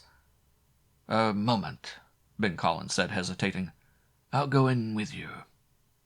The dead can wait." We blundered into the house, and Ben Collin found the lights. No pretty candles, but electrics this time. Across the blue drawing room I carried her, and into a bedroom of odd Egyptian lines and angles, grotesque place for a figure that now looked oddly childlike. Therese had gone. I lay Sharon on the silken counterpane. Wet towels and smelling salts brought her round. She fought and muttered and squirmed, coming out, and then she lay quietly, looking up at the ceiling with glazed eyes. "She's had a shock, that one," said the detective. "It looks bad. I think we'd better phone for a doctor. In the meantime, I mustn't neglect my business. Is there a servant here?" "There was, but she's gone. I don't know where she lives. Yes, call a doctor. I don't like the way she's breathing." "No," Sharon cried suddenly and vacantly. "No, doctor. I'm all right. I don't want a doctor." Ben Cullen had gone. She lay in the midst of that bizarre jumble of colors, breathing heavily on the huge bed. I went round softly and turned out all the lights except a shaded yellow lamp by the bed, so that she was entirely in shadow. But the whites of her eyes looked out of it, fixed and bewildered. I sat down beside her, feeling empty and wretched and helpless. Occasionally I would reach out with a foolish motion and stroke her forehead. Once she smiled, trying to speak, but I shook my head fiercely and raised a warning finger. Then she took my hand, smiled, and curled up like a kitten, and her eyes closed. Thus we stayed, motionless, and a savage, piercing tenderness rose inside me, until the clock ticked away half an hour and the doctor came. I left him with her, a sympathetic, whiskered person shaking a clinical thermometer, and went out to find Ben Cullen. The beam of a flashlight was moving along the garden wall. Ben Cullen flashed it in my face and came over slowly. "Be comforted," he said, and his voice shook with vindictive triumph. "Be comforted. Call me as few hard names as possible. I was a fool, I grant you. I was guarding the wrong person, and I can't claim to be omniscient. But I knew who the murderer was before I came here, and—" He shrugged and said harshly, "I swear to you that before tomorrow night we shall have our killer. Come with me." "Did you find anything?" "Yes. First, tell me everything that happened this evening." Trying to collect my thoughts in a drumming head, I slowly recounted every event of the evening. Several times he nodded. "It fits," he said finally. "Let me show you." We went to the cypress and bent under it. He flashed the light down on the motionless figure lying with face twisted up. "Don't track into it now, but look carefully. No sword was used this time. He was first stabbed twice, once directly through the back, and once under the lowest rib on the left side. Then the murderer set to work to dismember his head. Look, cutting through the cartilage of the vertebrae from the back. It isn't an easy thing to do for one unskilled in surgery, and the murderer desisted. I don't see any weapon. It was apparently a knife, about an inch wide, and rather heavy. Something, I should say, on the pattern of an American bowie." The light flashed into the space behind the bench's original position, where was a thin sumac hedge, and beyond it a path a foot wide following the garden wall under the drinking fountain. The beam played over this for a second, then swung to the left a few feet towards the rear gate. "It's bloody," the detective said, shrugging. "There is a gate, you see. Botrel was standing near it when you saw him from the window. The murderer entered by that gate behind him and stabbed him in the back. He was then apparently dragged over here and thrown into the sumac hedge against the bench while the murderer attempted to cut off his head." A grisly scene for the moon. You could fancy that shapeless person bending with the knife, while the fountain sang and the dim light came through the cypress. A wind stirred vaguely. I shuddered. "If I had looked out a few seconds more," I said bitterly, "I would have seen—" "Oh, never mind the recriminations. It can't be helped now." Ben Cullen shook himself and drew a deep breath. "And I am not sure," he added slowly, "that this wasn't the best way. Tiens, it's rather amusing in the fashion. It has its points of drama." Again I heard his dry chuckle. "There's the poor devil's play in his pocket," he pointed out after a pause. "Here, I'll disturb him for that. Take care of it. Now, let us look at the gate." We came out into the garden again, around the tree to the tall wooden gate. Ben Cullen pushed it open with his foot. With the light going ahead, we emerged into a lane following the wall through open fields. A hedge, fragrant and spectral with blossom, enclosed the lane on the other side. For a while we stood there looking about, a cool wind from the fields blowing across our faces, a breeze that smelt of lilac and running water. Far up over a slight hill beyond and in front of the villa, we could see the dim wall of Versailles Palace, and towards the town a few scattered lights. Ben Cullen was walking up and down, a luminous circle of light bobbing along the dirt road beside him. "Here's Botrel's car," he called out of the dark. "The lane is rarely traveled. He turned out his lights and parked in the middle of the road. Ah, come here." The light had gone farther away.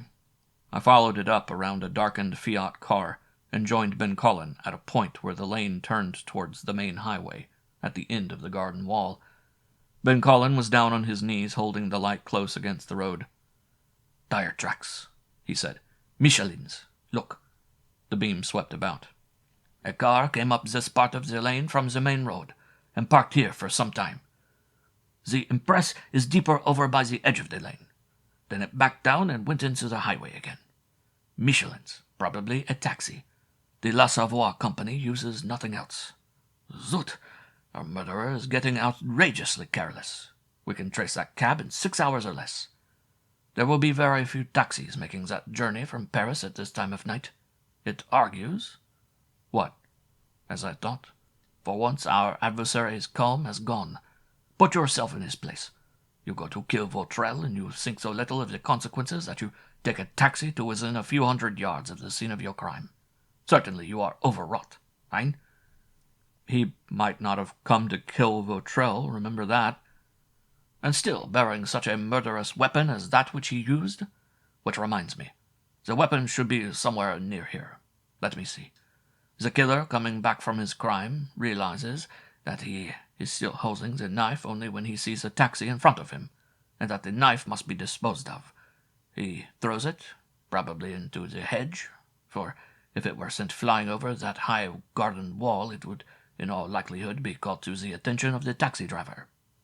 We can estimate it exactly. The murderer has not yet come into range of the cab lights, which face this way still. The driver might have turned the taxi around while his fare went down the lane, mightn't he? In that case, he wouldn't have seen— Zut, wake up! There are only 2 lines of tracks. This lane is too narrow to turn around in.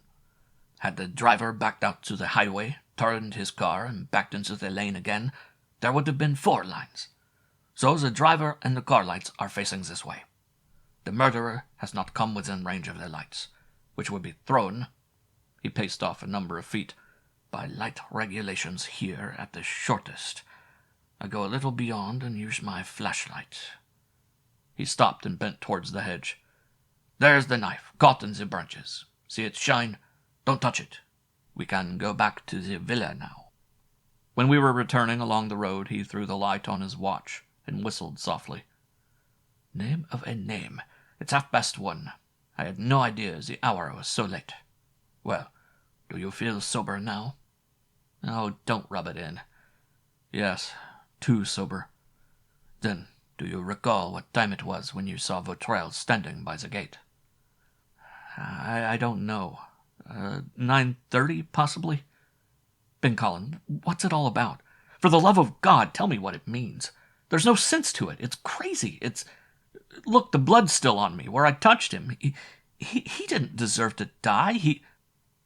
"Have you forgotten," asked Ben Cullen softly, "that he too was a suitor of Madame Louise, like Salagny?" "Galton intimated it, if that's what you mean. But does this madman intend to kill everyone who knew her? I thought Vautrel was guilty. I could have sworn he was guilty. And then this thing creeps in through the back gate and Vautrel dies. Who's next?" We had gone back through the gate. Ben Cullen stopped and stared up at the moon. "You don't understand," he replied, shaking his head. "There's going to be rain before morning.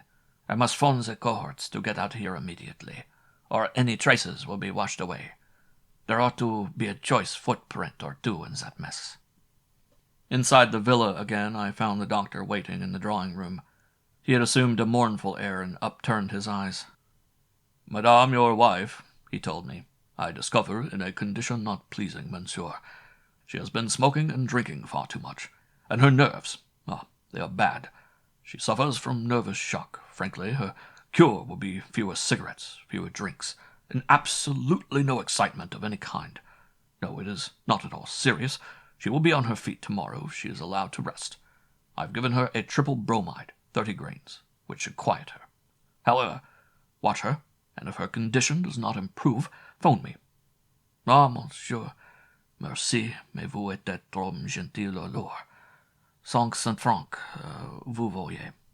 Mais si vous insistez." He shrugged. "Good night, monsieur." And now, in response to Ben Collin's phone calls, cars were beginning to stop before the villa. We heard the eager baying of their horns and the no less eager voices of their occupants. It would probably be the commissaire in charge of the district of Versailles, though I couldn't tell by the insignia on his uniform when he entered the house. He was awed by Ben Collin, and so his questioning of me was very deferential. When Ben Collin suggested that mademoiselle was indisposed and had better not be disturbed that night, he murmured, "Ah, the poor mademoiselle, of course," and shut up his notebook. The garden was invaded with lanterns, and I heard many exclamations and the sound of poking about among the bushes. Presently I went into the bedroom and closed the door. The yellow lamp still burned by the bedside, from whose shadow I could hear Sharon's deep, regular breathing. Her slippers lay on the floor, and the doctor had thrown over her a light silk coverlet. Here the clamor came faintly, but through a back window you could see the lanterns moving in the garden, and so I pulled down the shade.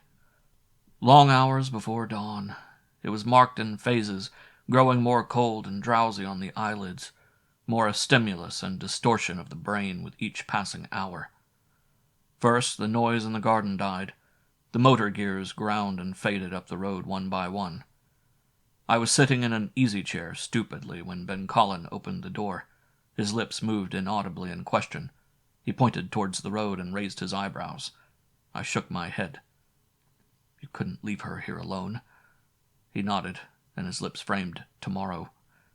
For a time he stood in the doorway, outlined against the glow from the drawing-room, a figure of wire and iron. The eyes, sunken and deeply lighted, moved inscrutably from Sharon to me, so that I fancied a faint smile in the pointed beard, a faint lift of his shoulders as he slowly closed the door. Afterwards I heard his car roaring up the road towards Versailles.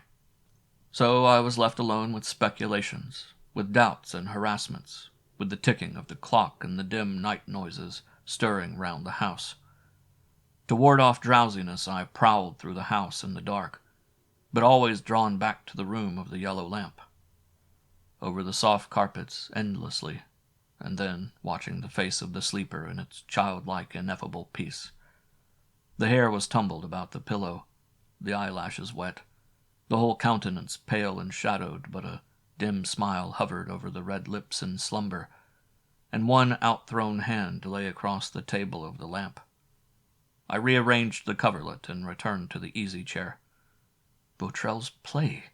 I felt the manuscript in my pocket when I searched after cigarettes. I pulled the table over gently so as not to disturb her hand, tilted the lamp-shade towards me, and spread out the typewritten sheets. They were crumpled and stained a little along the side.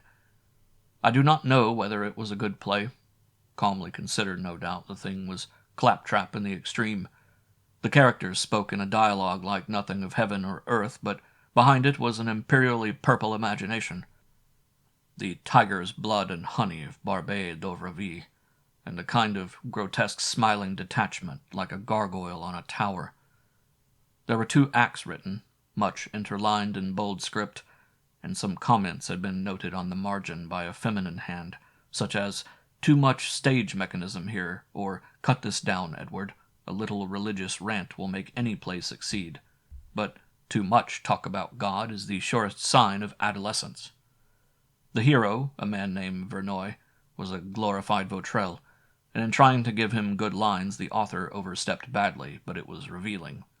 I quote from Act 1. Verneuil: "The art of the murderer, my dear Moreau, is the same as the art of the magician, and the art of the magician does not lie in any such nonsense as the hand is quicker than the eye, but consists simply in directing your attention to the wrong place. He will cause you to be watching one hand while the other hand, unseen though in full view, he produces his effect. That is the principle I've applied to crime." Moreau, laughing: "You talk like a professor." Verneuil: "Exactly, and so I am. You would do well to study the subject. On the matter I was telling you about, Professor Munsterberg of Harvard has an interesting chapter in On the Witness Stand. I shall apply that principle when I kill—" Moreau: "Hush, man. Don't be ridiculous." Verneuil: "Oh, but I'm serious. I am going to kill this masquerader, and I defy any policeman in the world to tell how I did it. You see, the masquerader intends to kill somebody, and I feel justified in protecting my best friend. As the curtain falls, Verneuil is standing against the black draperies, back center under a silver death mask of Cesar Borgia. His fingers open and close slowly, and he smiles. Under this was scrawled in the same feminine handwriting, "Oh, Edward, je t'aime, je t'aime." It brought me up with a start. It was so alive and moving in that pale procession of terrors. I looked towards the bed. She had played the game, this aesthete who was sleeping so tranquilly, with her cool writing on the margin, and her own act endings in such beautiful simulation of emotion. But leaving her out of it, could any meaning be read into the play? Was Vautrell writing his own version of the truth? That is, he must have known or thought he knew the masquerader who was planning to kill Saligny, in which case his death stood explained in words written when he had no idea of dying. The masquerader knew that he knew, and was in danger of being exposed. The typewritten pages blurred in a wave of drowsiness. I struggled to get a sense of proportion, and to fight off this light-headed fogginess which was making the furniture of the room bob about like kegs in water. Rising, I walked about the bed and saw again from the shadow Sharon's mysterious smile. How I hated her then. "Edward, je t'aime, je t'aime." And then the memory of her flat voice saying, "There is nothing between us, there never was." Saying it to the still figure with the monocle gripped in one eye, gaping up at the moon from under the black cypress, with a derisive smile also. Up and down the room, pacing. Then shall we think that Vautrell really knew the outer shape which held Laurent? Mere supposition, but think of his air all through these events. Aloof, slightly knowing, from the very time he picked up the trowel in Collard's house and put it, incongruous act, in the medicine chest. I thought of the old lawyer nodding his bald head and showing the whites of his eyes. So Vautrell, in this unfinished play, thought he had discovered a way for a murder to be committed in perfect safety. Suppose he had told that idea to the killer, without then knowing who the killer was. Did Vautrell outline his plan to some person, and then, when that plan was put into execution, see naturally whose handiwork it was? Oh, fantastic! I switched out the lamp and moved round in the dark, trying to straighten the tangle. Moonlight fell across the bed hazily, but the corners of the room were peopled with the faces of those we had seen, all grimacing and whispering with the clock tick. Sharon stirred and mumbled inaudible words. Returning to the chair, I huddled into it. The night noises became a part of that babble in the brain. The clock, the murmur from the trees, the slow drip of a faucet in the bath.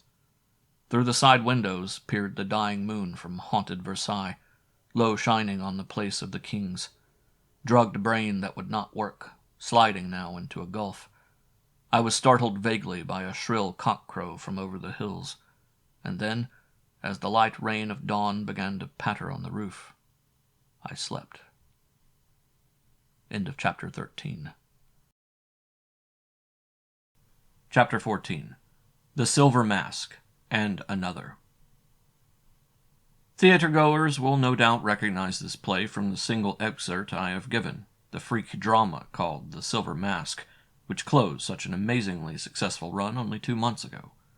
It was thought inadvisable to do anything with the manuscript in France, but at Ben Collins's suggestion a copy was sent to his friend Mr. John Galsworthy in England, who revised and bettered it, though for obvious reasons he did not care to appear as author. The Silver Mask opened at the Haymarket Theatre in London in October 1928. In the role of Verneuil, Mr. George Arliss endowed his characterization with a perfection of suave and deadly charm. But the remarkable thing was that the play had no ending. It was a hoax that stopped in mid-air at the end of the second act, with no explanations whatever, leaving the audience outraged, cheated, and intrigued. Out of sheer exasperation, they flocked to see it. The critics were amused and approving. I remember that Mr. St. John Ervin wrote, "There, my dears, is a play. After carefully building up the suspense, the author has found absolutely the only convincing way to end it." In that form, the whole thing bore only a dim resemblance to the events at Paris, so much so that when Ben Collin and I witnessed the premiere, we could see no connection except in the one passage I have quoted. It was all veiled, hazy, and you could make no sense of any of it. References were thrown out and never explained, characters you couldn't place made speeches you couldn't understand, and who the masquerader was or what he was trying to do, the audience had not the remotest idea. The authorship was anonymous, but 9 out of 10 critics swore it was the work of Eugene O'Neill. When we were watching that tremendous and irrational second act, I recall thinking what a sensation Ben Collin could have created had he risen from his seat and remarked, "Pardon me, but I believe I can finish the play for you and show you how the murder was committed." Few people knew the truth of the matter, even though the play was widely billed as a reconstruction of the famous Saligny murder. No, there were not many clues to the truth in the Silver Mask, but it brought back again the atmosphere of over a year before, when the actual events had happened. The smell of powder and the vague rustling which haunt a theater, the darkness, the draperies of sable velvet, the tall candles, the drawling voice of Mr. Arliss, and in the background the Silver Mask smiling like a satyr. Again I was thinking of that spring in Paris and of the night when I had sat by Sharon's bedside reading this play. Memories that recreated for me every detail in its hideousness and its deep, intangible pain. For thus I fell asleep to the sound of the rain on the roof, and slept a little while until dawn. It was Therese who roused me then. I explained what had happened, taking her out into the drawing-room so as not to arouse the sleeper. I felt cold and befuddled.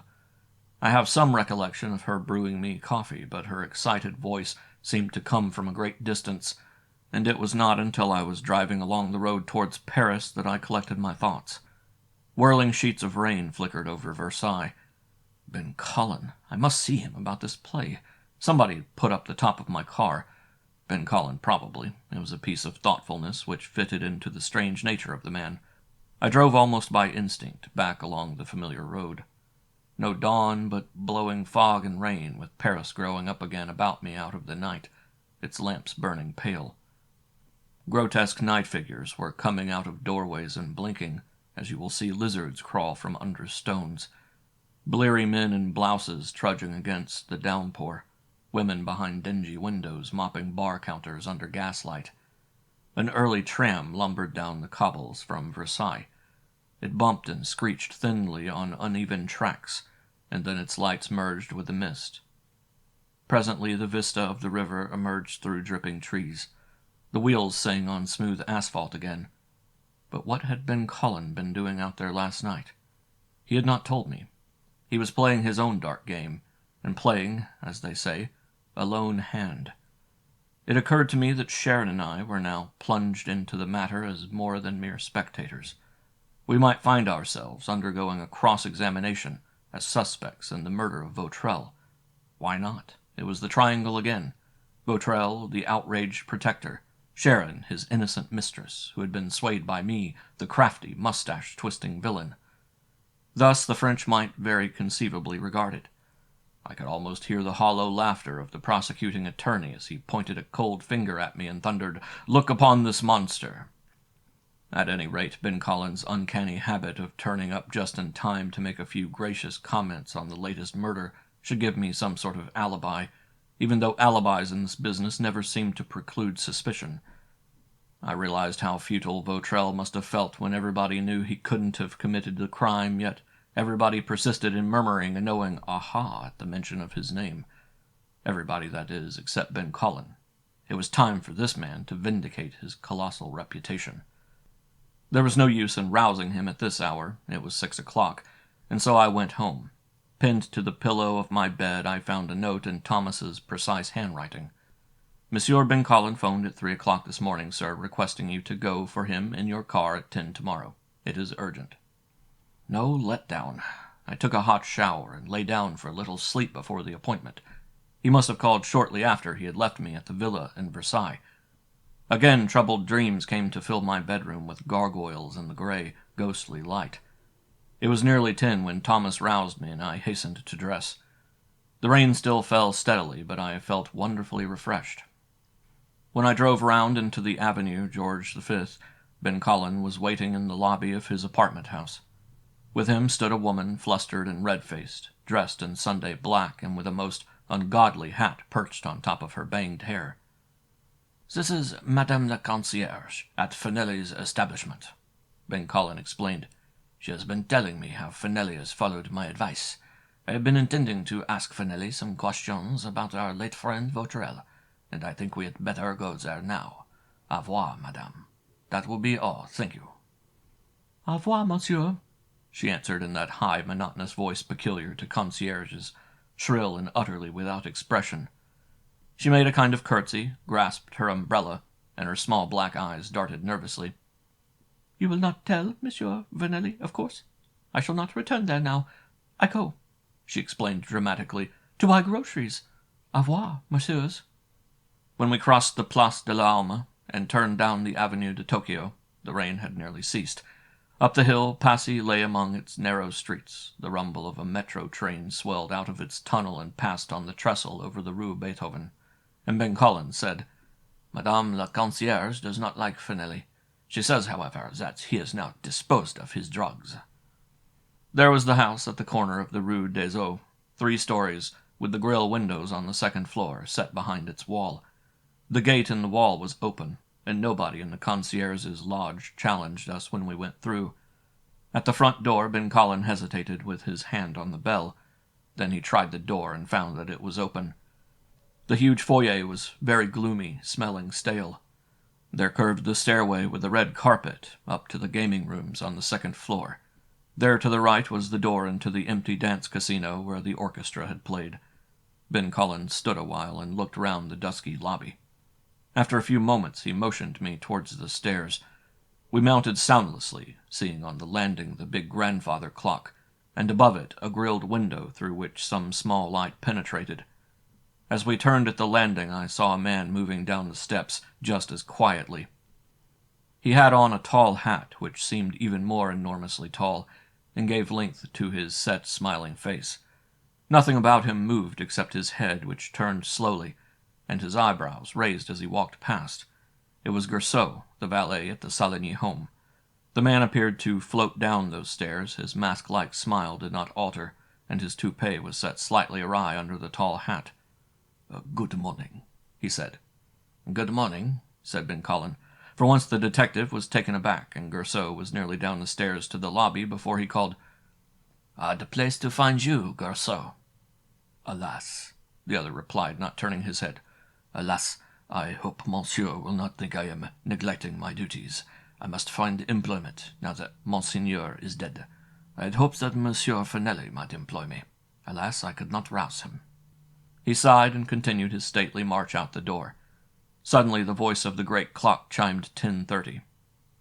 I have been in many places, remarked Ben Collin quietly, but I do not think I have ever felt such an atmosphere of evil as appears to be in this house.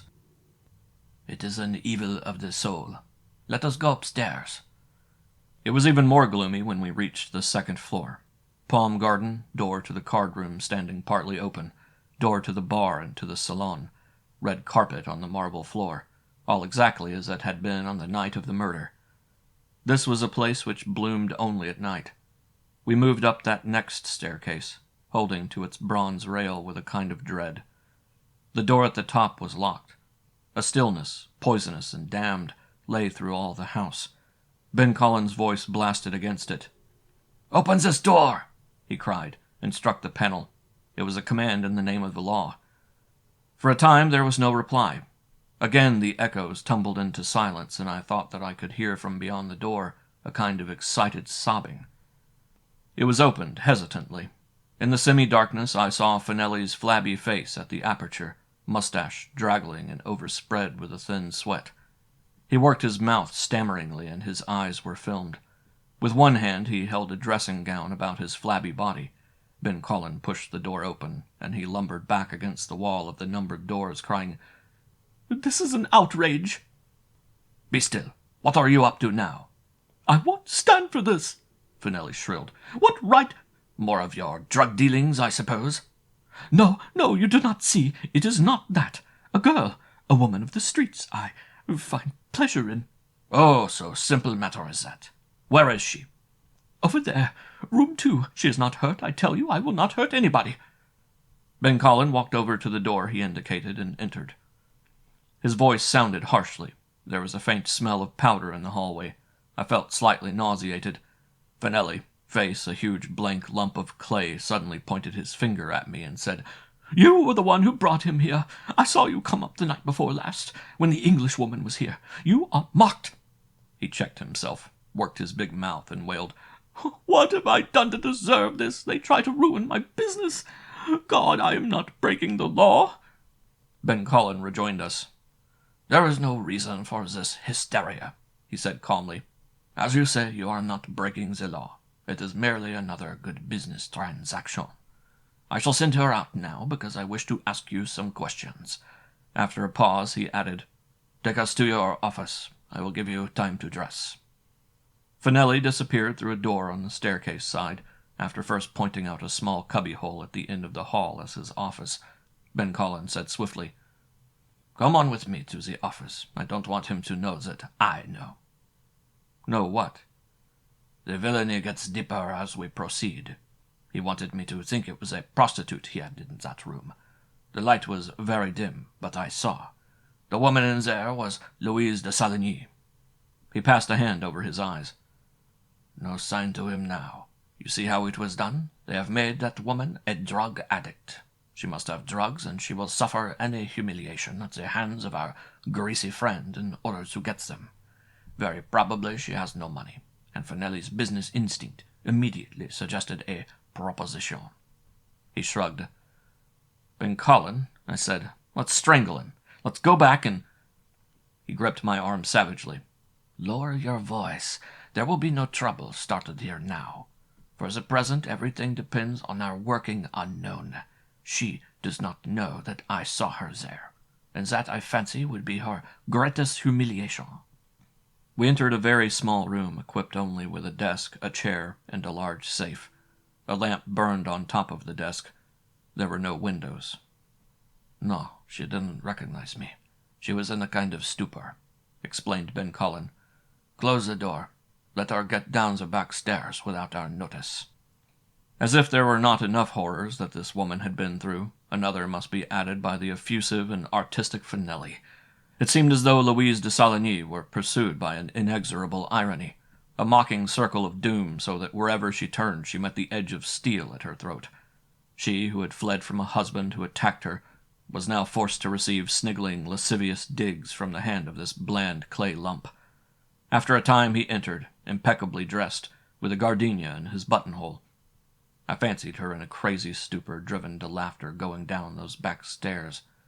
"Ah," said Finelli, who had recovered his calm, "you wish to see me, messieurs, I think. I give you my word, Monsieur Ben Collin, that I have disposed of any narcotics I might have had on the premises." "Vautrel has been murdered," said Ben Collin. The others stared at him.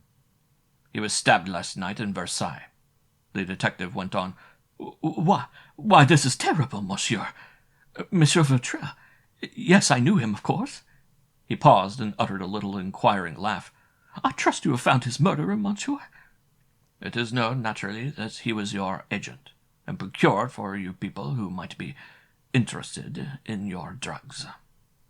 Finelli, having lost his dignity once, was now at ease. With a plump hand he straightened his ascot tie, patted his waistcoat, and shrugged. "Monsieur was good enough once to look over my indiscretions. Let me assure him that any doubtful quantities are not on my premises at this time. My accounts, moreover, are open to inspection. I am within the law." Smiling, he began to inspect his fingernails. "We were discussing Vautrel," said Ben Collin. "Dear monsieur, do you intimate that I know something about his death?" "He claimed to be a Russian officer. A lie. He was a self-educated wharf rat from Marseille, where you picked him up some years ago." "Well, what if that were so?" "I have here a number of cancelled checks, obtained from the Credit Lyonnais, to the amount of 200,000 francs. They are made out to Edouard Vautrel and signed by Louise Laurent, whose present name is Louise de Saligny. Are these the proceeds of your trade, Finelli? She is in deep, isn't she, Finelli?" Finelli's eyes distended, rumpling the rolls of fat. He looked at the handful of checks which Ben Collin held up. "Checks? I know of none. So He was dishonest, that Vautrell. Let me see them. Yes, I suspected that he was dishonest. And you made her pay twice for what she got. Is that it? Asked Ben Collin, leaning across the roll-top desk and speaking very softly. Dishonest! Cried Finelli tragically. Or, still that gentle voice, was it blackmail, Finelli? Did you bleed her thus on the threat of exposing her to her future husband? No! Ah, that is all I wanted to know, said Ben Collin with a polite smile. Come, my friend, we have finished. He replaced his hat. At the door he turned suddenly, and the white flash of his teeth showed through his beard as he observed, One more word, Finelli, lest you be tempted to try again making certain bargains with Madame Louise. Let me warn you earnestly against it. That's all. We walked down the stairs in silence, Ben Collin knocking his stick thoughtfully against the balustrades. When we were again in the doorway of the house, he said, You understand now the tragedy of the man called Edouard Vautrell. Here was a boy suckled on water from the gutter, who grew up creating for himself a world wherein he moved in glittering colors. He nearly reached his dream world, but never quite completely. Something would always shake him out of it. Other than seeing himself as he wished to be, he did not care. He was willing to have you think him a rotter, if only you did not doubt he was an aristocrat. You might think him a murderer. He did not care, so long as you did not doubt he was a Russian officer. And he wrote a play, I said. I have it at home. I intended to show it to you and forgot. Ah, yes, his play. He wanted to be a ruler of destinies, I fancy, and he had the usual tendency to embroider.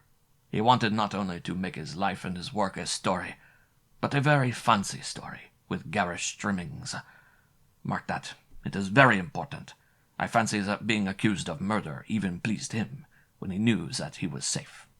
He is dead, but keep his ghost before you, for that image tells us much of the truth. In line with my theory of the night before, that Vautrell had unwittingly communicated his elaborate fictional plan for committing a murder to somebody else, and from the dead paper had risen its actuality.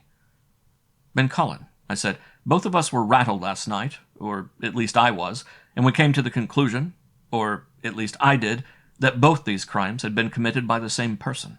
I'm not trying to pump you, if you want to keep your secret, but tell me that much. Did the same hand kill both of them?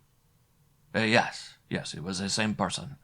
We face a murderer who is utterly cold-blooded and cynical, and who firmly believes that these acts are done justifiably to avenge wrongs. The crimes are the means of venting on the world a spite too deep for ordinary expression. A diseased brain? He pondered, looking out through the gates in the wall to the Rue des Eaux. In a sense, yes, but not diseased in a way that Grafenstein would have you believe. I am not too much a believer in all the tenets of abnormal psychology. The streak of Cain is too pronounced to confine it to a separate category. These men are the successors to Lombroso's nonsense, and I am tempted to doubt whether they are an improvement. And this murderer is here. We have seen him, talked to him, known him as a figure in this case. Oh, very much so, he returned, looking at me queerly. Thank you.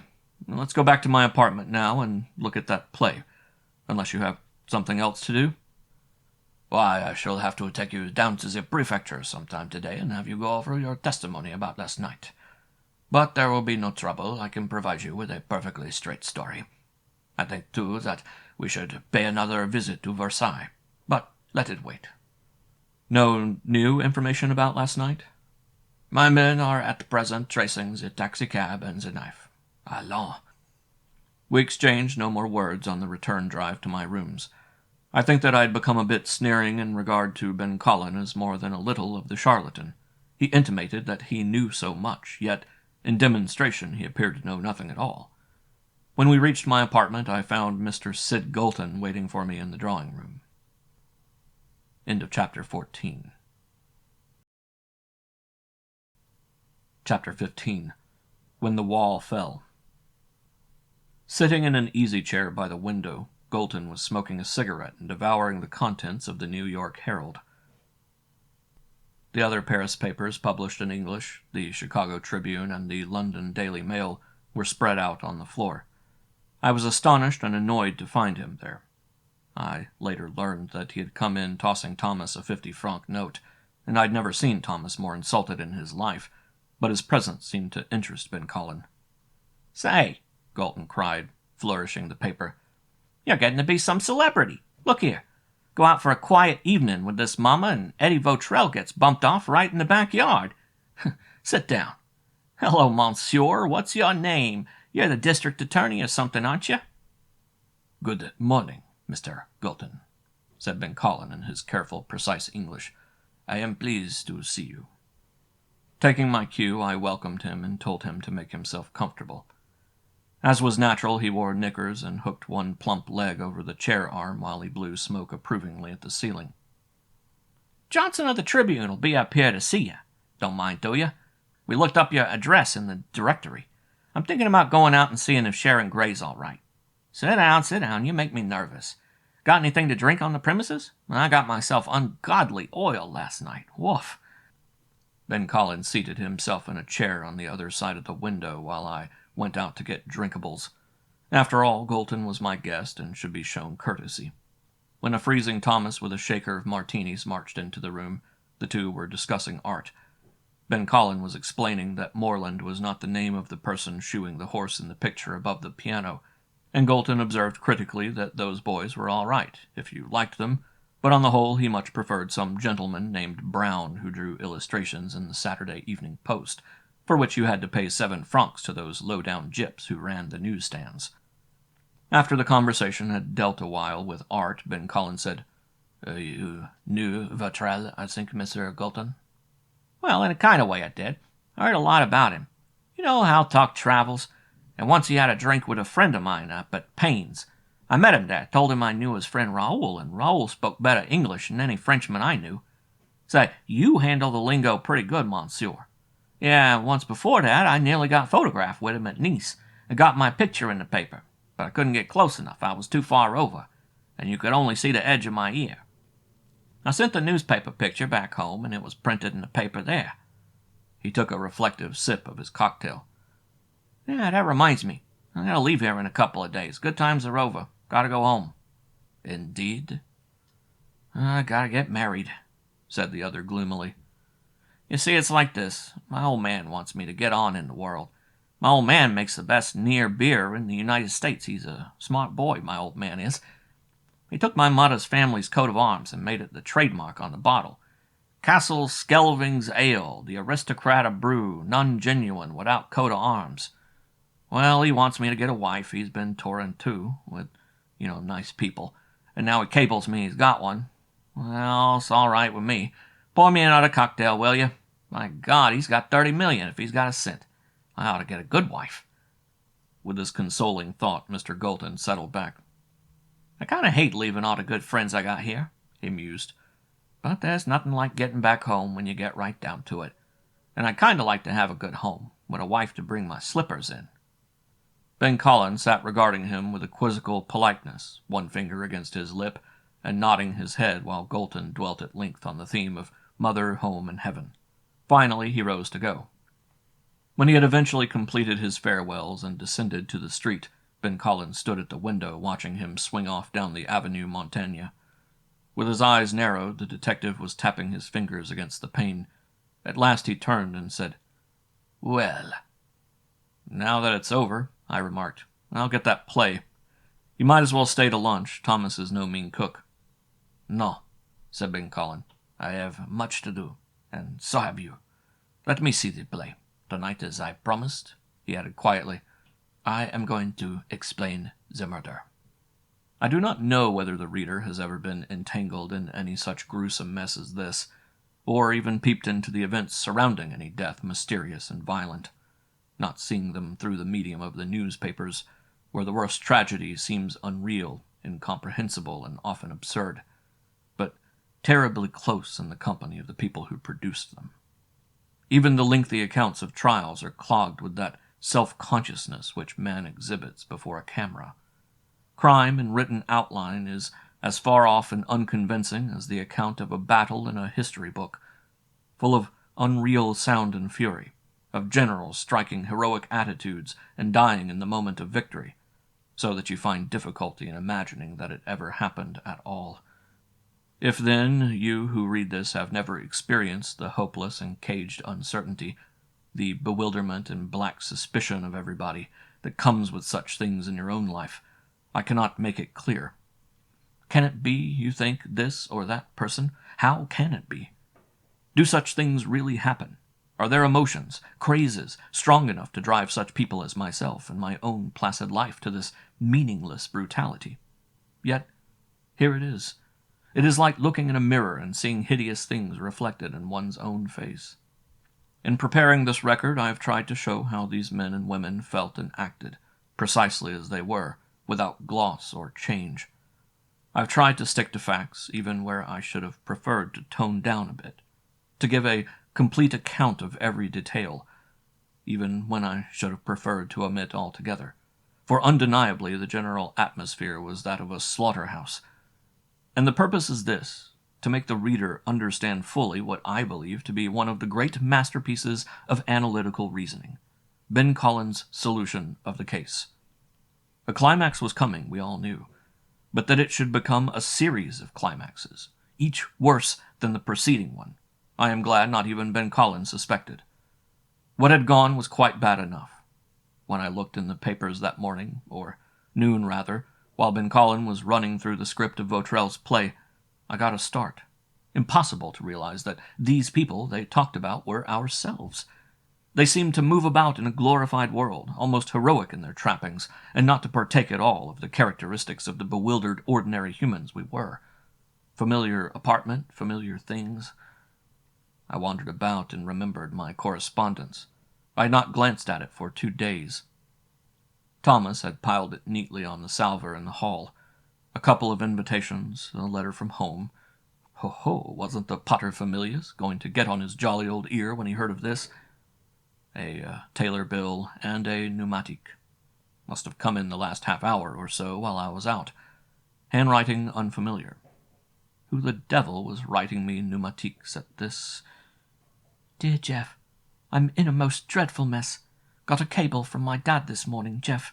It can't have hurt so early. He's taking the first plane from London, and I can't imagine what's the matter, but I'm scared. They've been talking about me, and I haven't done anything, you know that. Jeff, you come out tonight, won't you? He hates the French. Maybe you can get round him. It's beastly here. They're trying to make me stay in bed, but I want to thank you for being there last night. Please. Sharon. Well, I could understand that. Things were coming down on everybody all at once. The dance and the suspense whirled faster, and suddenly they smashed together. Go out there? I would go out there sooner than tonight. If I could do anything. I couldn't, but something, you had to do something. Thus I stood reading the letter over and over until Ben Collins' voice roused me. I said nothing to him about the letter. There was nothing especially private in it, nothing very personal. Yet I simply didn't want to talk about it. I wanted to see Sharon. We snatched a cup of coffee for lunch, and then he took me to the prefecture. Several times on the way I caught him glancing at me speculatively. Once he seemed about to speak, but didn't, so that I was on the point of saying, "What is it? What's bothering you?" And there jingled foolishly in my mind, "What makes you look so white? So white?" asked Files on parade. Back came insistently the answer, "I'm dreading what I got to watch." Bosh. Ben Collins was overwrought, the result of no sleep for 2 nights. It seemed to strip him to the raw nerves and put new wrinkles around his long narrowed eyes, watching me brightly from their corners. But certainly he was a man without nerves, if one ever existed. I was imagining things. Still, the atmosphere persisted. "I'm dreading what I got to watch," the color sergeant said. At the prefecture, the ceremonies seemed to be endless. We must have talked to a dozen people, and over again I told my story so that I came to repeat it mechanically. Several times I was required to produce my identity card, which was scrutinized with great care, after which everybody nodded profoundly and said, "Ah," and passed me on to someone else. My chief recollection of the place is that everybody appeared to wear a mustache. The rooms were dusky, some with barred windows, We passed through many of them before I met the chief of the department, a solemn, courteous gentleman with soft white hands and a beard like an Assyrian bull. He asked me a few blunt and disconcerting questions, among them being, was I in love with mademoiselle? He didn't attempt to browbeat. He was so polite and sympathetic that I went right ahead and explained everything at great length, almost oratorically. I poured out matters I had never even intended to mention. At the end, he too said, "Ah," and smiled, a great lump of wisdom in the dusky light, and everybody else smiled too. We shook hands all around in such a companionable fashion that I was tempted to invite them all out to have a glass of beer. He sat quietly stroking his beard, this guardian of the law, when Ben Collin and I went out. It was late. We had consumed an enormous amount of time. I voiced an inclination to go out to Versailles, but for some reason Ben Collin had changed his mind. No, he said. No, I prefer that you do not go. Tonight, perhaps, if we finish. You may disregard me, of course, but I am showing you the world of death with which I deal every day. As he said this, he stared ahead with a face curiously pinched. And I think you will follow my advice. Yes, so I would. Instead, we bethought ourselves of Grafenstein, and went up to find him at his hotel.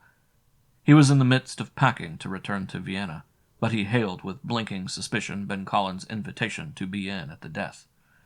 Together we started for the Grand Boulevard. Off our minds for the present. There is another person I want along with us if he cares to come, Ben Collin explained, and that is Monsieur Kellard. Until then, we speak of other matters. How far away that seemed in the hot night's quietness. 4 of us stood in a hush of filmed moonlight on the lawn before the Saligny house. It stood up black above the trees, showing only one light. At my elbow was Monsieur Collard, vulture-face looking out from under a soft hat, leaning on a heavy cane. The moonlight gleamed on Grafenstein's spectacles. Ben Collin said softly, Garceau, I think, is at home. Then he led us up the lawn. Garceau answered the bell. He smiled, adjusted his toupee, and remarked, I have been sitting beside my master. It is only just. The funeral is tomorrow. Take us there, said Ben Collin. That was all. From the dull lamps of the hall we passed into the even more dim atmosphere of the drawing-room.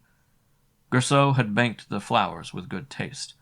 They filled the room with a sickish sweet odor, and shone faintly by the wall lights burning far up towards the ceiling, around gleams on the white metal of Saligny's everlasting house. I caught sight of my image in a long mirror over the fireplace, and was rather pale. Collard took one glance at the coffin, after which he sat down with his hands folded over his cane, and his mouth seemed to twitch. Ben Collin placed a briefcase on the table. Garceau, Ben Collin asked, is there a pick or a crowbar in the house? A what, monsieur? A pick or a crowbar? Collard's dry voice rasped with sudden harshness. My God, what are we going to do? Rob a grave? Retreating towards the white casket, Garceau passed his hand over the glass above the dead face. No, he said. No, monsieur. You are going to investigate the dead things that walk in the cellar. I've heard the dead things scrape their feet down there. He clicked his fingers against the glass in the coffin. But he does not walk, monsieur. I sat here all last night, waiting for him to walk. Garceau's long face smiled. I will get the pick, monsieur. The men who dug the drains left one here. Do not disturb him while I am gone, please. Disturb whom? Grafenstein asked after a pause. Then the big Austrian took off his spectacles and began to wipe them carefully. Ben Collin, his chin sunk on his breast, was standing motionless in the middle of the room. Garceau presently entered with a heavy pick and handed it daintily to the detective. Take it, Ben Collin said to me. It is for you. Now, come with me. The tap of Collard's cane sounded on the parquetry as we went out. Garceau, folding his hands, sat down in a chair beside the casket. I caught a glimpse of him sitting there bolt upright in the dim light, before the portieres fell. We moved out into the hall through the dark music-room, dining-room, and into the kitchen. Somebody was breathing heavily. Ben Collin switched on the lights in the kitchen and opened the cellar door. From behind a pile of mops he took an oil lantern, which he lighted and trimmed. He held it up, and his eyes moved from face to face. "Now," he said. Collard pulled his hat down a little more tightly. Grafenstein was regarding the pick in my hand. In single file we went down the stairs to the cellar, Ben Collins' lantern shining ahead on whitewashed walls. The stairs creaked underfoot. A strand of cobweb brushed my face with repulsive clinging. The smell of damp earth and mold rose as our monotonous clump-clump took us down. I grew to counting the beat of the footfalls. "What makes you look so white, became a refrain. Still the lantern moved, now on the earthen floor, flickering over white furnace pipes, farther into the depths of the cellar. Our shadows were gnome-like. It occurred to me, is the murderer here? Who's behind me now? Only the whites of Killard's eyes shone from under his hat brim when I turned, his cane grasped now like a club. The cold damp soaked into one's skin, for we had stopped. Ben Collins stood before a low door with a padlock. "The wine cellar," he said, and produced a key. Into that small room the four of us came. Tiers of bottles were on the walls, over the heads of great casks, but as Ben Collins held up his lantern I saw that there was one wall where there were no bottles, and the bricks were uneven and ragged outline. At the foot of the wall was a little heap of mortar, and suddenly Killard's foot kicked something which rolled over with a clatter. It was a trowel. Through his beard Ben Collins' teeth gleamed as he smiled, and his eyes lighted up. The lantern shine did not move. "Smash in that wall," he said. Pushing past Grafenstein, I lifted the pick and whirled it against the ragged outline of the bricks. Dust and mortar flew as I yanked it out. 2 of the bricks tottered. Again I swung, and the wall buckled. Once again, and with a sudden sliding crash, it fell in a choking cloud of dust. The light was obscured for an instant, while nobody moved. Then its rays fell into the hollow that wall disclosed. I was looking into an eye, glazed and staring and motionless from the hollow, and at part of a rotting face. The thing must have been propped in there against the bricks, for its decayed hand popped out almost in my face. Vaguely I was conscious that I had dropped the pick, and that unless I got a grip on myself I was going to be sick. Somebody uttered an unearthly gasp, a horrid groan, and somebody croaked, "What is it?" "Monsieur Collard," said Ben Collins, "I wanted you to see the last of the Saligny line. There is Raoul, the real Raoul, before you. The man for the past 3 weeks has been impersonating him. The man who was murdered the night before last, and who now lies upstairs in the coffin, is Laurent himself." There was a silence. I turned round abruptly to shut out that sight. Collard, in a vague, complaining voice, was muttering, "One of those bricks hit me on the leg. One of those bricks hit me on the leg." End of Chapter 15. Chapter 16. How a Man Spoke from a Coffin. Ben Collins, looking inscrutably from one of us to the other, held aloft the light, round which the dust particles were still settling. In an absent voice I heard Grafenstein mumbling, "But it's not possible. It's not possible," he repeated doggedly, and Collard cried, "Are you mad?" "No," the detective returned curtly. "Come upstairs. I will show you." We got back to the drawing-room somehow, and it was a bit of a shock to see again those tiers of flowers, the white casket, and Gourceau sitting there telling his beads. Collard looked at the flowers, then he took off his hat, and with a spasmodic gesture flung it against them. The high bald skull seemed almost luminous. He cracked the joints of his fingers and asked shrilly, "You seriously maintain over in that casket there," he pointed with a long finger, "is Laurent? You mean to say he killed Raoul and then impersonated him? Is that it?" "I see you still don't believe me," said Ben Collins with a shrug. "Well, I didn't expect you to, at first, so I came prepared to give you details. I intend to show you everything you should have seen yourself, and back it up with such proof that even a lawyer will not presume to doubt me. Sit down, messieurs." But, Somebody killed Laurent and Vautrell then, said Grafenstein. Some other person. Precisely. The murderer we seek killed Laurent and Vautrell, just as Laurent killed Saligny and put him into that wall downstairs. That is the person we seek. In other words, we have discovered the imposture, and we are still at the beginning of the riddle. Wait a minute, Gersault. Don't go. Give us some light here, at the table. He began to open his briefcase. No other word was spoken. Whatever the others felt, I was stunned, and rather more skeptical than they could possibly have been. We all sat down while a lamp went on at the table, and we heard nothing except the sound of Ben Collins sorting papers. He stood up straight and regarded us with the casket and the flowers behind him, his face hanging over the light of the lamp. Messieurs, he said, you were all handicapped from the start because you did not have the faintest idea what it was you were investigating. Thus, blocked at the start, I am afraid you did not see straight through so plain a series of events that, once given the connecting fact, your minds will run ahead faster than I can talk.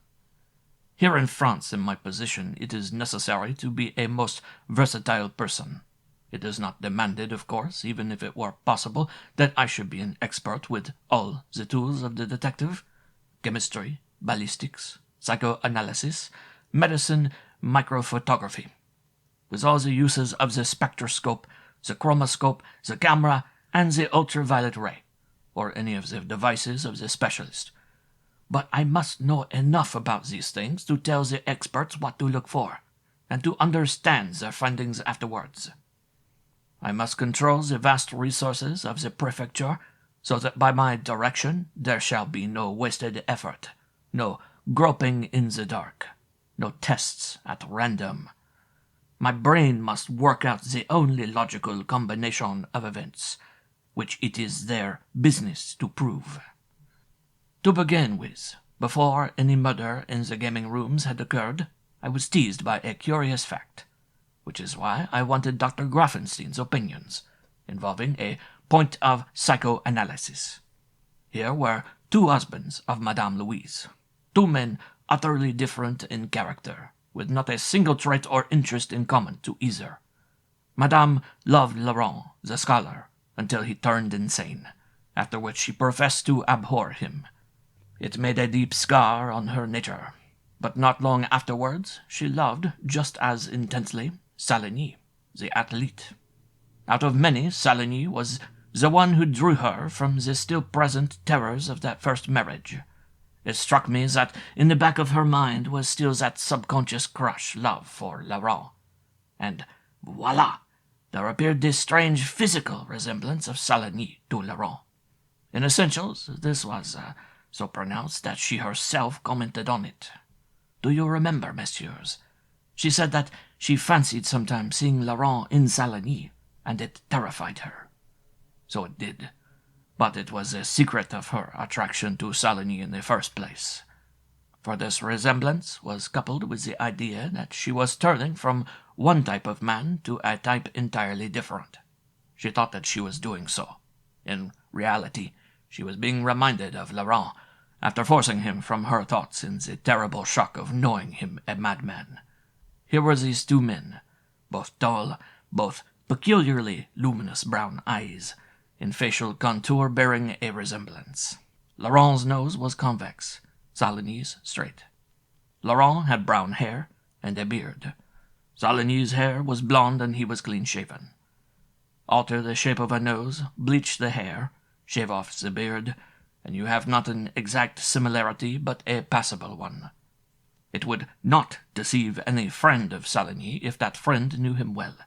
But the point is, as you know, Doctor, that we know our friends rather by their mannerisms than by their exact appearance. For if their mannerisms are not always the same, that is the thing which surprises us, and we say, "Why, you don't seem like the same person." The physical appearance, unless it bears to us a psychic significance, is vague. A casual acquaintance whom we pass in the street could make 100 small changes in his appearance, but if his outstanding characteristics, the things by which we place him, color of hair, shape of nose, way of wearing a hat, are unchanged. We should see no difference. An impostor who aped outstanding things and kept himself aloof from everyone could pass muster. Paradoxically, the only one who might have found him out was the only one who could not possibly do so. Madame Louise. She saw Laurent, not Saligny, even when the real Saligny stood before her. This, as I have said, was only an idle speculation in my mind at first. It had not even assumed definite shape when I spoke to you, Doctor. I was plagued by the reason why this woman had fallen in love with the last person one should have expected. For I am not one of those romantics who dismiss an extraordinary attachment with some tender sentimentality about the impossibility of explaining random arrows from the bow of Eros. There is another reason, too. I am not prepared to maintain that she really loved either of them, and that also was in my mind when I spoke. I looked then at some of the things which have come under our observation as the case progressed. We knew that a month or more ago Saligny received an injury to his spine and his left hand, the left, please remember, as the Viennese doctor's telegram said, and that he went to Vienna to have it dealt with. When he left Paris, he was a gallant sportsman, the tennis player who had nearly beaten Lacoste, the swordsman, the fearless gentleman who had attacked a mountain lion with a hunting knife. He moved in a sporting circle from which most of his friends were drawn. He was an expert on horses and rifles, but not an over-bright individual who rarely read a printed line and spoke no language but his own. He cared nothing for social affairs, and little more for the social register. He was a sort of thoughtless idealist who worshipped his promised wife, paying no attention to the advances of any other women. He was a healthy, hearty swashbuckler, always entertaining his friends, but caring little for the pleasures of the table or the drawing-room. A man, in short, bred of good, solid red earth, who would look with astonishment on a parson who recited Swinburne to a young lady, read Alice in Wonderland, or discussed famous criminals at a bachelor dinner. Ben Collin paused, checking off the points slowly. Is that clear? You remember these instances, I take it? Now we have Saligny returning from Austria 3 weeks ago. In the space of time he has been away, what an astonishing change! 1 week in the city of Vienna has given him, magically, the precise opposite of each of these qualities. He dreads his marriage. He is terribly afraid of Laurent, this man who attacked a mountain lion with a hunting knife. He trembles at the idea of someone threatening to kill him. Shutting himself up here in the house, he sees nobody. He drops his former sporting companions altogether. Then he hires Garceau to be his confidential servant, and nobody else is in attendance on him.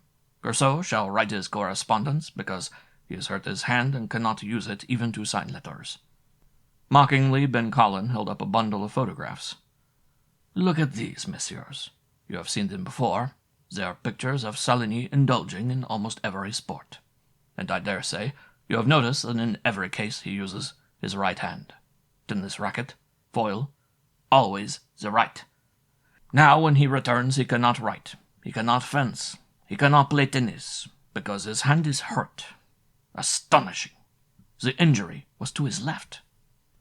1 week in Vienna has given him a knowledge of the English language so complete that an American named Galton swears he speaks it better than any man alive. He drops all pretense to homely virtue and falls passionately into the embrace, Ben Collin looked politely at me, of a young lady he has previously scorned. He begins to quote her Poe and Swinburne and Baudelaire. I cried suddenly. He was the one who was bringing her the copy of Alice. She told me so. Ah, yes. Refusing all offers to indulge in sports, he has now gone in for book collecting. We will come to that presently. But our versatile gentleman has other habits too, which nobody would have suspected. He is discovered to have gone for opium smoking on a somewhat elaborate scale, and we note with surprise that he has been indulging in the habit for over a year. In other words, We have him sucking at this soothing poppy at a time a year ago, when he was eliminating the world's foremost tennis players at Wimbledon. After a strenuous fencing bout, we are asked to believe that he found relaxation in an opium pipe, as the next morning boxed 10 rounds to a draw with Monsieur Carpentier. Ben Collin raised his eyebrows deprecatingly.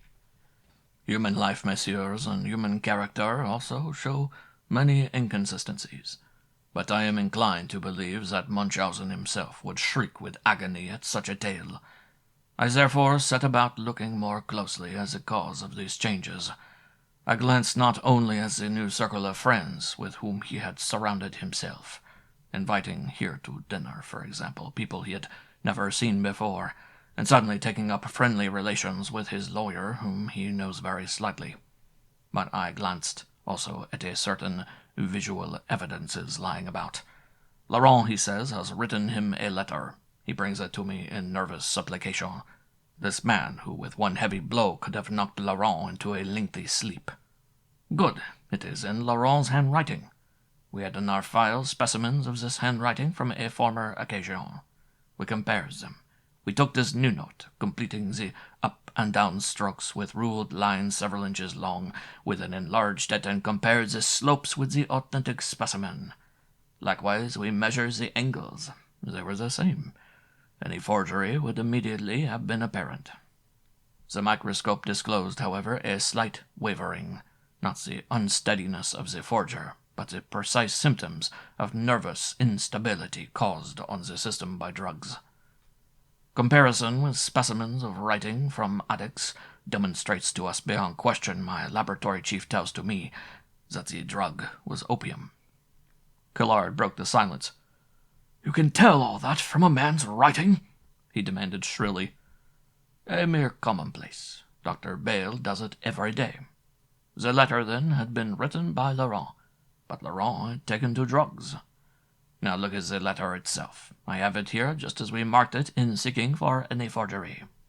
Analysis of the paper fibers shows that it is a very fine linen pulp, made by the Tredel factory in Paris. Out went our nets. 2 quires of this paper were ordered 8 days ago by Monsieur de Saligny. Still, it might mean nothing, so we must look at the pencil marks, for the letter is written in pencil. Pencils are divided into 4 classes. Those made of a mixture of carbon, silicate, and iron, writing gray-black; graphite, silicate, and iron, writing a soft, deep black; colored pencils made of pigments; and the copying pencils, generally composed of aniline colors, graphite, and kaolin. We applied to these marks a solution of acetic acid and of ferrocyanide, by which we get a color reaction. Under a microscope we see that this reaction is unusual, and yet it falls within our classifications of the different pencil marks. This letter was written by a copying pencil. A comparison will show us the particular make. It is a Zodiac No. 4, an unusual pencil. Good. Upstairs in this house, in Saligny's desk, I found yesterday a Zodiac No. 4. It was compared by microscope and spectroscope with the marks on this letter, exactly as fingerprints are compared. The letter was written with that pencil. Ben Collin dropped the sheets and smiled, his eyes very brilliant. Another commonplace. We now find that the notebook was written by Laurent, on a type of paper ordered by Saligny, and with a pencil in Saligny's desk upstairs. The net tightens. Here. He tossed a book on the table, is a volume of Alice in Wonderland. We have reason to believe that Saligny was going to bring a copy of this book to Miss Sharon Gray. This particular copy is found in the booth where Saligny has been sitting. A name has been erased from the flyleaf, a fatal error, as forgers discover when they try to bleach out or erase lines from their work. This was merely a clumsy erasure. We photograph this flyleaf with orthochromatic plates. A negative is developed, then reduced and intensified with mercury perchloride. When dry, it is placed in a frame, and a second plate is exposed by contact. This process we continue half a dozen times. Look, messieurs, here are the negatives. He spread them out under the lamp. At the 7th, the effaced writing stands out clearly. He stood motionless, his finger pointing downwards. The name written on the flyleaf, in the same hand as the letter, is Alexandre Laurent. I say to you now that there can be no doubt that Saligny is Laurent. But we must proceed. We must tighten the coils about this impostor until he cannot even wriggle a finger. I have made my deductions, and the mighty brain of science has verified them. Now we must ask ourselves, where is the real Saligny? Laurent has done away with him. So much is obvious. And if anybody doubts this, Ben Collin leaned across the table, I will offer the final, the obvious, and absolutely infallible test. This test has not yet been made because when I had the body for autopsy I was not certain. Photography and chemistry had not come to my aid. "Get on with it, man," Collard said hoarsely. "About downstairs." Again I seek a lead. I ask myself, if Laurent killed Saligny and is impersonating him, where did he kill him? Saligny was himself before he left for Vienna. It was then either in Vienna or after Saligny had come back to Paris. Well, our ubiquitous friend, Mr. Galton, has met Saligny on the train coming to Paris from Vienna, and there Saligny speaks his excellent English. Therefore, the killing was done in Vienna. What has the murderer done with the body? Remember, he has not a world of time. He must get rid of the body utterly. For us to have it discovered was to run the worst risk of discovery. He would not even dare throw it in the Danube, or mutilate it and trust to luck. There must be no suspicious corpse anywhere that might in any fashion tend to betray his plan. And what a devilish, cumbersome thing a human body is. Put yourself in the place of this man whose nerves are steel, planning an imposture of incredible daring. He must have conceived as the cleverest possible plan. He would take the corpse back to Paris in one of Saligny's trunks, and he would conceal it in the man's own house, for who would think of looking for the corpse of Saligny in Saligny's house when he was, to all accounts, alive? Sheer theorizing, you say? Ah, but it was not. What have we learned about Saligny?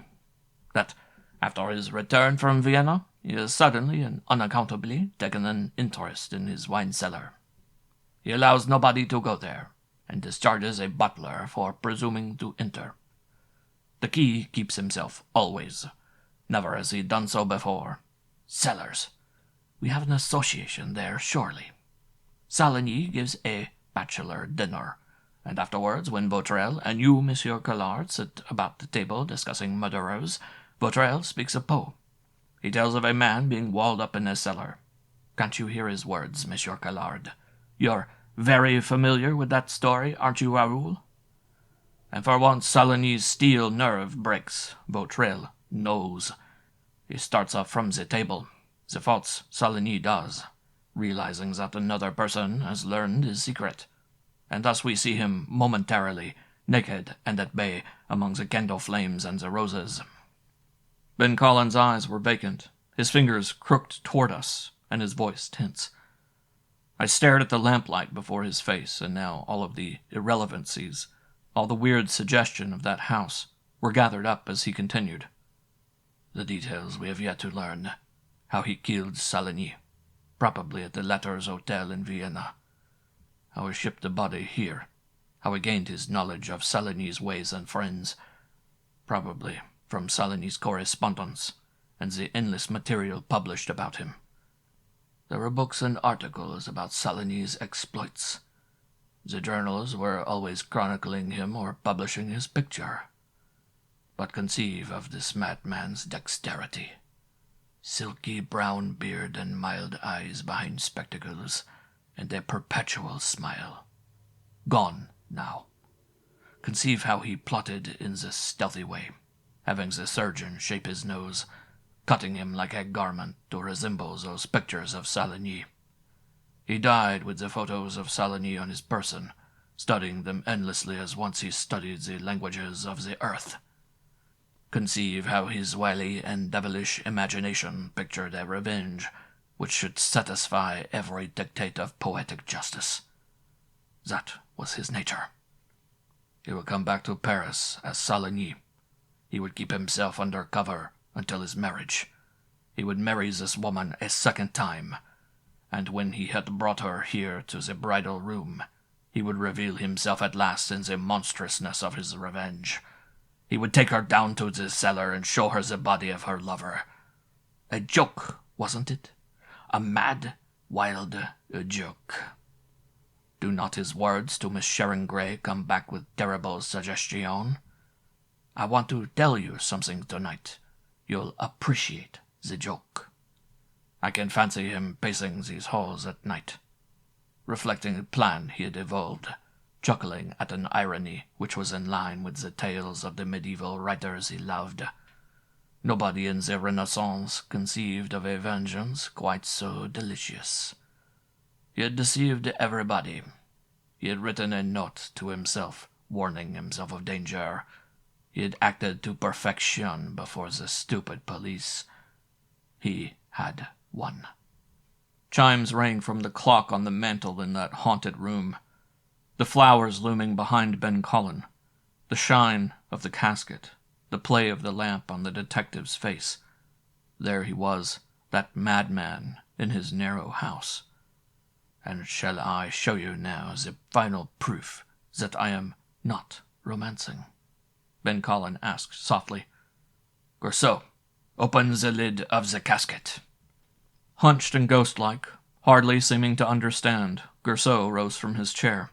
He did not reply, but he waited a time to let the order penetrate his consciousness. Then his clumsy fingers fumbled at the white lid. Ben Collin had taken an ink pad and paper from his briefcase. He walked over and watched while Grousseau strained to lift. I was straining forward, half expecting the dead man to sit up, seeing in a daze the white cushions gleam as the lid was raised against the weird light. Ben Collin bent into the coffin. Grousseau uttered a kind of screech and put his hands over his face. The lid banged, and I saw Collard start up. Its hollow crash had not ceased echoing when Ben Collin walked back and threw 2 sheets of paper under the lamp. Look at it. There are Laurent's fingerprints from our files. I have just fingerprinted the dead man. Compare them. They are the same. His finger still on the sheets, he looked up after a long pause. He drew 1,000,000 francs from Monsieur Collard. He ordered the servants not to come back to the house for many days. You remember? He ordered them not to come back on the morning after the wedding night. For after he had shown Madame the body of her lover in the cellar, he intended to kill her, and then he would go away with this money, leaving her here on the marriage bed, and it would be days before they discovered her. Collard sat down suddenly and buried his face in his arms. But there was another person more clever than he. Another person who knew it, besides Vautrel. Ben Collin murmured. Another plotter for this house. The detective paused and said softly, His murderer. End of chapter 16.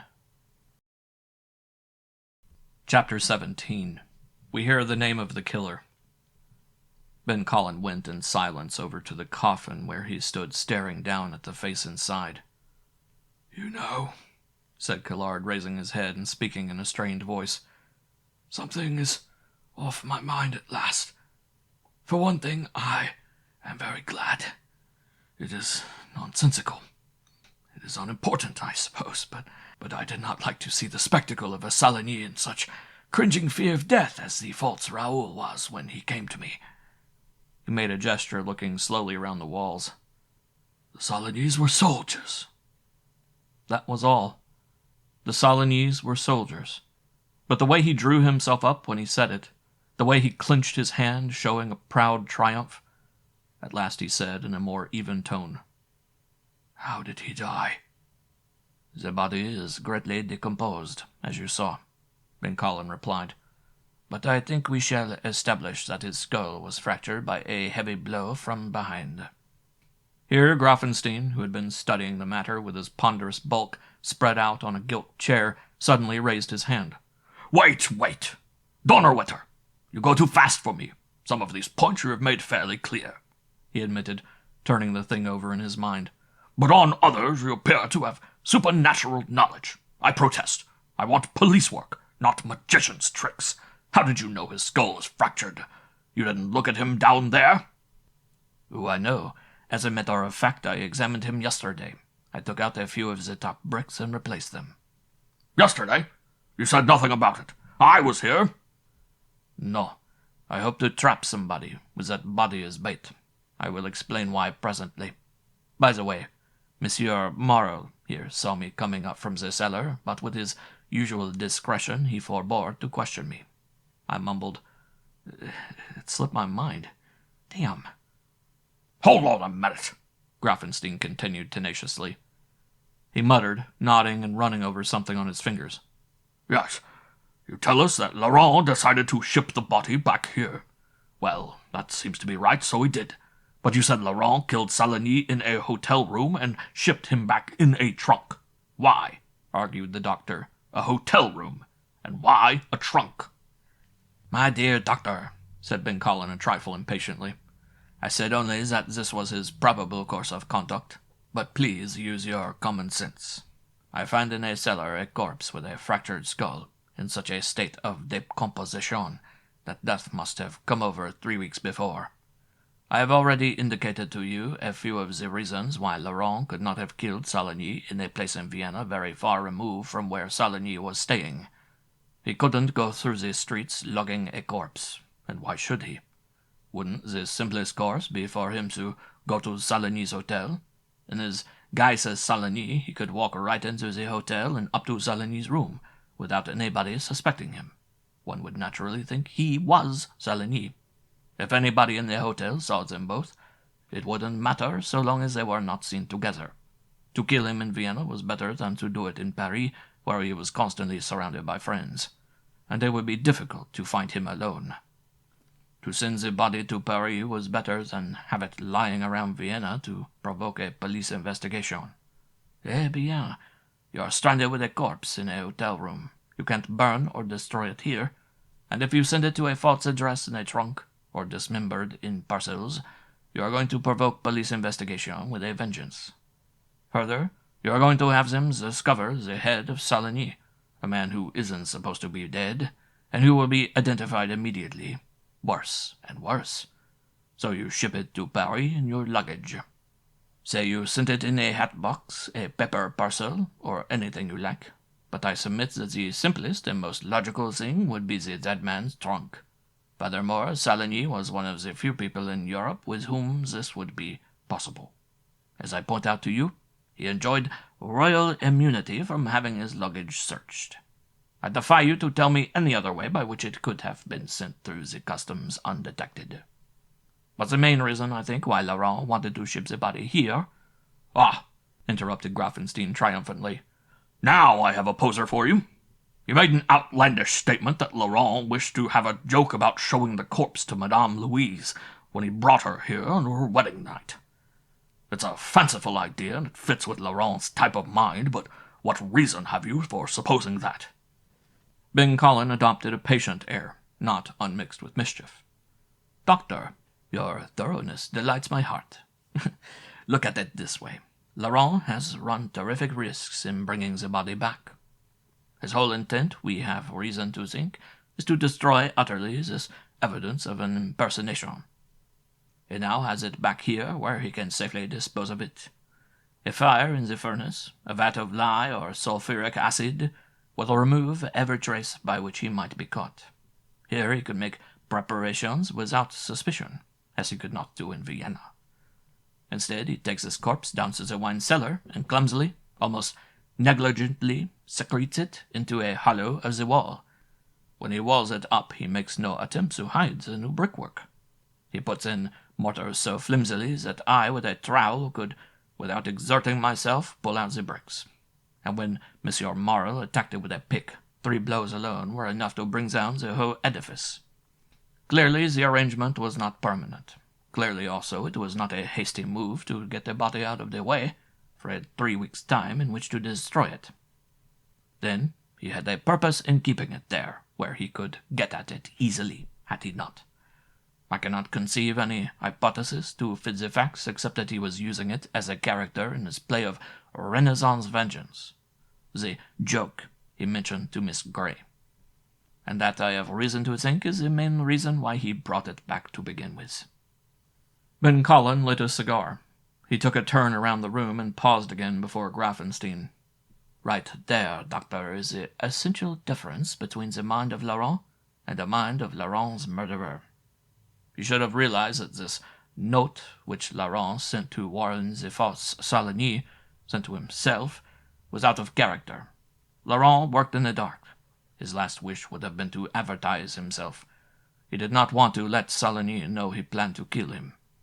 His only chance, and the only thing that gave him pleasure, was to steal up and strike without warning. Whereas the other brain, the brain that planned Laurent's murder, was intent on advertising his cleverness to the world. He wanted the world to see the pyrotechnic display without knowing the hand that sent up the rockets. Grafenstein studied the assertion. But all this, he pointed out, waggling his hands, proves nothing. It doesn't show how Laurent was killed. We saw an impossible thing happen up in the gaming rooms. Don't ask me to believe in ghouls and werewolves and vampires. Somebody killed Laurent, and they tell me Botrel. I don't see how. Ben Collin stood at the table, head bowed, absently pulling the chain of the lamp off and on, so that the light flickered jumpily.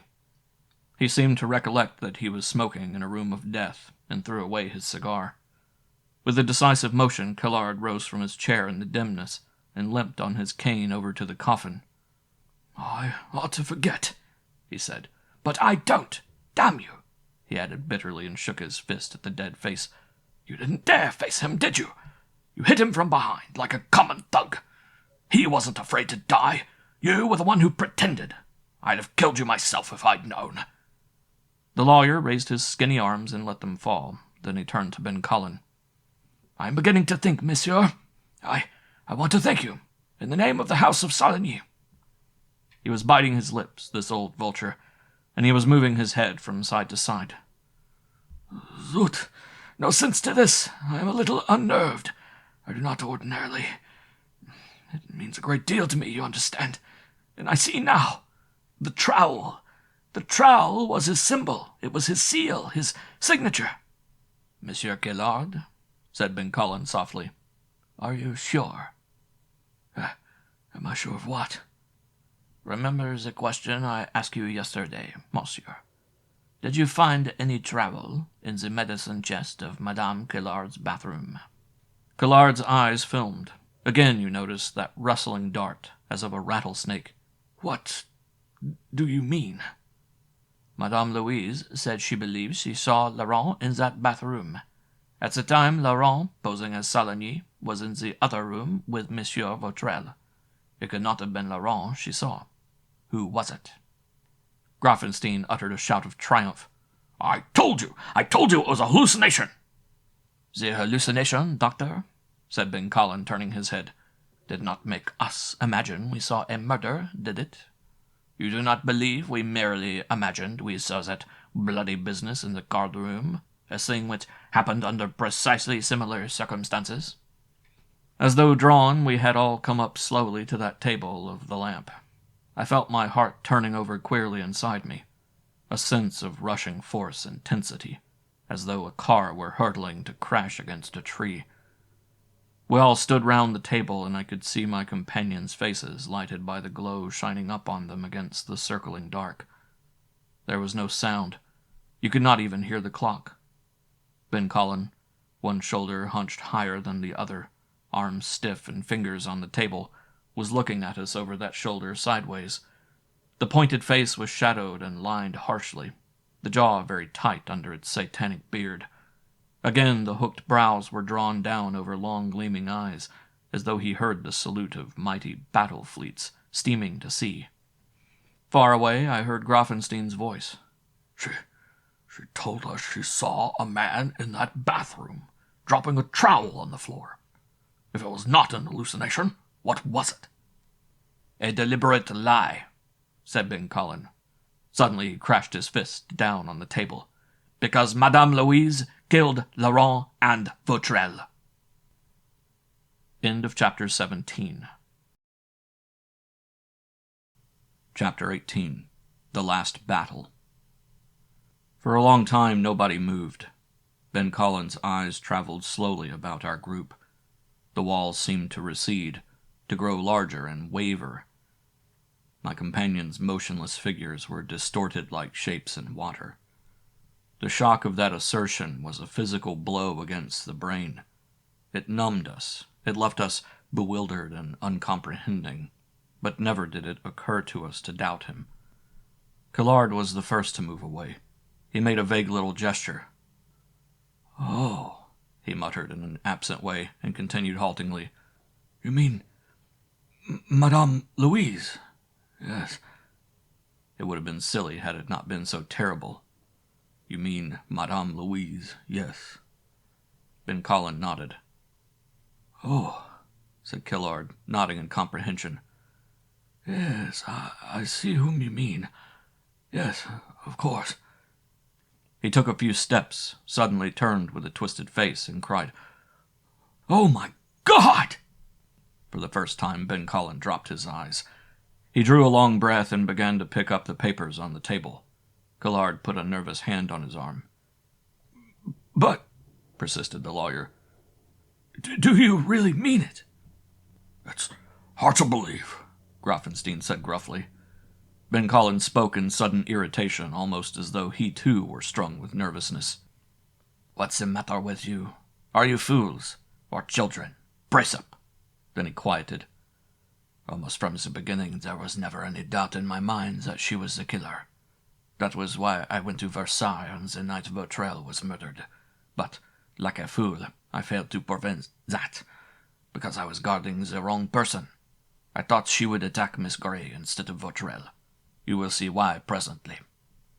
In there," he pointed to his briefcase, "I have records of all the purely court evidence which will send her to the guillotine.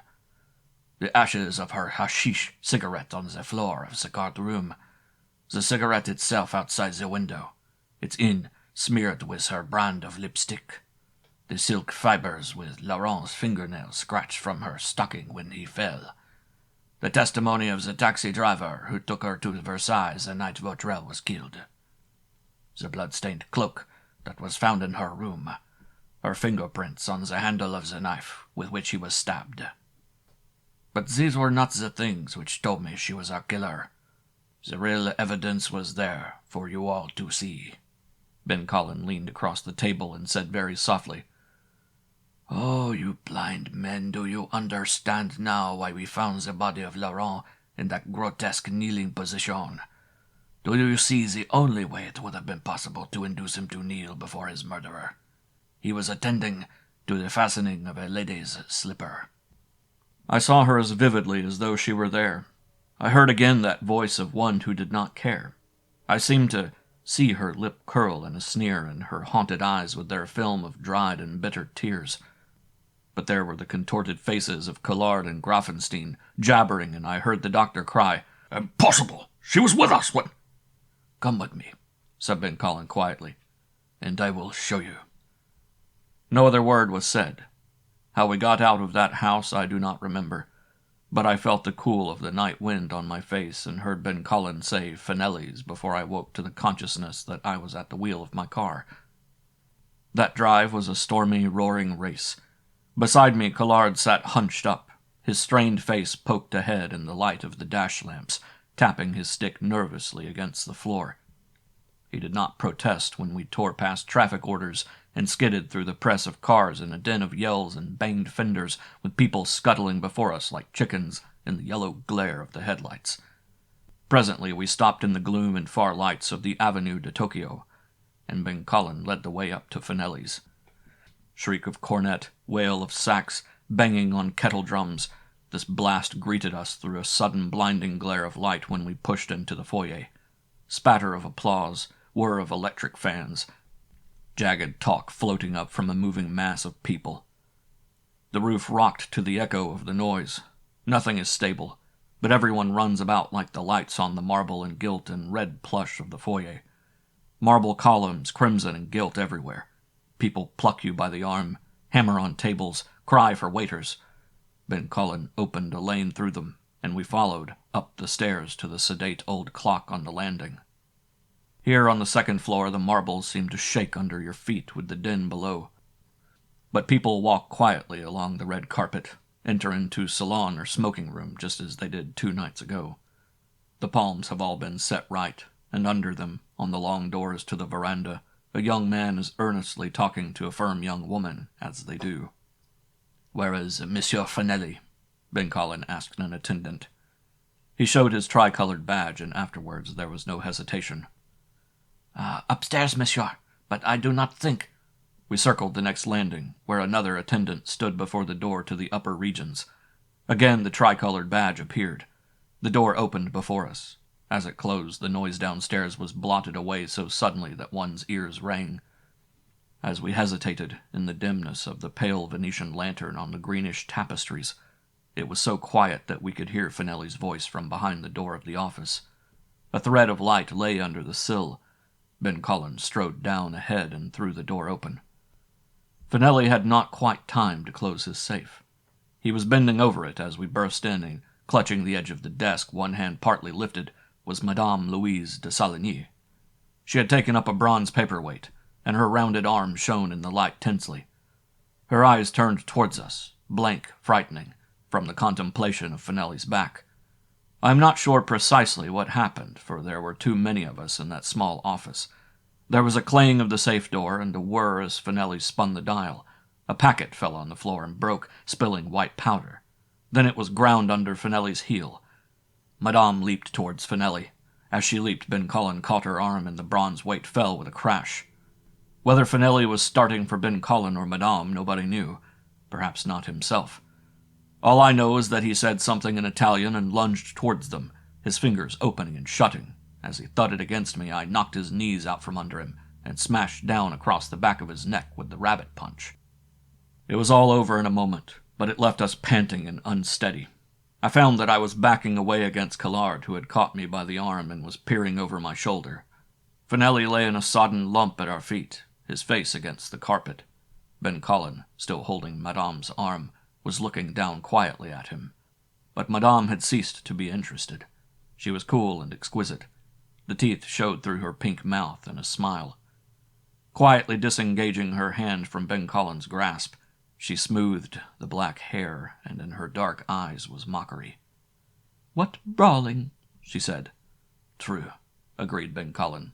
He kicked Finelli and said, "Get up. You're not hurt. May we have a few words with you, madame?" No further reference was made to what had been going on in the room. Finelli, breathing stertorously, still refused to raise his head from the floor. He shook his head with stubbornness, and his fingers dug in fury at the floor. So Ben Cullen shrugged, bowed Madame politely out the door, and motioned us to go. When we left the room, he took the key and locked Finelli in. "I have a headache," said Madame, touching her temple. You wish to see me, you said?"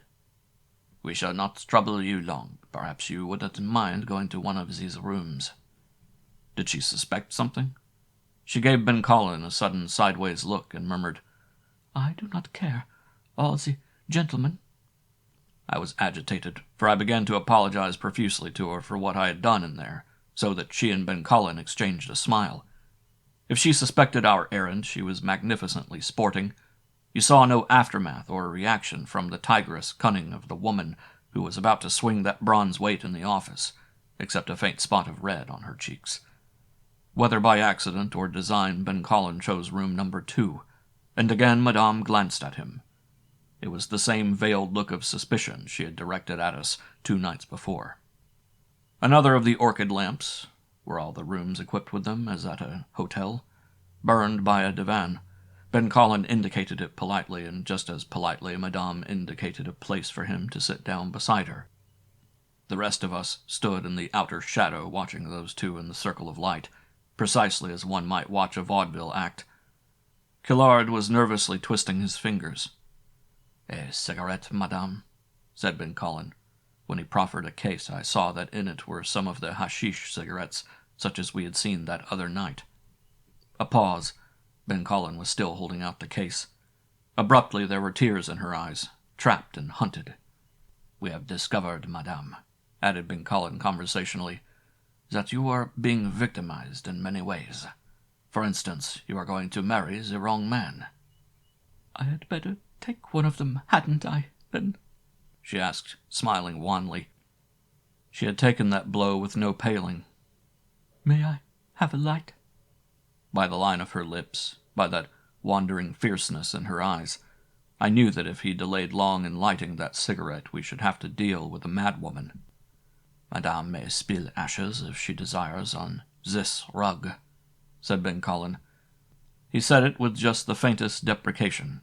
Her hand jerked. It was the most devilish kind of baiting, but she only opened her eyes a trifle wider and suggested, "I think you said victimized? That is nice. I am glad you see it."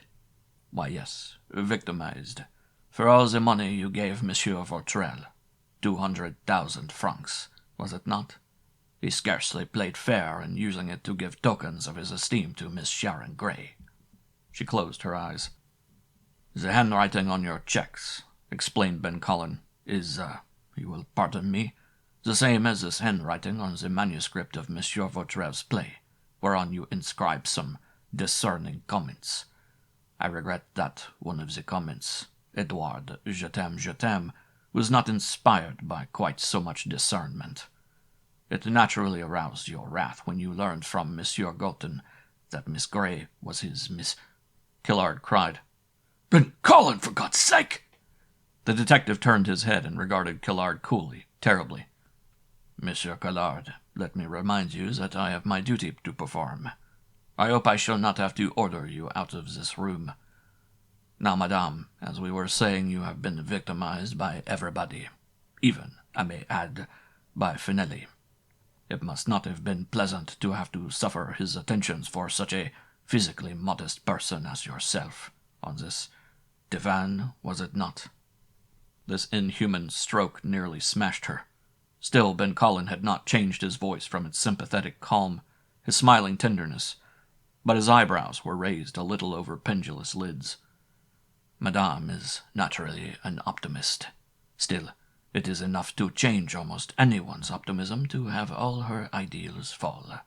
For instance, she believed in Monsieur Vautrel, and cherished him as her own dazzling gentleman.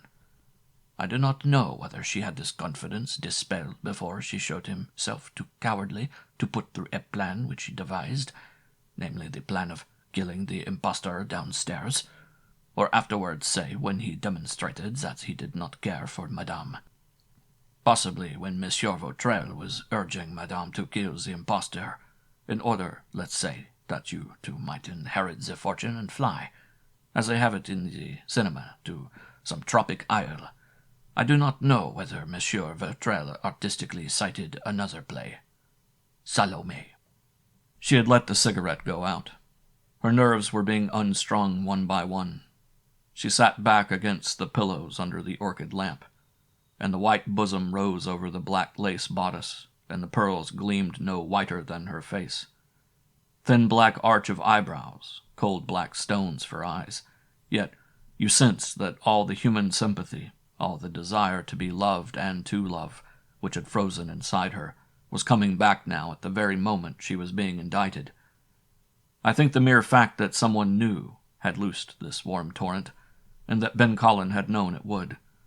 He sat smoothing his mustache, watching her, and suddenly he said, "Would Madame prefer that I tell her how it happened?" Even then she drew herself up. "Monsieur Vautrel was not cowardly." A frantic cry, that. A defiance against the gods. A stubborn refusal to have the last idol go.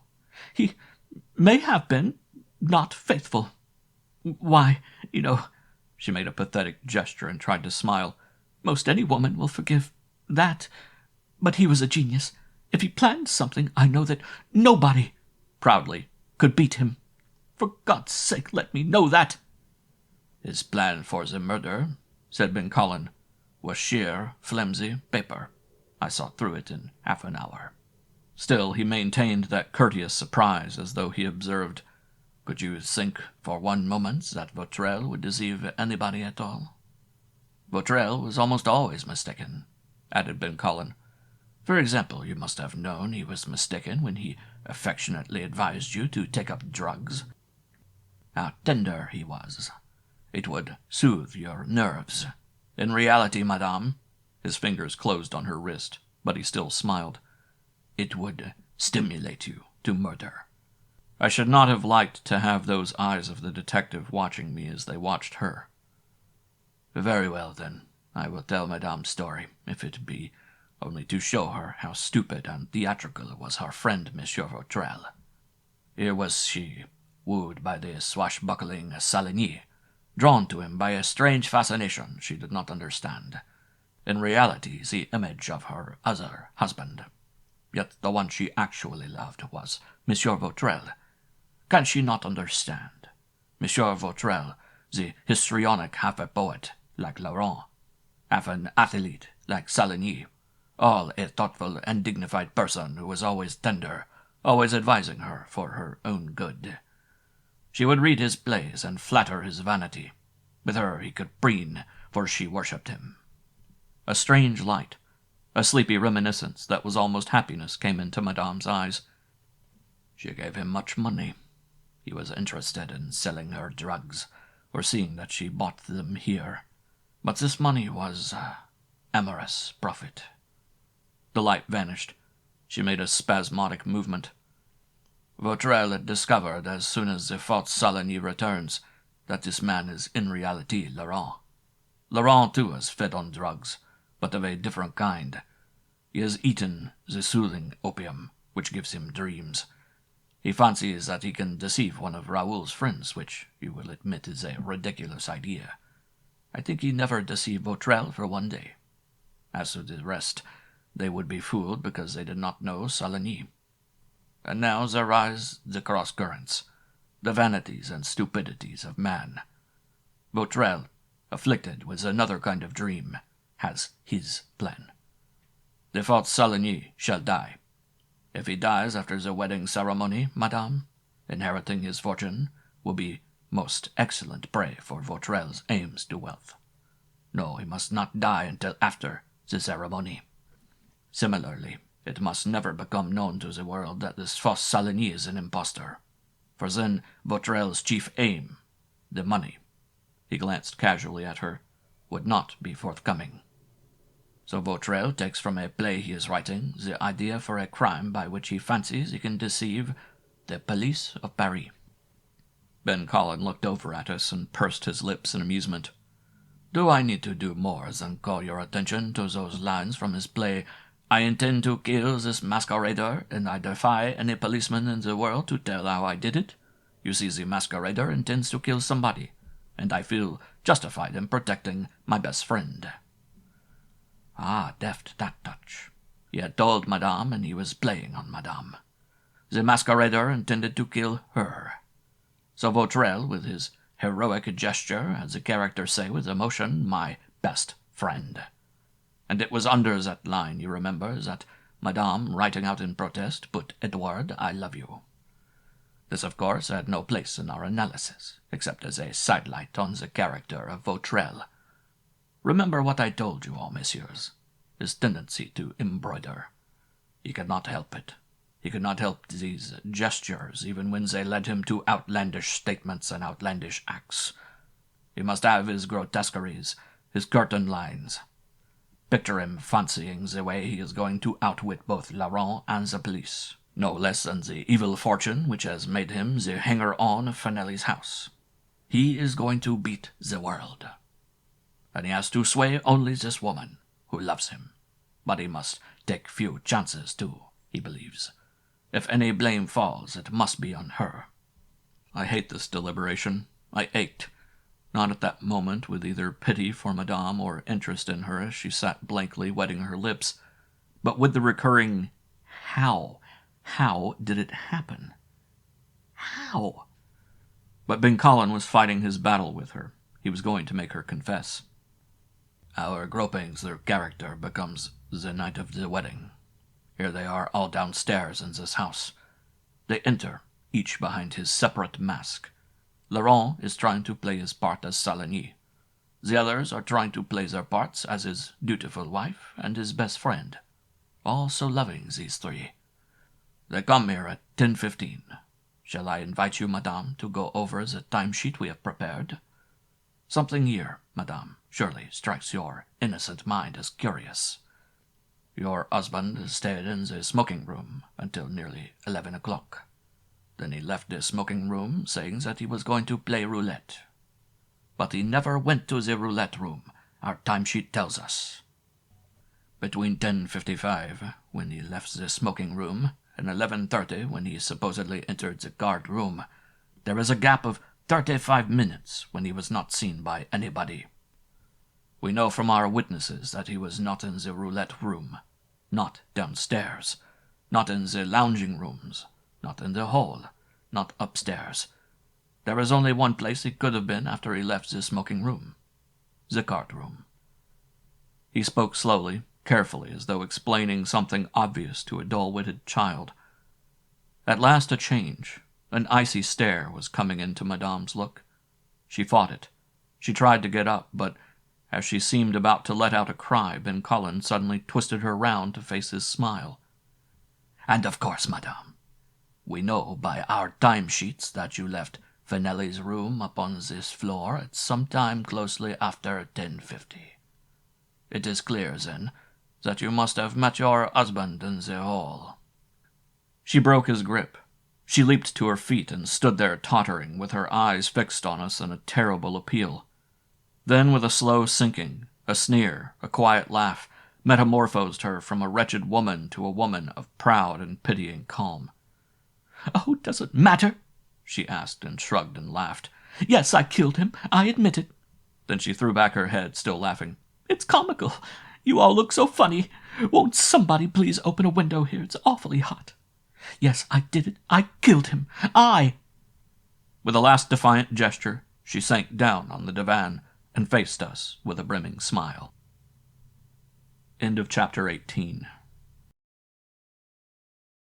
Chapter 19. The Hour of Triumph. Ben Cullen bowed, rising.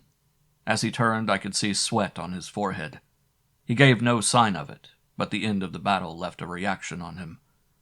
He went over into the shadows, and I heard a creak as he lowered one of the panes in the skylight. A cooler wind came in. Faintly you could hear from downstairs the sound of the orchestra playing a waltz. "You had better talk," he suggested gently when he returned to the divan. "It will make you feel better."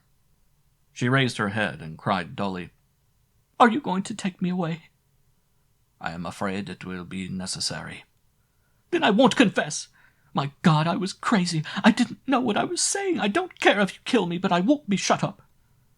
"I should have been forced to arrest you whether you confessed or not, madame. It is possible, if you tell all about it, that the court may be inclined to leniency. That, of course, I cannot say." "Don't you understand? It isn't death. No, it's being an instant inside that hole. They put you in with rats." "I assure you, madame, that such an idea is pure fiction." She seemed to meditate. Her beauty took on a defiance. With an effort she mustered all her self-command, and her panting breath came shorter. But she was still running her fingers along her throat, thoughtfully, with eyes fixed on some dim vision of the future. Suddenly she said, "Very well, I'm going to tell you. I still think you don't know how it happened, so understand this. I'm telling you of my own free will, and you'll understand I don't care anyway. Care? I was going to kill myself anyway. Do you think I could feel any remorse for killing Laurent? Remorse? When I learned who he was?" Her fingertips touched her throat and grew tense. "Why, I could have seen him torn to bits. We came here that night, as you say. Edward had given me his plan. I was only worried about one thing. I was afraid Laurent would touch me, and I would shiver or give myself away somehow. I had to endure him looking at me all that day. I had to stand up to the altar and marry him, swear to love him again, and see him watch me. And once I remembered when I had first married him, and I loved him. I was a simple little innocent, but I remembered that, and I thought, why, maybe I could stand that all over again. But then I saw Edward, and I got courage again. I remembered how much he'd hurt me, and while I was looking at Laurent, I could imagine I saw the brown beard on his face again, and the spectacles. He was laughing like Raoul, too. I thought to myself, God, which is which? They are so alike. They change one into the other, like horrible things you see in dreams. So, we came here that night. I hated Laurent even more, but I had to have something to nerve me to what I was going to do.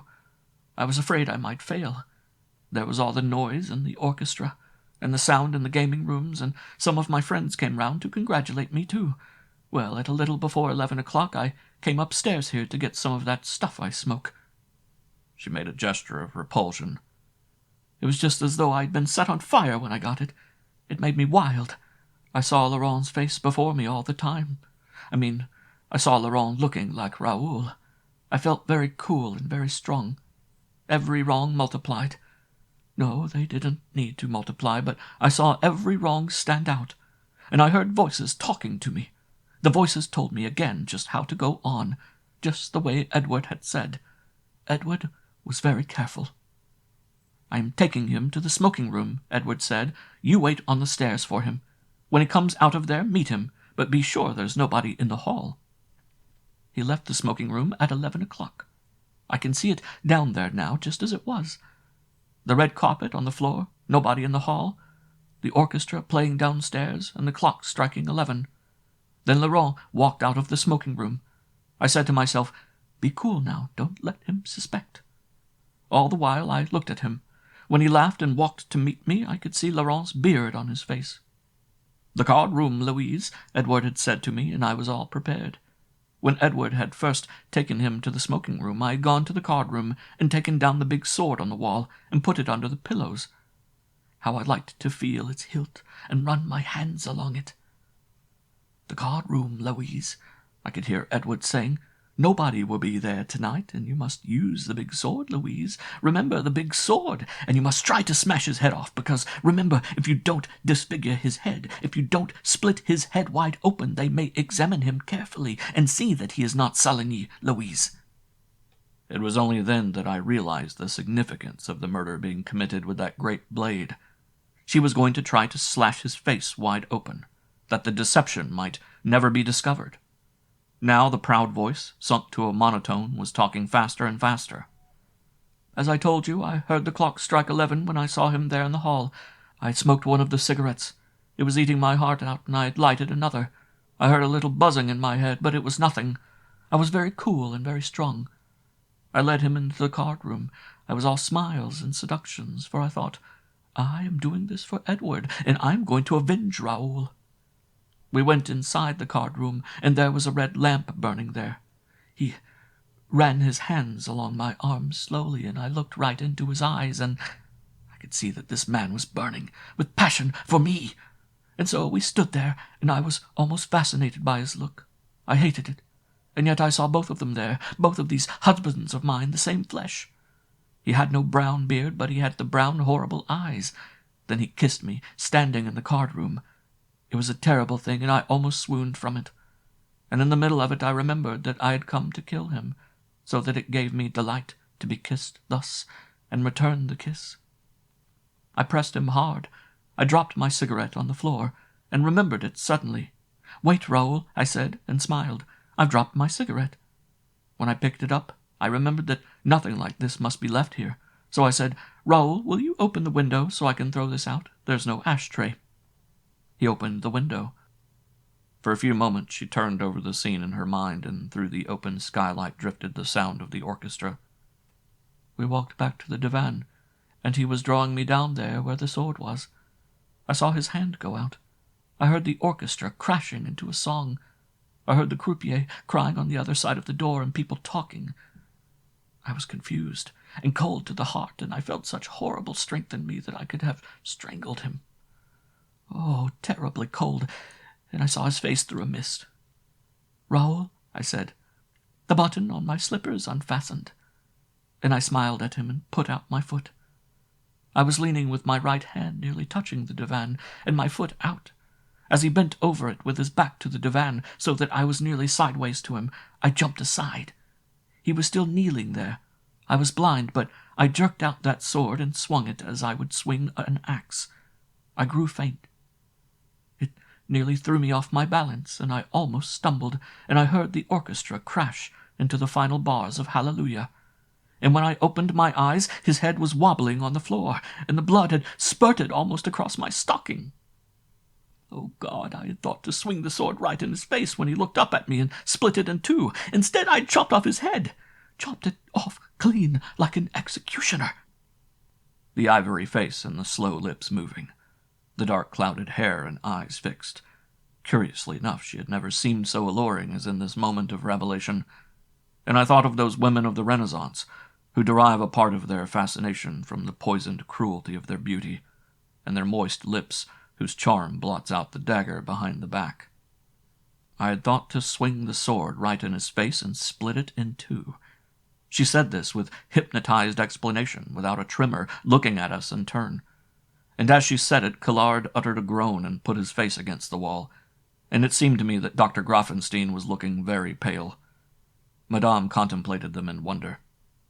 Why, yes, but when it was over, I grew very calm. I had to remember what Raoul had said. I had to remember how the plan was to go through. I'd killed him. I'd executed him as he deserved, as he would have been executed at the guillotine. But now I had to continue the plan, for you see, messieurs, it would provide an alibi for both Edward and me. Both. They could not possibly accuse either of us. Once I'd killed him, Edward said he would take care of everything else. It was a little past 11:15. I looked out into the hall from the card-room door. There was nobody in sight. I came out. Nobody had seen us go in. There was Edward waiting for me. He was unstrung, but he said, "Have you done it?" And I said, "Don't look so pale, chérie. I have done it." She began to laugh hysterically. "Isn't that a step on the stair?" he said, and I said, "No, it's only the orchestra. Don't be a ninny." Oh, it was so deserted, there in the hall. His head's on the floor, and for a moment I thought Edward was going to faint when I said it. "Listen," he said to me, "I told you that when we got here I would pick out somebody for you to practice our deception on. It might be anybody, but I know who it's going to be. It's going to be that detective, Ben Collin. He's out there in the roulette room with some friends. Now do just as I told you before I came in here. Do it at 11:30. See that clock on the landing? It's nearly 11:20. Keep an eye on your watch. And remember what you're to say at 11:30. Go in now to Ben Collin. Don't be uneasy." He said this to me when he was nearly fainting himself. "Did you leave any fingerprints?" he asked. I said, I don't know. So I came in and joined you gentlemen in the gaming room. You see, we didn't know whom we were going to select. It had to be somebody sitting in that alcove, which is so far away from the gaming room door which leads into the card room. I joined you, you remember. At 11:30 Vautrell came in, and with his back turned, 60 feet away from you, he walked through the door of the card room. There was where you were fooled," she cried. "It was the very idea of Laurent's deception which put it into Edward's head. He said, 'What a way to kill Laurent! We will kill Laurent and get away with it in the same way Laurent killed Saligny.' That was how it struck him, as real justice. Don't forget that Edward has yellow hair too, and that he's tall. He didn't need to look like Raoul, you see. All you gentlemen had to notice was some tall man walking through that door, for you were too far away to tell who it was. I said, 'There goes Raoul now into the card room.' You were clever, yes, but you believed me. But the man who went in was really Edward." "Wasn't Edward clever? He just walked through the card room, pulling the bell cord as he went, walked out the door into the hall, and then turned again through the door in the projection of the smoking room, which conceals the card room from view of anybody at either end of the hall. Don't you know how it's arranged downstairs, that projection? Well, he went into the smoking room. He told me that walking through the card room took just 12 seconds. 12 seconds, you see. So when he came into the smoking room again, through the projection door, the detective had been on duty for just 5 minutes.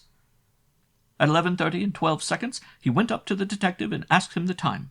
11:30. She inclined her head proudly, like Bernhardt waiting for applause. There was a silence. She had forgotten everything in what she considered was the cleverness of the feat, and she explained lest we should not appreciate it. So, you see, both of us had an unshakable alibi. That was what Edward wanted. He could prove we were both in places where we could not have committed the crime. I with you, he asking the time of somebody. He picked on your detective, monsieur. He had rung the bell himself, you see. He invented a story about Raoul having an appointment, and told the boy to take a tray of cocktails to the room when the bell was rung. Good. He rang the bell himself. Then the boy could go and discover the crime, and Edward could prove that when Raoul entered the room he was out asking the time of somebody. He knew you would question the boy about the time, and he knew the boy would testify that the bell was rung at 11:30. Neither of us knew that you gentlemen would help by noticing the time at which Raoul apparently entered the room, for it was neither Raoul nor Laurent who entered then. Isn't it droll? That was what appealed to Edward. Help, madame? Asked Ben Collin quietly. That was the mistake, that we should notice at what time the man entered the card-room. It proved an impossible situation. But we had alibis, she said with some pride. We had alibis. Which of you stole the keys from the pocket of the dead man? Ah, I forgot to tell you that. I did. I had them in my wrist bag when I was talking to you. Edward told me to take them. She paused and asked uncertainly, You knew about that, too? Yes. I fancy that Vautrel took the keys and went to Saligny's house that night. He wanted to be absolutely certain that the rest of the world never knew Saligny was an impostor. He went through Saligny's desk upstairs and destroyed all papers, knowing, of course, that the impostor would likely have left behind damaging evidence of his imposture. Letters, a diary in Laurent's handwriting, or other suspicious material, would surely be found when the attorneys went over the house. She nodded listlessly. Yes, he said he found some banknotes, but he had to leave them behind. Fancy Edward leaving. Suddenly bitterness flared up. Oh, but he did, madame. He wanted everybody to think that Saligny had destroyed his own papers. That was why he left the keys in the door of the study. He wanted us to think Saligny had left them there himself. Naturally, then, he couldn't steal the dead man's money. Yes, he left it. Where he erred was in throwing away the key to the wine cellar. He wanted nobody to go prying there, but in reality it had the helpful effect of calling our attention directly to the wine cellar. Ben Collin stared ahead of him for a moment and then demanded, No matter. We were talking about his going through the card-room. The plan then hinged on finding reputable witnesses to swear to your separate alibis. You took us. Vautrel humorously chose the detective at the end of the hall. Otherwise, I suppose he would have asked the time of the smoking-room steward. I imagine he would have asked the time of the steward just as the boy was preparing to carry out the cocktails at 11:30, proving he was in the smoking-room. Ben Collin paused. 12 seconds. Did he tell you anything else he didn't there, madame? What do you mean? He bent over the dead man an instant, I fancy. That was where he got a little of the blood on his hand. What of that? Ben Collin said harshly. You may be interested to know how jealous he was of the fact that the false Saligny was carrying on an affair with Miss Grey, who was upstairs. Vautrel went up to terrify her, and smeared this blood on her hand with one of his usual melodramatic speeches. The fool. She looked at him uncomprehendingly. When the significance of it penetrated her mind, she asked in a queer voice that hovered on the edge of mad laughter, You mean that even my first husband was interested in? Yes. While he was kissing you in the card-room, he had made a plan to go up and see her. Vautrel anticipated him. I suppose Vautrel had overheard him making the appointment during the wedding day. It was now slowly coming over her again what her position meant. But she only said hesitantly, Even Laurent. And she made a tiny, empty gesture, moving her head from side to side, and suddenly she laughed. Yes, she cried passionately, and tonight I would have killed that wretched fat thing who owns this house. Do you blame me? See? She suddenly ripped open the front of her gown. Against the white breast were deep scratches, which the tearing of the bodice caused to bleed afresh. She pressed her hands to them, and her eyes glittered with tears when she turned to Ben Collin. You know of it? I suppose you recognized me when I was here yesterday? Don't you think I've had enough of being ashamed? I forced to grovel, forced to go down on my knees because I must have those cigarettes. Down on my knees! Tonight when he opened that safe, I was going to take all he had. Do you blame me? Isn't there anybody in the world who can understand what I've been through?" This was no plea for mercy. It was the despairing cry of a woman who cannot be self-sufficient, yet finds nobody with whom the smallest confidence will not lead to disaster. She was proud. She sat there looking at us levelly, arrogant damnation that pierces the heart with pity. Killard said, "Ben Colin, let her go. Let her go. We're the only ones who know. Can't you—" "Please," snapped the detective. "Be quiet, everybody. Do you think I like to do what I'm doing?" "I don't want your sympathy," Madame cried, fighting those sobs. "And I don't want your damned sermons either. Do you hear?